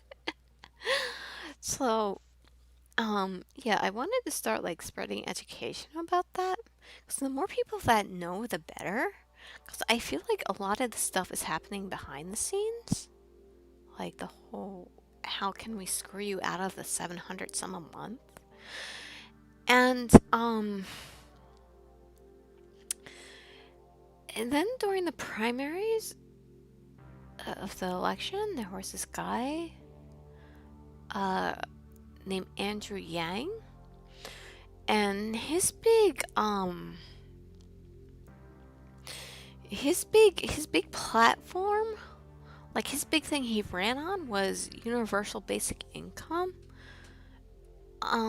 which is a lot of stuff like the stimulus checks, like that starts a lot of conversation about like universal basic income. And a lot of people really liked this guy Yang because they liked his idea of universal basic income. But again, there was something like they didn't know. Like there's a detail in this that was not getting reported on. I do like the idea of universal basic income, but with Yang's plan, see, something rubbed me the wrong way about this. So I explained the difference between SSI and SSDI. So with Yang's plan, the idea was that he wanted to give everyone $1,000 a month for universal basic income, which sounds great, right? But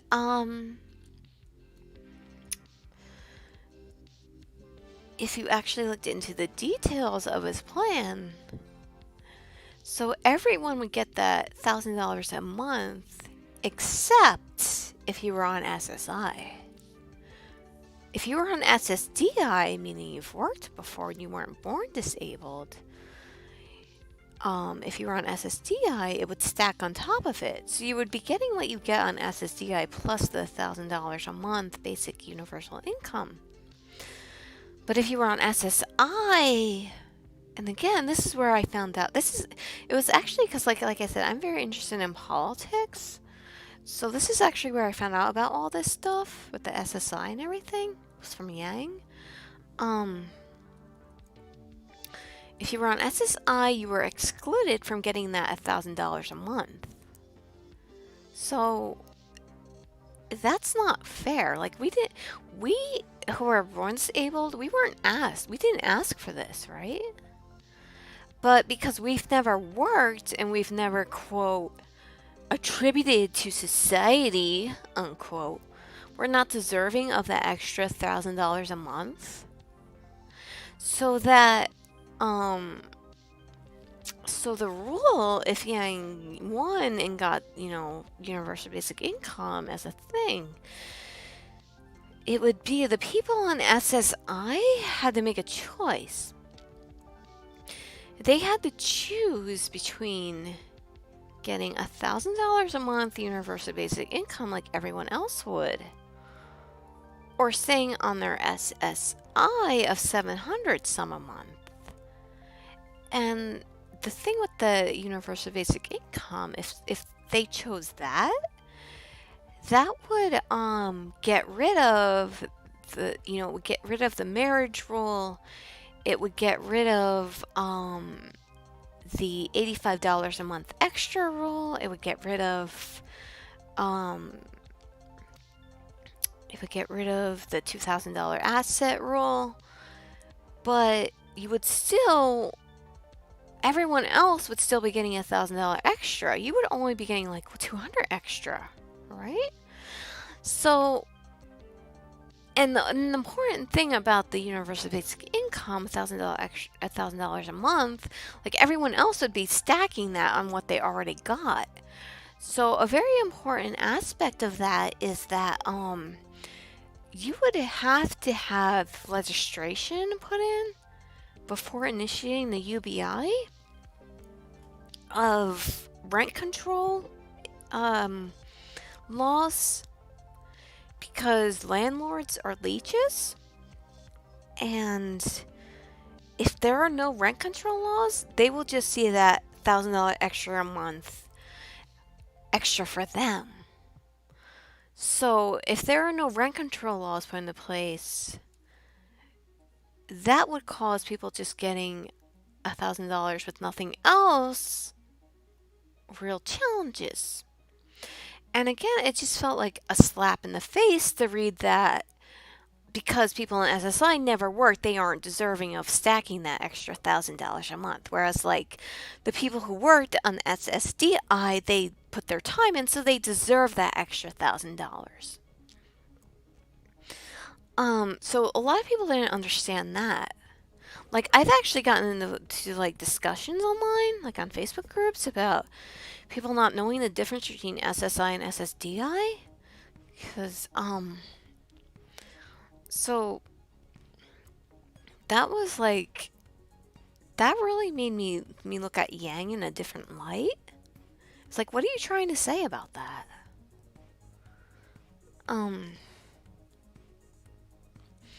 So a lot of people don't know about that, and it just made me feel like really, really passionate, like emotional, because like I was saying before with the whole like art show things, how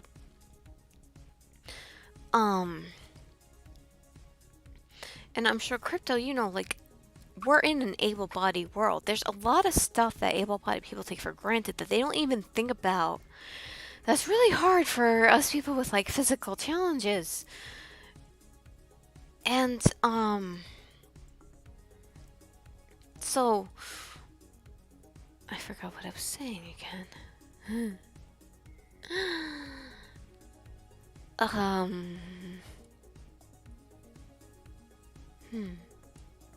I forgot what I was gonna say about that.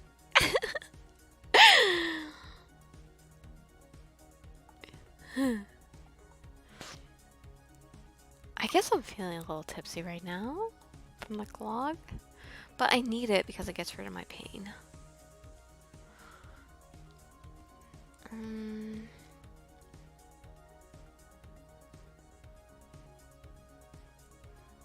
Yeah, so that's my rant about that. It's like you don't punish people for being born disabled, but they are.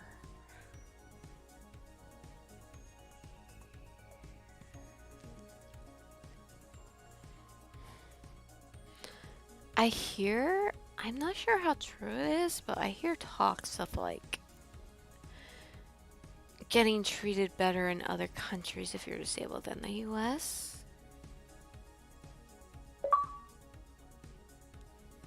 What? I don't know what that is.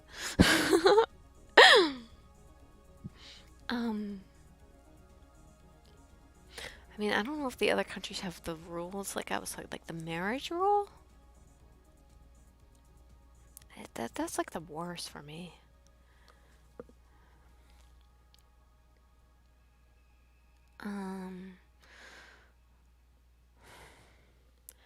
So yeah. I have to take another kitty litter break. Okay? Let's see if this...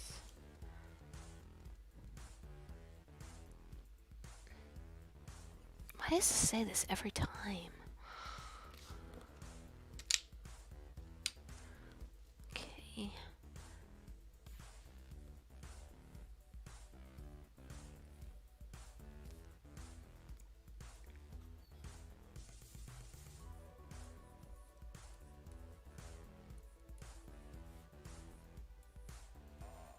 Okay, I'll be right back. I have to use the kitty litter and get something more to drink.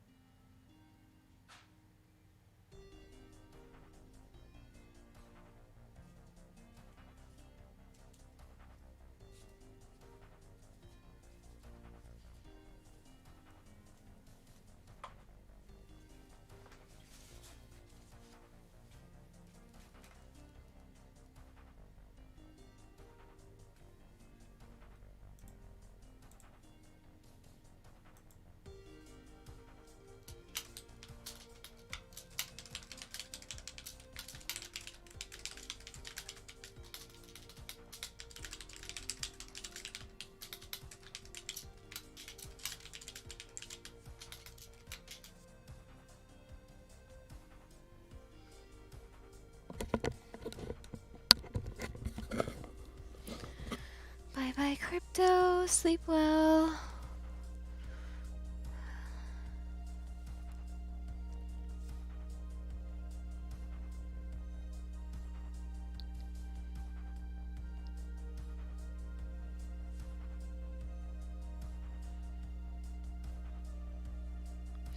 I still want pizza.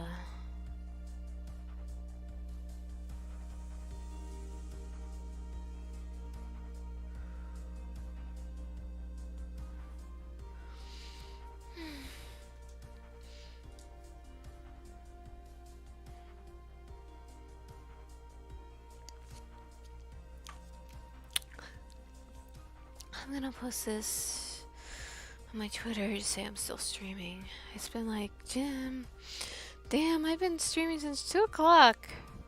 That's how long doing all this artwork takes me.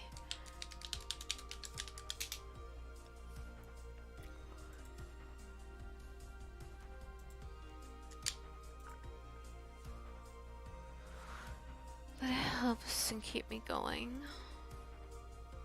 I'm just running out of things to talk about.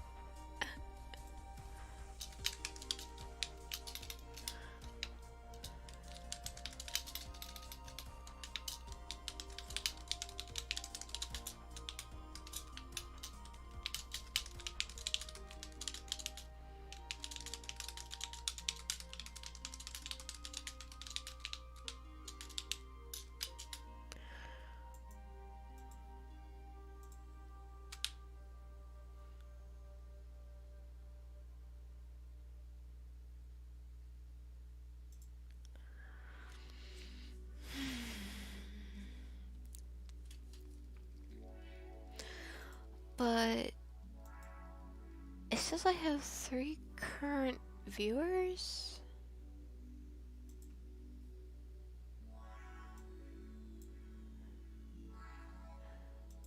And I know it's two are me. So who's that 3rd person? You're just lurking?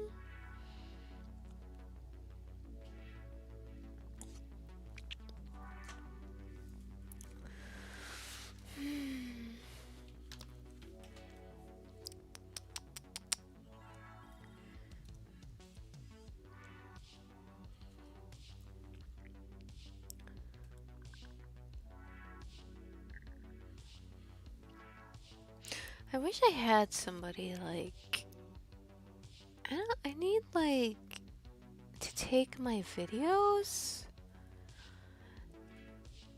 and edit highlights of them and upload those separately. But it's like, how long is this now? Let's see, 2, 3, 4, 5, 6, 7. I've been streaming like, oh my gosh, I've been streaming 5 hours. Can I imagine going through a 5-hour video to find highlights? Ah, and I feel like I barely got anywhere with this drawing.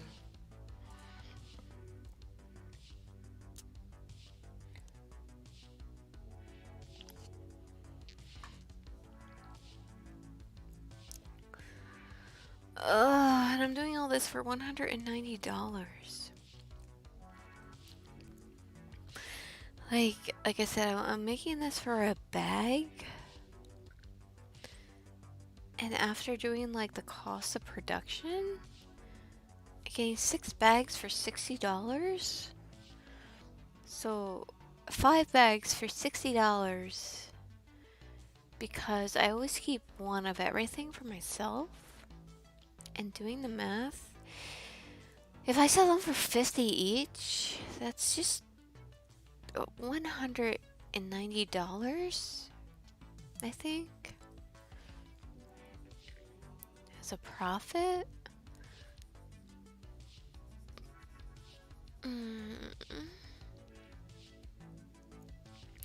Maybe one day I'll get popular enough that I can charge more. But even then, like, I feel like $50 is pushing it. It's only because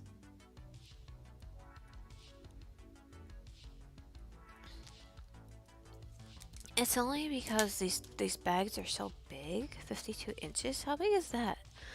20 foot. 24 inches is a foot. So they're almost 2 feet, this bag.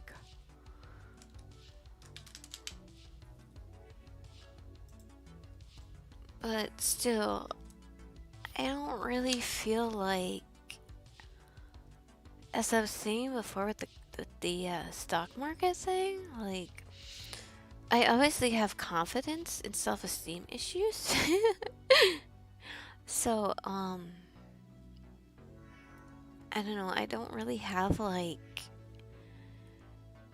the confidence to sell my artwork for a lot of money. I feel like, oh, if I sell it for too much, no one's gonna want to buy it at all. So it's better to sell it somewhat low for a tiny bit of profit than none at all and just letting it sit. And it's annoying because, yay! Again, I'm at another crossroads where I'm like, should I tell this story or not? Why are all my stories like this?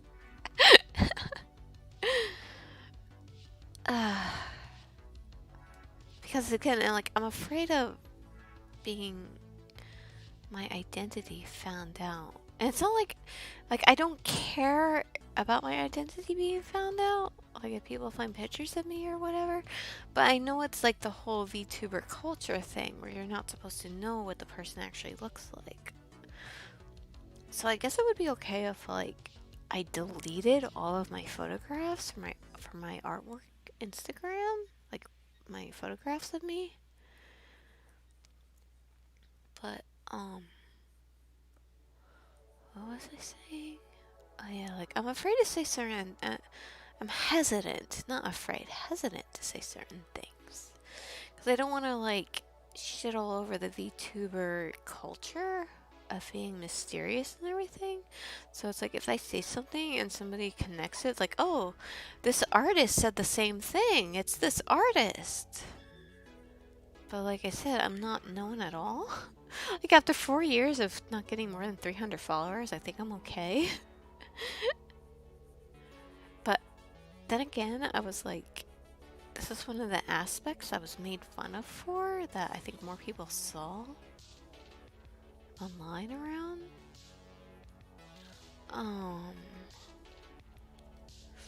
Yeah, it's annoying not being able to sell my artwork for a livable wage. Because, one of the few good things that has happened to me in my life, I 2016, I don't know how the hell it happened. Just a series of events, unexplainable events, that one thing, like, led to another. I got, like, a gig in Japan somehow, like a sponsored gig, because no way in hell would I have this money for myself to go there and everything. But for 3 months I was working at a store in Harajuku doing illustrations like this, like of animals like this in this style. Doing illustrations, I had my director, my boss, so, like, okay, I want this thing drawn. Like, he'd give me a description of an animal and, like, a scene he wants drawn, and I would draw it, and it was super fun because, you know, I'd draw it and then he'd be like, oh, fix this up, change this, and I would do that. So so I draw these pictures, and would take them and he'd print them on the clothing. Like him and his wife ran the shop, and they would actually like make the clothing from scratch. Like she would sew everything, and it was a screen printing type thing. So he would print the pictures, like screen print them on the outfits, like on the dresses and t-shirts and stuff. And it was really like, because it was Harajuku, like this stuff sold. Like a t-shirt at lowest there at that store would be about $50 USD. And then like I found out people were buying these shirts and stuff with my artwork on it, and they were reselling them for like $300 and $400. And I was like, what?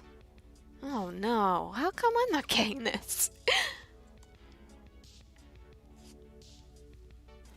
Like, I would be paid for, and I would be paid correctly too. Like, I would be paid for what I'm actually worth for the initial design. And then,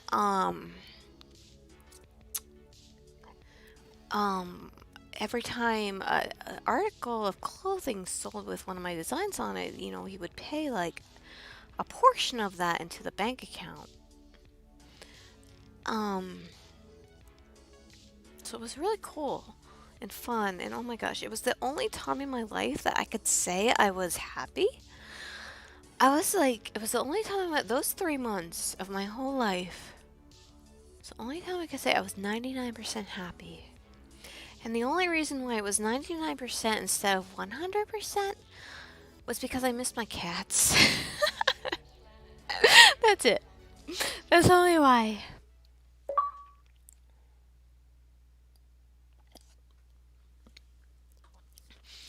I obviously share this computer with these people. This isn't actually my computer even. So, yeah, I was making these designs. So that happened, and then like, so it was 2016, and like I said, I tried starting Artist Alley in 2017 because I got the confidence from that whole gig. Like, my designs were selling really well. And honestly, I don't think like a lot of people knew that me, a foreigner, drew these designs that this Japanese store was selling. Like, I'm talking about the foreigners didn't know that. Like, the locals knew. Like, the locals knew that I was doing these designs, and they loved them. But I feel like if the foreigners knew, the tourists knew, that somebody from the US was doing these designs, they wouldn't have wanted them.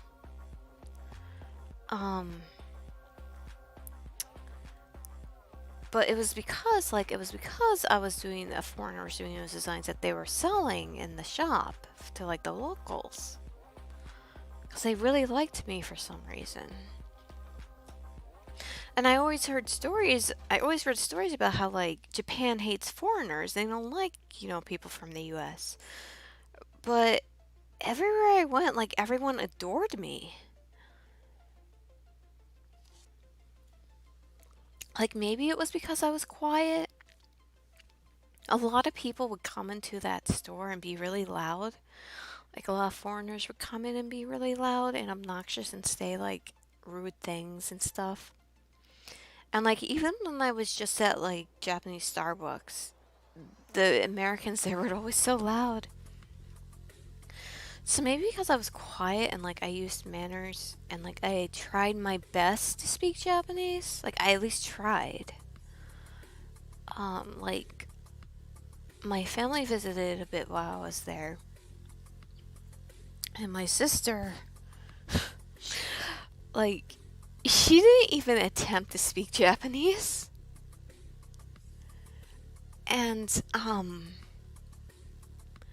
she refused to eat with chopsticks, hashi. And she would always ask in English if she could have a fork.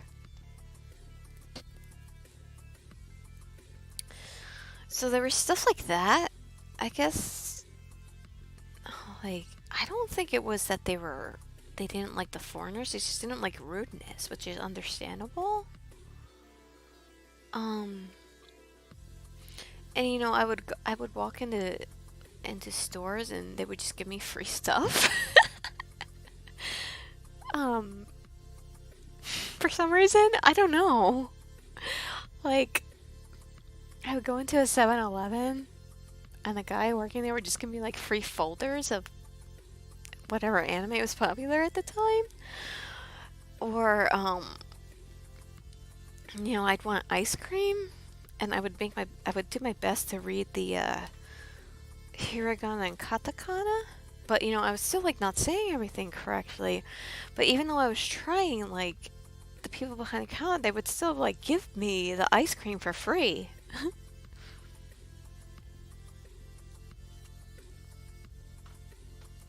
So, it was the only time I felt happy because I had, like, a stable-ish form of income and job.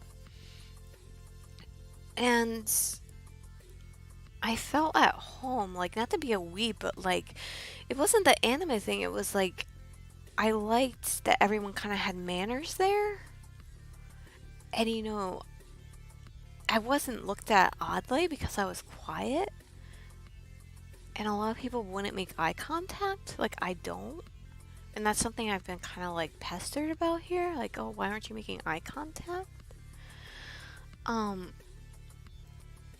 Yeah, so after that, for that year, it's when I gained up the confidence to try Artist Alley again. Because if you watch my other stream, I talked about how, like, I did Artist Alley in 2009 through 10 or something like that. Like I said, I am blurred on dates. But, yeah, working in that shop gave me the confidence to, try Artist Alley again.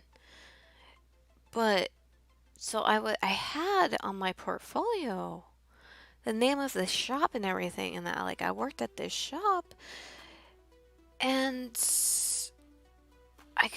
like I said, I kept having the rejection problem, and then I found my artwork posted on a website that I'm not going to name, but I found my artwork posted on a website, and people were making fun of it, saying that, like, this person claims she was working in Japan.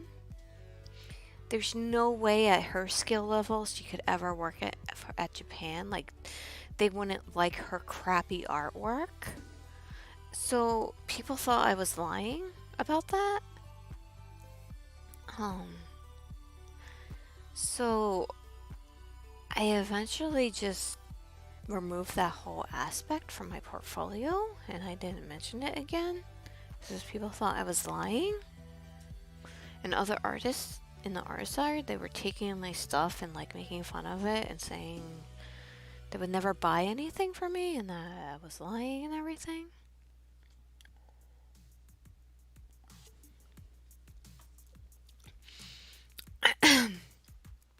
So that's what I'm saying. Like, it's annoying that I have to downsell myself because people don't believe me that I have this history. And just the whole, like, bitterness I have of people buying these shirts with my art on it and reselling them from $50 to $300 and $400, and I'm not getting any of that. But yeah, so that's where I stand with everything. But so I have to find kind of like find this happy medium of price and profit and work time and everything. And I know, like, I understand that that the amount of, like, I shouldn't, like, they always say to take the amount of time you work on something and give yourself, you know, like $15 an hour. But I can't do that when I know I have the neurological problems and the physical problems, like making me take longer to complete something than the able-bodied person. So I can't really take that factor into like X per hour. And like I was ranting about the treatment of the disabled before, and I said like, oh, I know I missed a few things, but like in America, one of the other things,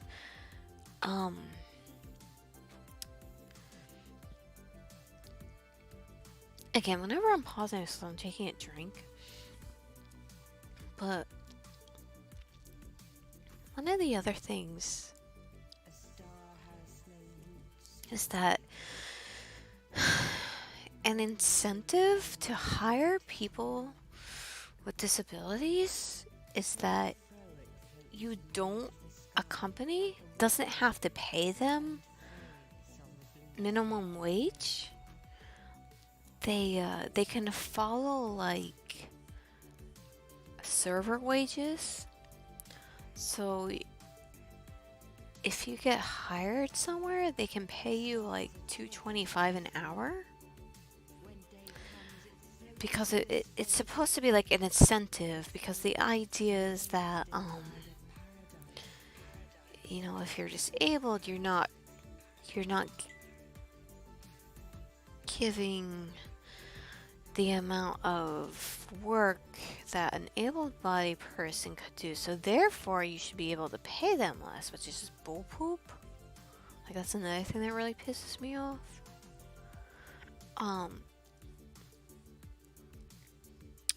Because, you know, if you have like challenges and you're doing something, you have to work as like twice as hard. You have to give twice as much effort as an able-bodied person just to be able to do that thing.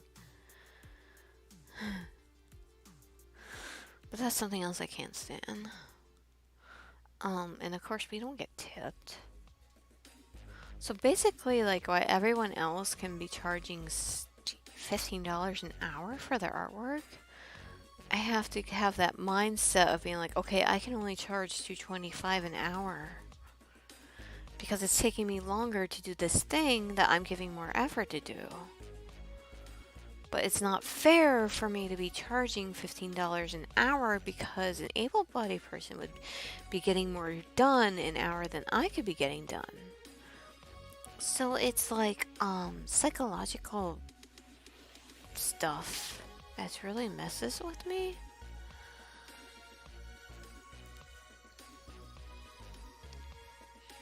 I just can't stand like the whole work culture thing. That in America we tie our identities to our work instead of anything else. It's like people want to brag about working 60 hours a week or whatever, because that's the psychological warfare that CEOs have implanted in us to make them money as they sit on their asses. Sit on their fannies. And it's like, if you don't work a certain amount of time or do a certain amount of things, a lot of American society views you as a lesser. Because, like, I've cut my own hair for years because I cut my own hair for years because I cut back whenever I can, of course, to save. But there are a few times that, like, I'll splurge and I'll treat myself to a haircut by a professional. And without doubt, no matter, I always like going somewhere else because I have issues with stylists, which is another thing I can get into later. But I always try going to new places, like different places every time. And, so without failure, no matter where I go, I've even gone out of state a few times. when they sit you down, the first question they always ask you is, so what do you do? That's kind of rude. That's kind of rude to ask. Because with the way the economy is and with COVID and everything, so many people lost their jobs, and it becomes so awkward if you don't really have a job or like a stable job to answer that question. And I don't think, like, why is it so socially acceptable to say that to somebody? Like, you meet somebody for the first time and the first thing you ask them is what their job is? I've gotten so frustrated with that question that I'll start making up stuff. Like, my favorite one to say is, oh, I'm an astronaut. And the look on their faces are so priceless.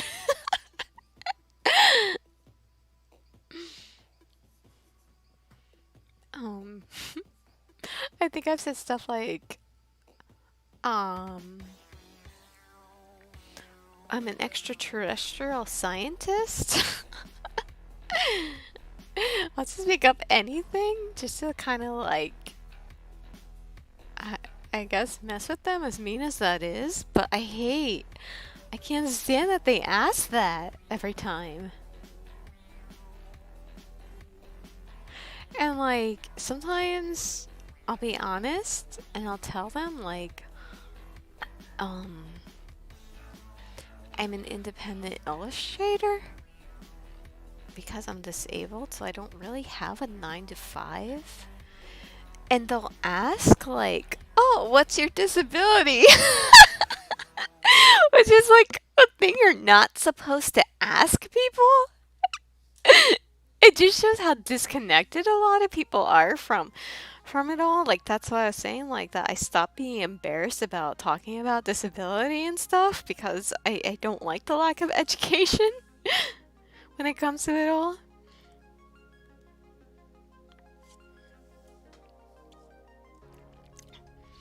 And I know, like, a meme for a while was, when you talk about something related to social justice, that,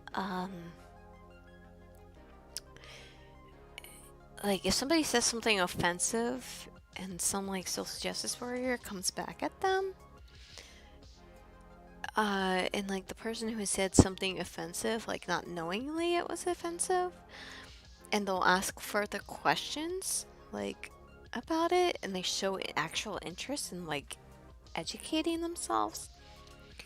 A lot of what people say is, it's not my job to educate you. Whereas, like, I don't know, I don't mind educating. Like, I don't mind sharing my insight. I don't mind sharing my experiences and stuff because it helps. Who knows, like, if that person is gonna know what to look up or anything. So I'll help educate them. I don't mind.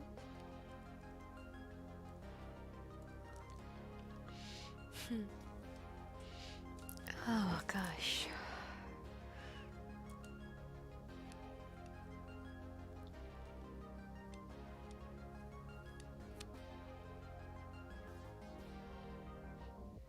Just enter in text for a second.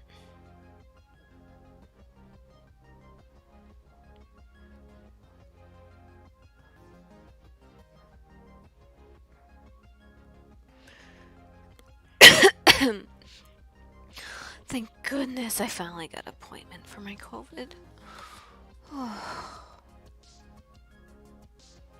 And I can finally premiere properly. I have to make, like, I'm not even sure what to do. I have to make some kind of, like, ID card and stuff. But I don't want to copy people. Like, I don't want to copy. I have to think of how to make it different somehow.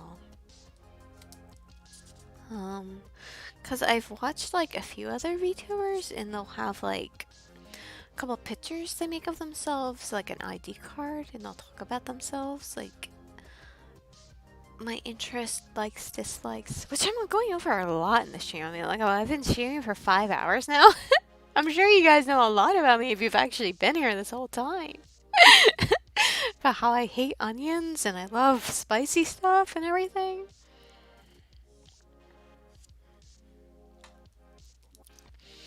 So it's like, I have to think of how to make my official debut different. So I'm not copying too much.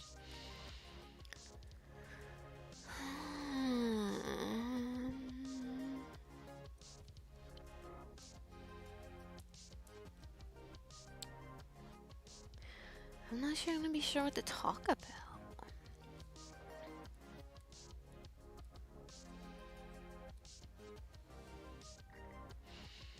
I guess basic stuff like I like drawing, but I don't even like drawing because it hurts. I just do it because I have to do it. So is I really liking it? I don't know. Jumping around a little bit. I was talking before about, like probably like 3 hours ago. I was talking about, how I would RP and stuff with the like whole chunky paragraphs.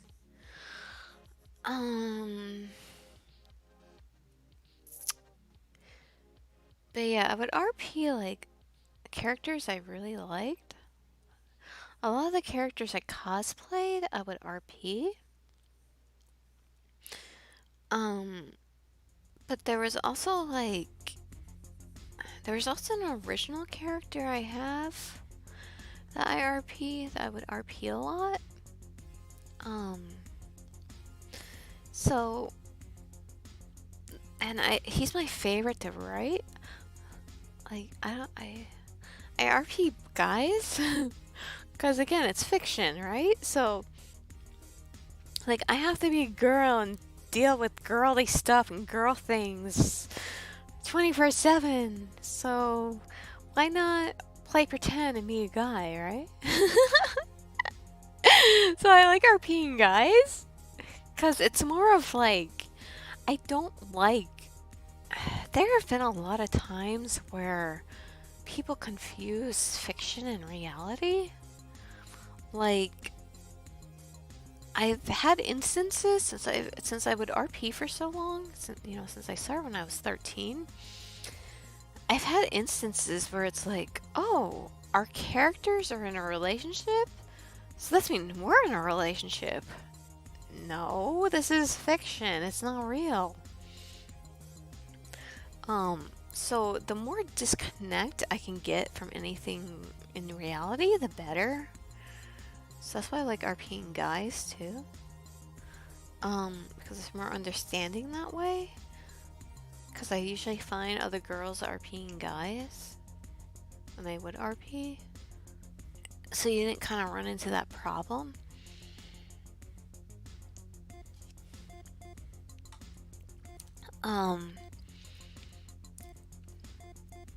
So I have this character. He's not a self-insert, but oh, and I was saying like before that you should know whether it was art school or writing, like you should know your material 100%. And the quote they said a lot was write/draw what you know and what you don't find out. So my original character, he's not a self-insert, but it follows that quote of write what you know type thing. And I have so much fun writing him.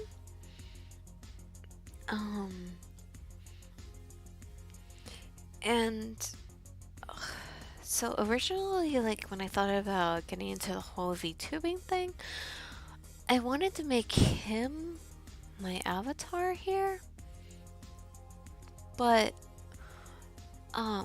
he's kind of an a-hole, and I don't want to be like that. as I'm streaming, so I would break character if I was him. And also, my voice is way too girly to have a guy avatar. I know there are like voice changers that some people use, but I think even with that, like I can always tell, like I'll watch other VTubers and I can always tell like when somebody's and not actually like has a male avatar and their voice isn't exactly that and they're using a changer. Like I still enjoy it and it's fun to watch, but I can tell when a voice changer is being used.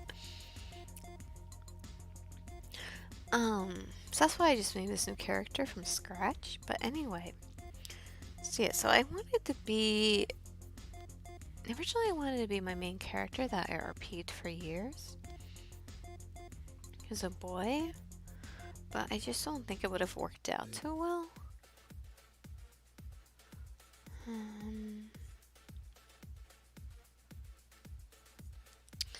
He's like, I love him so much because he's like, he's so fun to write since he's a rebel.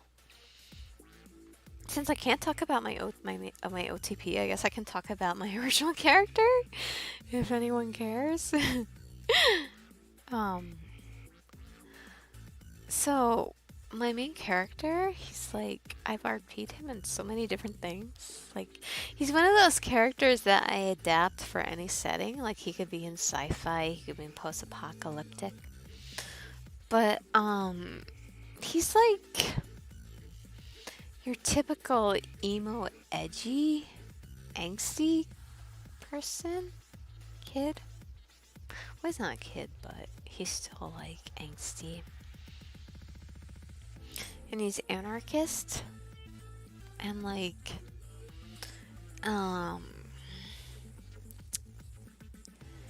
his dad is part of like government. His dad's like a conservative right-winger. And he rebels against that. He's like left-wing and stuff. And, you know, he vandalizes stuff and spray paints everywhere and causes a whole bunch of trouble on purpose just to like make his dad's life a living hell. Because it reflects bad on his dad.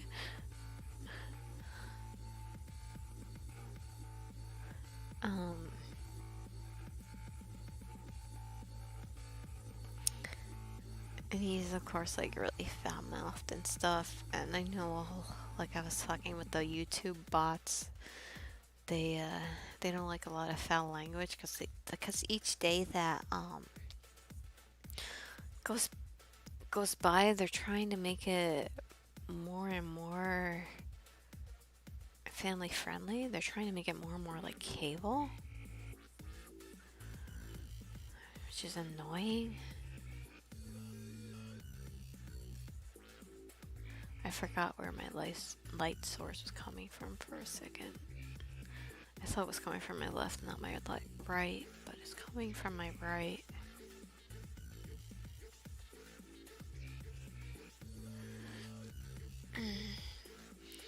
And so like, oh, now it says there's only me left in here. So I guess while no one's in here, I'm gonna use this as a break for not talk for a bit.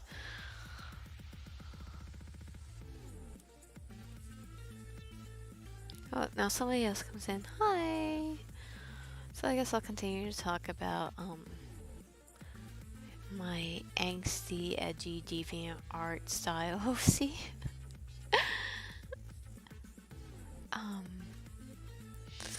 But yeah, if it wasn't, like, obvious before when I was talking about Percy Jackson, I'm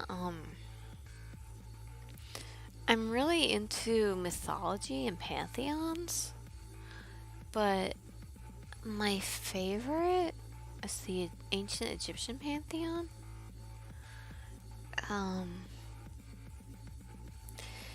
And my favorite deity in that whole thing is Seth, or Set, or Seta, depending on like who's pronouncing it and what spelling they want to use.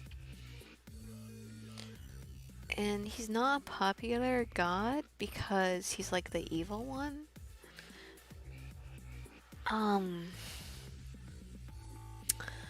And he's like, a lot of people think that he was the original blueprint for Satan, because if you take the name like Seta or Set, like it sounds like Satan, I guess.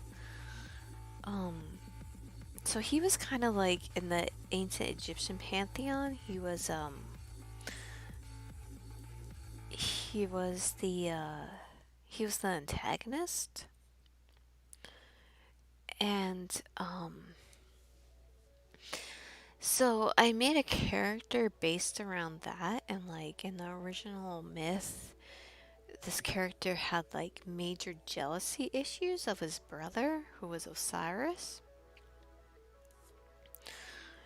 And he ended up like murdering his brother and chopping him up into pieces and like spreading his pieces all across everywhere. And then like his brother's son, Horus, was on a quest to seek revenge for his father's death. So anyway, like my original character is based around Set, and his brother, his brother's name is Cyrus, you know, because of like Osiris. So his brother in like my story is kind of like his dad, where he follows in his dad's footsteps, and Set is like the rebel one going against it all. So like for my birthday one year, I got myself, there's an artist that makes really nice figurines, like custom figurines out of clay. And so like I saved up, and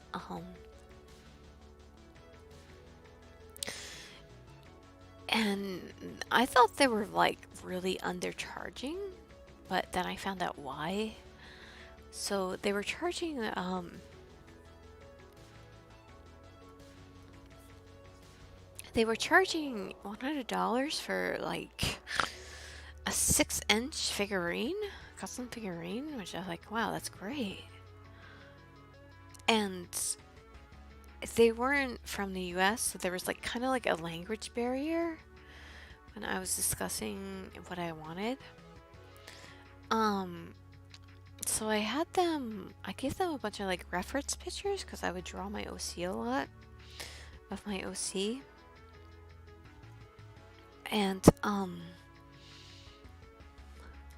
so for my birthday one year, I got myself like this really nice custom made $100 figurine of my OC that I love. Which like honestly they should have been charging like $300-400 for what I got.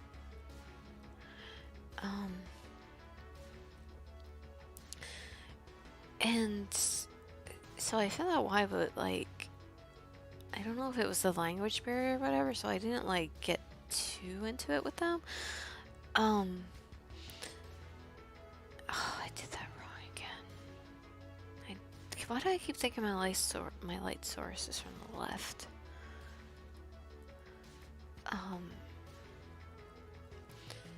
But what happened was they made this figurine I wanted of my character, and they posted my artwork, like the artwork I sent them of my character, along with their sculpture they made of him.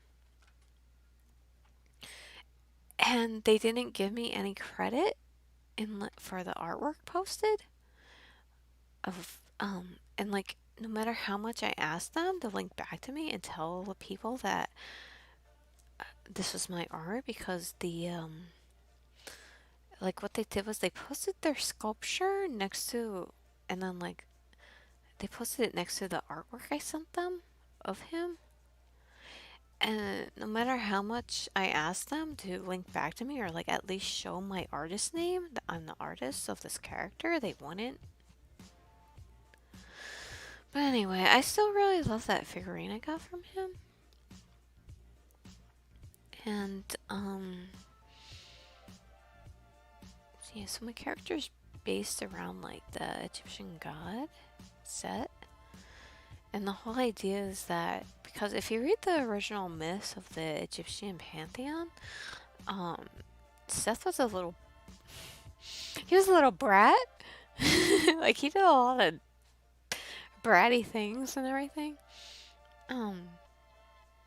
So in my original story character, he's like the reincarnation of this god, but he has no superpowers or anything. It's just like, okay, your soul is in this human now, have fun. So that was my character I really liked writing.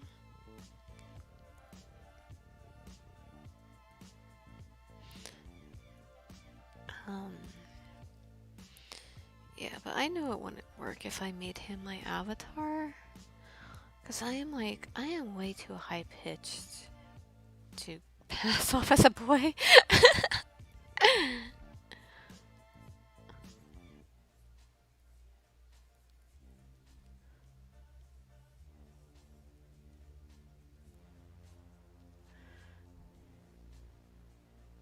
But I always like when I go to conventions and when I'm working the artist alley and everything, I always try to find like an artist that doesn't have a lot of people at their table and like seems kind of like bored or something. Cause I take note of this stuff. Like, I'll walk around a few times and I'll take note of like, okay, there's a lot of people at this table. There never seems to be a lot of people at that table. So like, I try to find an artist that doesn't really have a lot of people at their table to commission a drawing of my original character I love so much. And that's like one thing I like to do a lot at conventions. But, you know, that was before the plague happened. But I can't wait until conventions start up again. Because I miss it.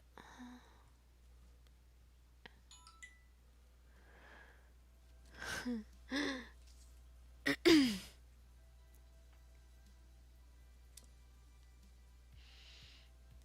so hungry. What I have to eat though.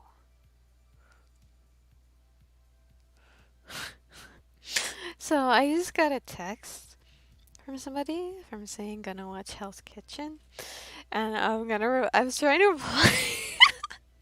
I was trying to play with hopefully the British person, the British version, because they have the British and the American version. But you know, I always have problems typing, and so like autocorrect happens a lot with me.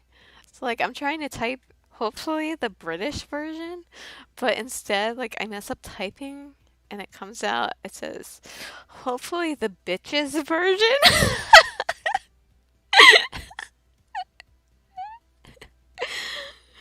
Oh my gosh.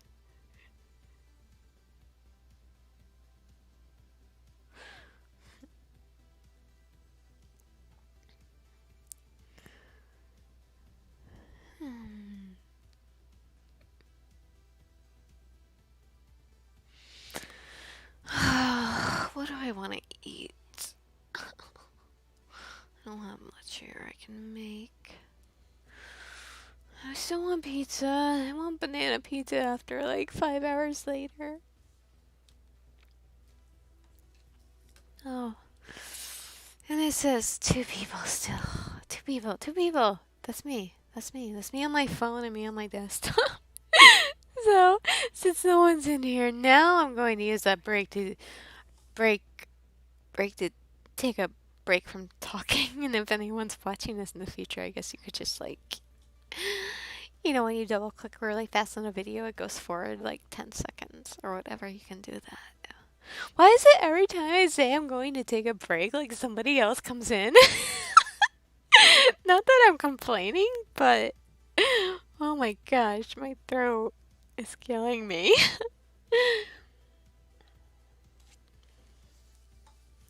But streaming is like really helping me get this done.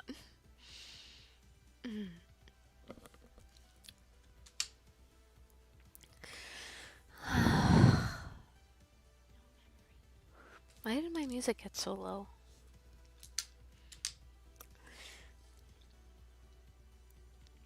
I really wish who's ever watching wouldn't be shy and chat some. Cause I'm really like desperate for ideas of what to talk about. Cause I feel like I'm just rambling.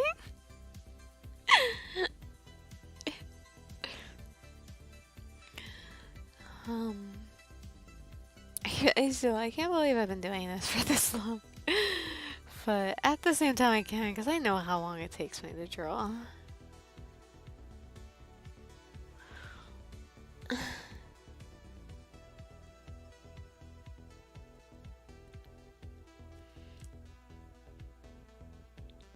Yay, I just got enough subscribers. Thank you.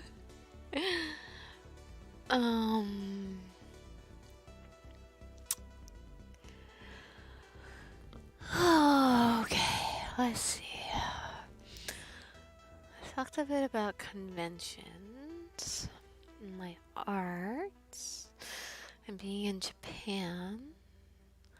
Trying to think if... Okay, so I've mentioned before that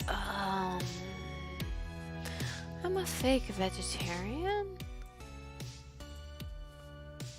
So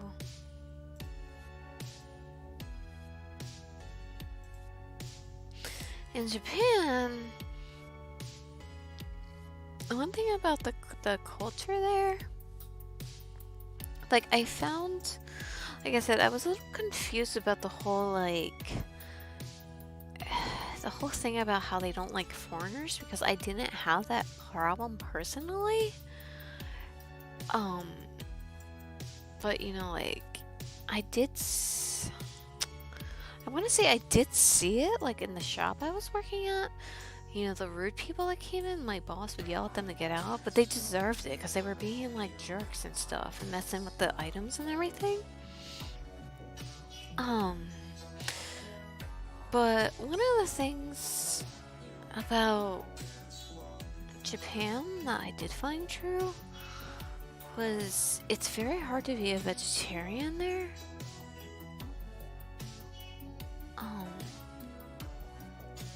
Why won't that show?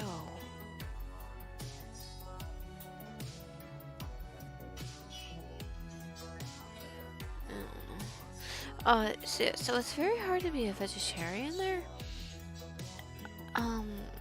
Even their like most basic of tofu dishes have meat in it.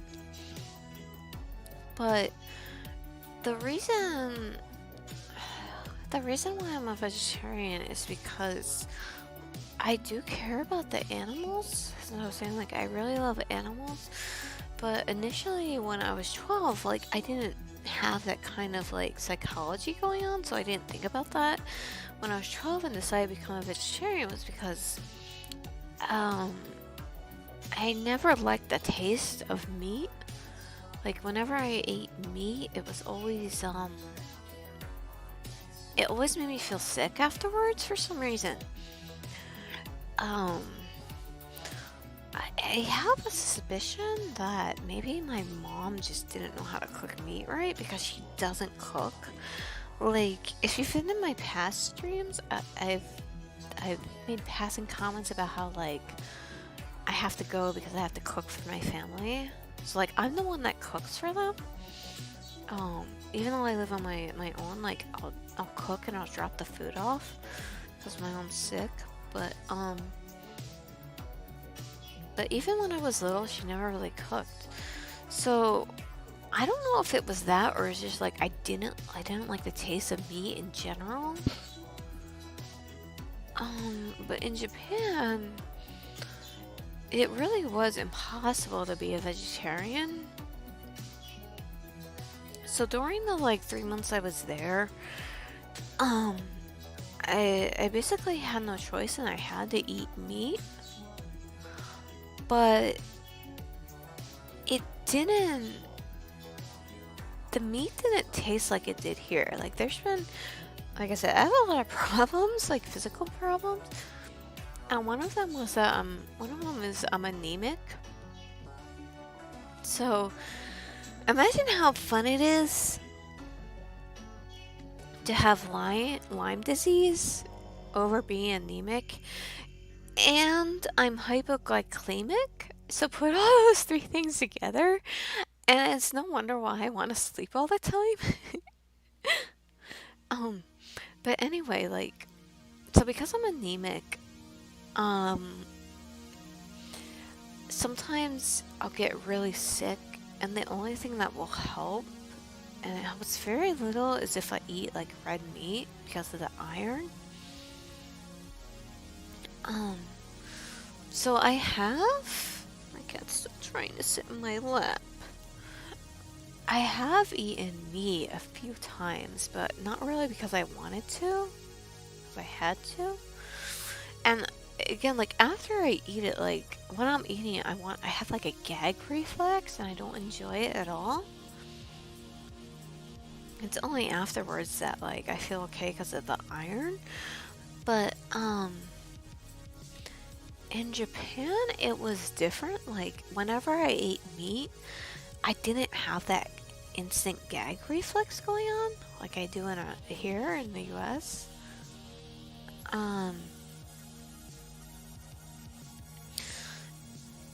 And I guess it was because like the quality of meat there is just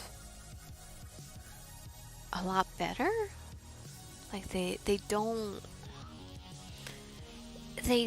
pump their meat full of antibiotics, which I've read is causing a problem in like causing antibiotic resistance because there's so much of it in the meat in the US.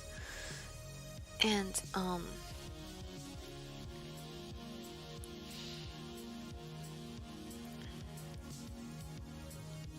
one person. That's me. Okay, so now I'm gonna try to take that break again. If somebody comes in, then I'll continue my rant about meat.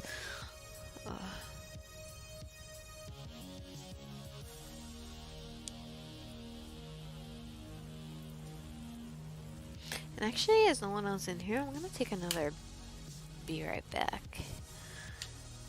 I'm gonna use the kitty litter.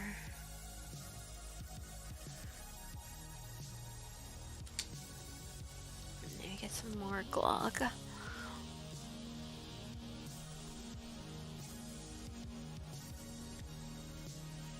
Still, I can't believe I streamed like all day.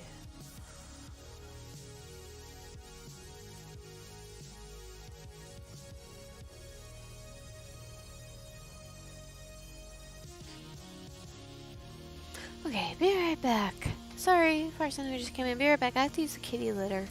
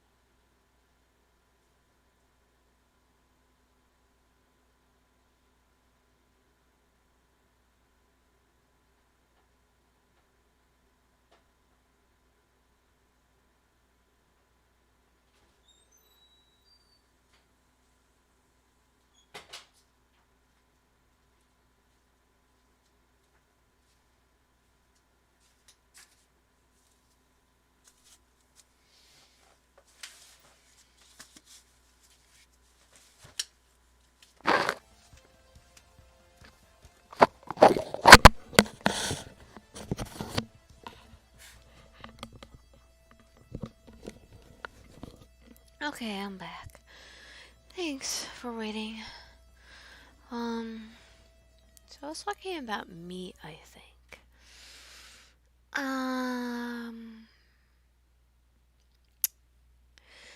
Yeah, so like I said, I didn't have a choice in Japan. So I eat meat.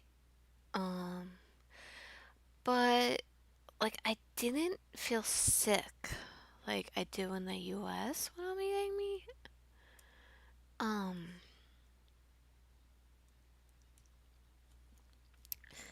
and I was reading. What happened to my music?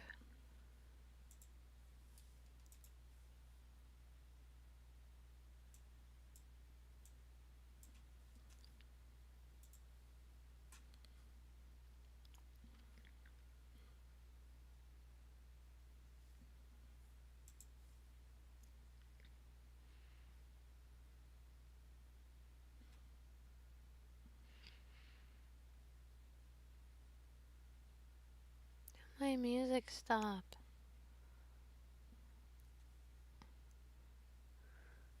What's this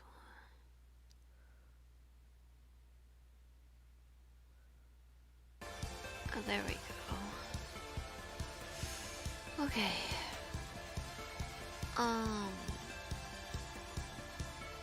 And again, it appears to just be me. So again, I'm gonna try to use this chance as a break. Which, me saying that kind of acts like an incantation to bring somebody else in. I'm gonna use this as a break. I'm gonna use this as a break. I'm gonna use this as a break. I'm gonna use this as a break. And my music stopped again. Why? I mean, I know I've been streaming for like 5 hours.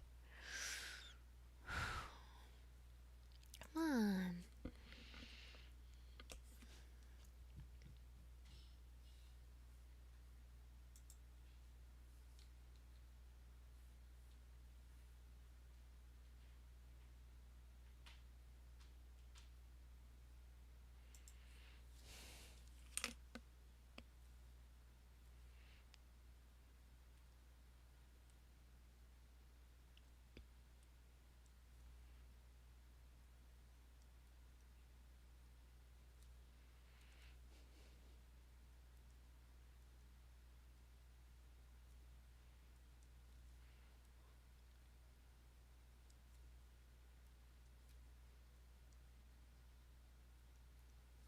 Where's my music?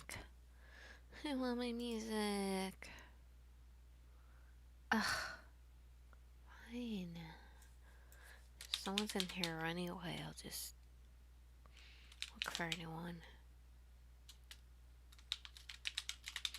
Always have to do royalty or copyright free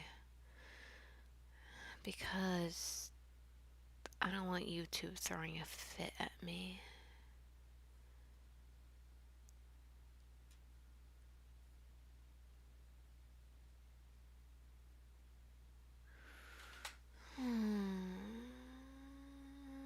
How about this one?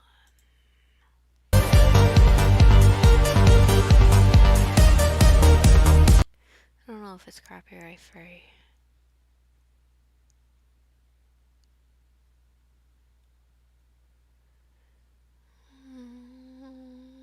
What should we put on?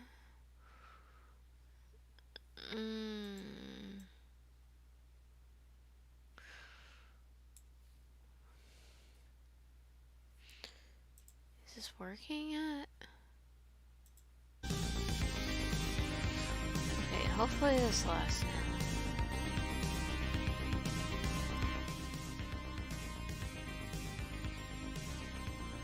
Why does it say 126 up here? It's 128.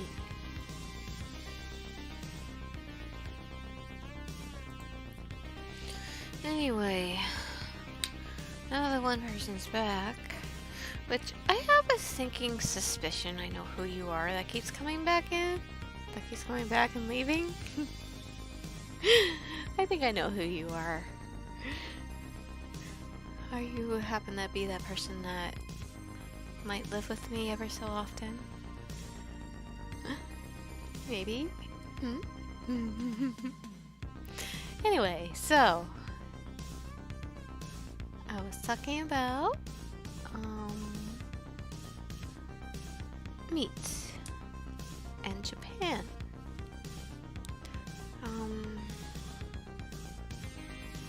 Yeah, so okay.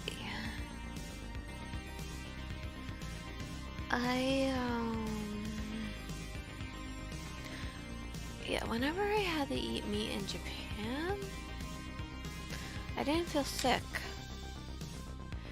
And so, like, I later found out, while I was doing, like, some reading, that,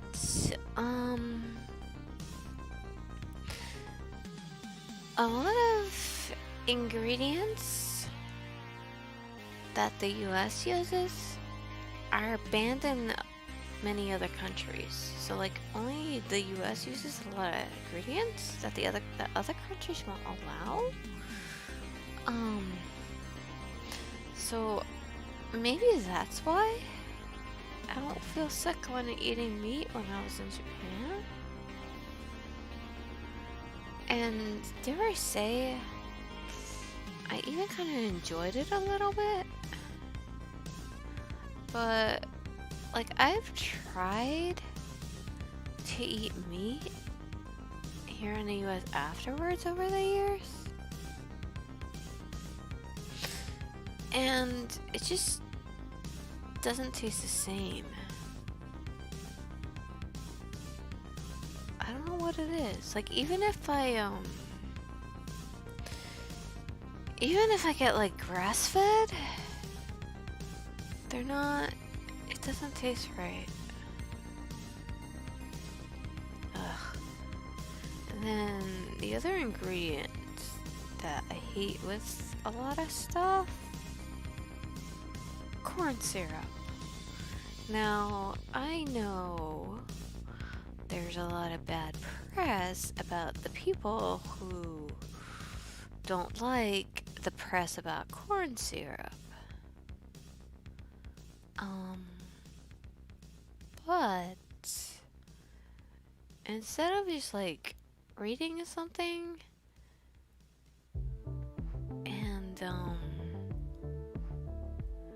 saying like, oh, I read this, so now I agree with this thing, I actually have experience dealing with corn syrup.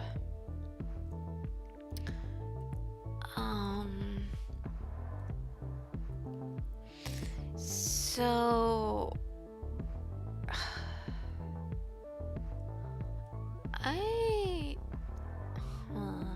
and again we go back around to should peppermint tell this story or not?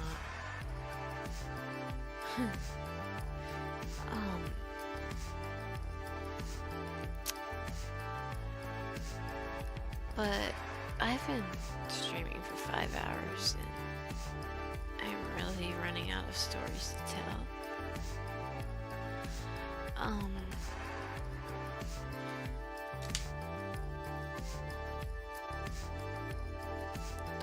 So, okay. For years, I struggled with my weight. And it felt like no matter how much I exercised or how much I dieted, I could not lose weight. No matter what I did, like I was exercising for so many hours a day at one point. I was exhausted and I just could not lose weight.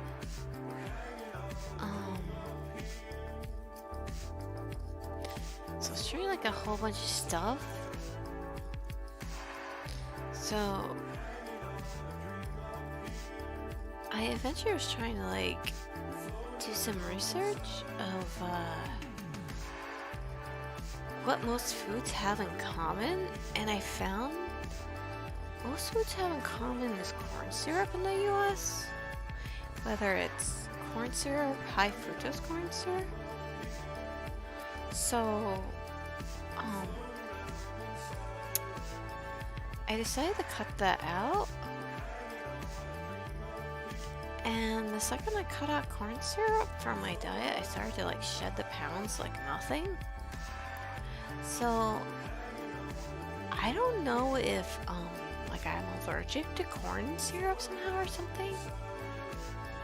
But I developed a very strong dislike for it because of that. Like all these years it held me back. And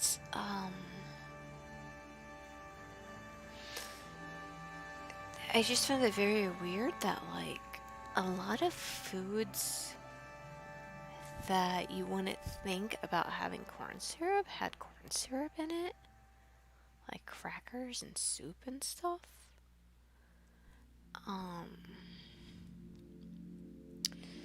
And I know a few years ago, like several years ago, even like bread had it. Like now I know bread just has a lot of sugar in it. But it used to be the corn syrup, but then like once more people got aware of it, I guess they stopped and just changed it to like regular sugar. Yeah, so besides onions, I really hate corn syrup. And then there are all those dyes and stuff. Like a lot of dyes that the US has in food that other countries don't.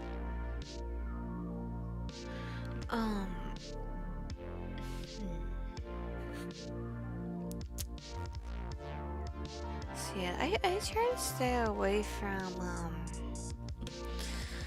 I try to stay away from stuff with onions because they're disgusting. And I'm sorry if I offended anyone by saying that, but this kills the man. From onions and corn syrup.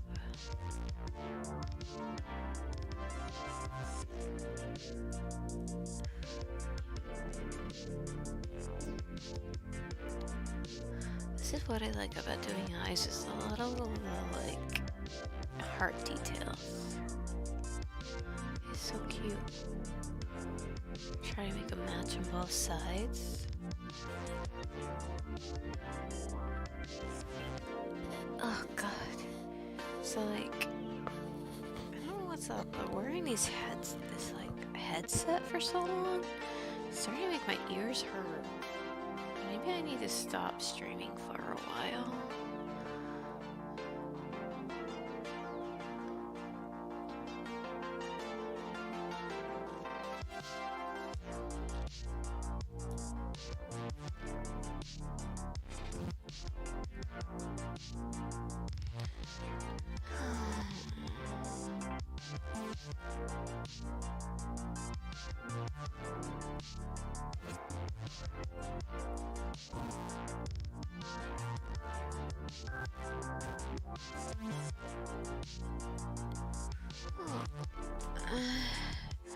Is there like... Let's check the chat. I still have like... I know I'm 2 people in here because of my phone and my browser, but there seems to be like one person that keeps coming in and out. I'm wondering if it's who I think it is or not.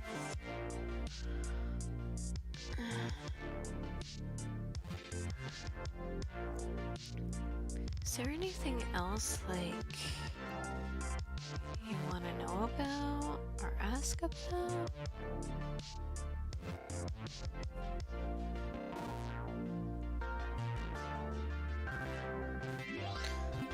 So I'm doing like all these sparkles and stuff.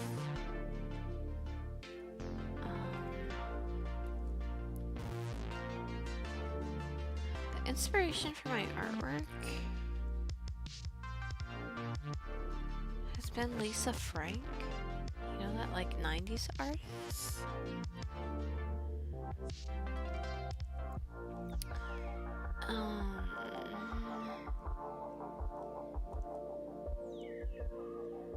And it's funny, like, I was talking about my time in Japan, and,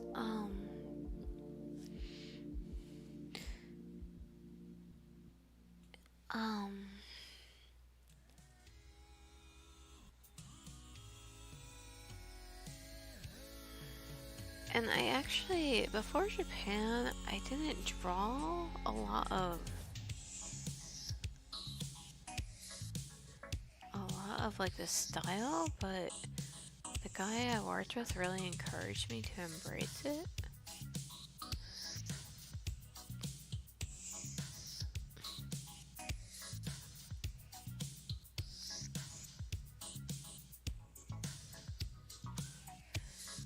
Yeah, I'm getting like really tired and hungry.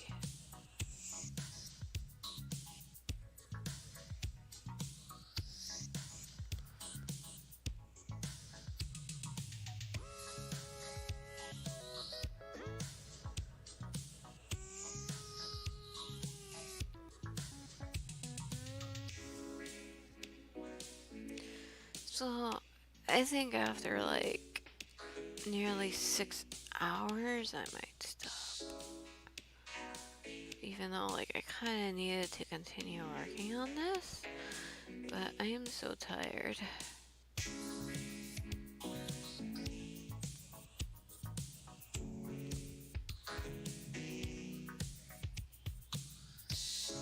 So, who's ever in here looking, I'm sorry, but I'm gonna have to go. Because I am so tired and hungry.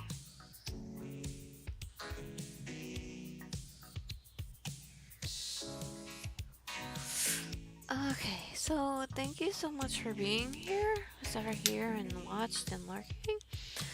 But, I'm really tired and hungry, so I'm gonna have to stop for now.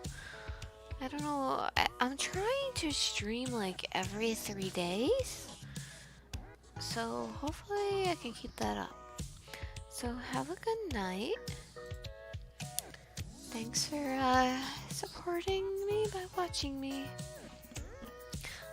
I'm probably gonna work on this a little bit more, but who knows, I might end the stream another time with finishing this up. Okay, take care, and thank you so much. Have a good night, day, or whatever time it is.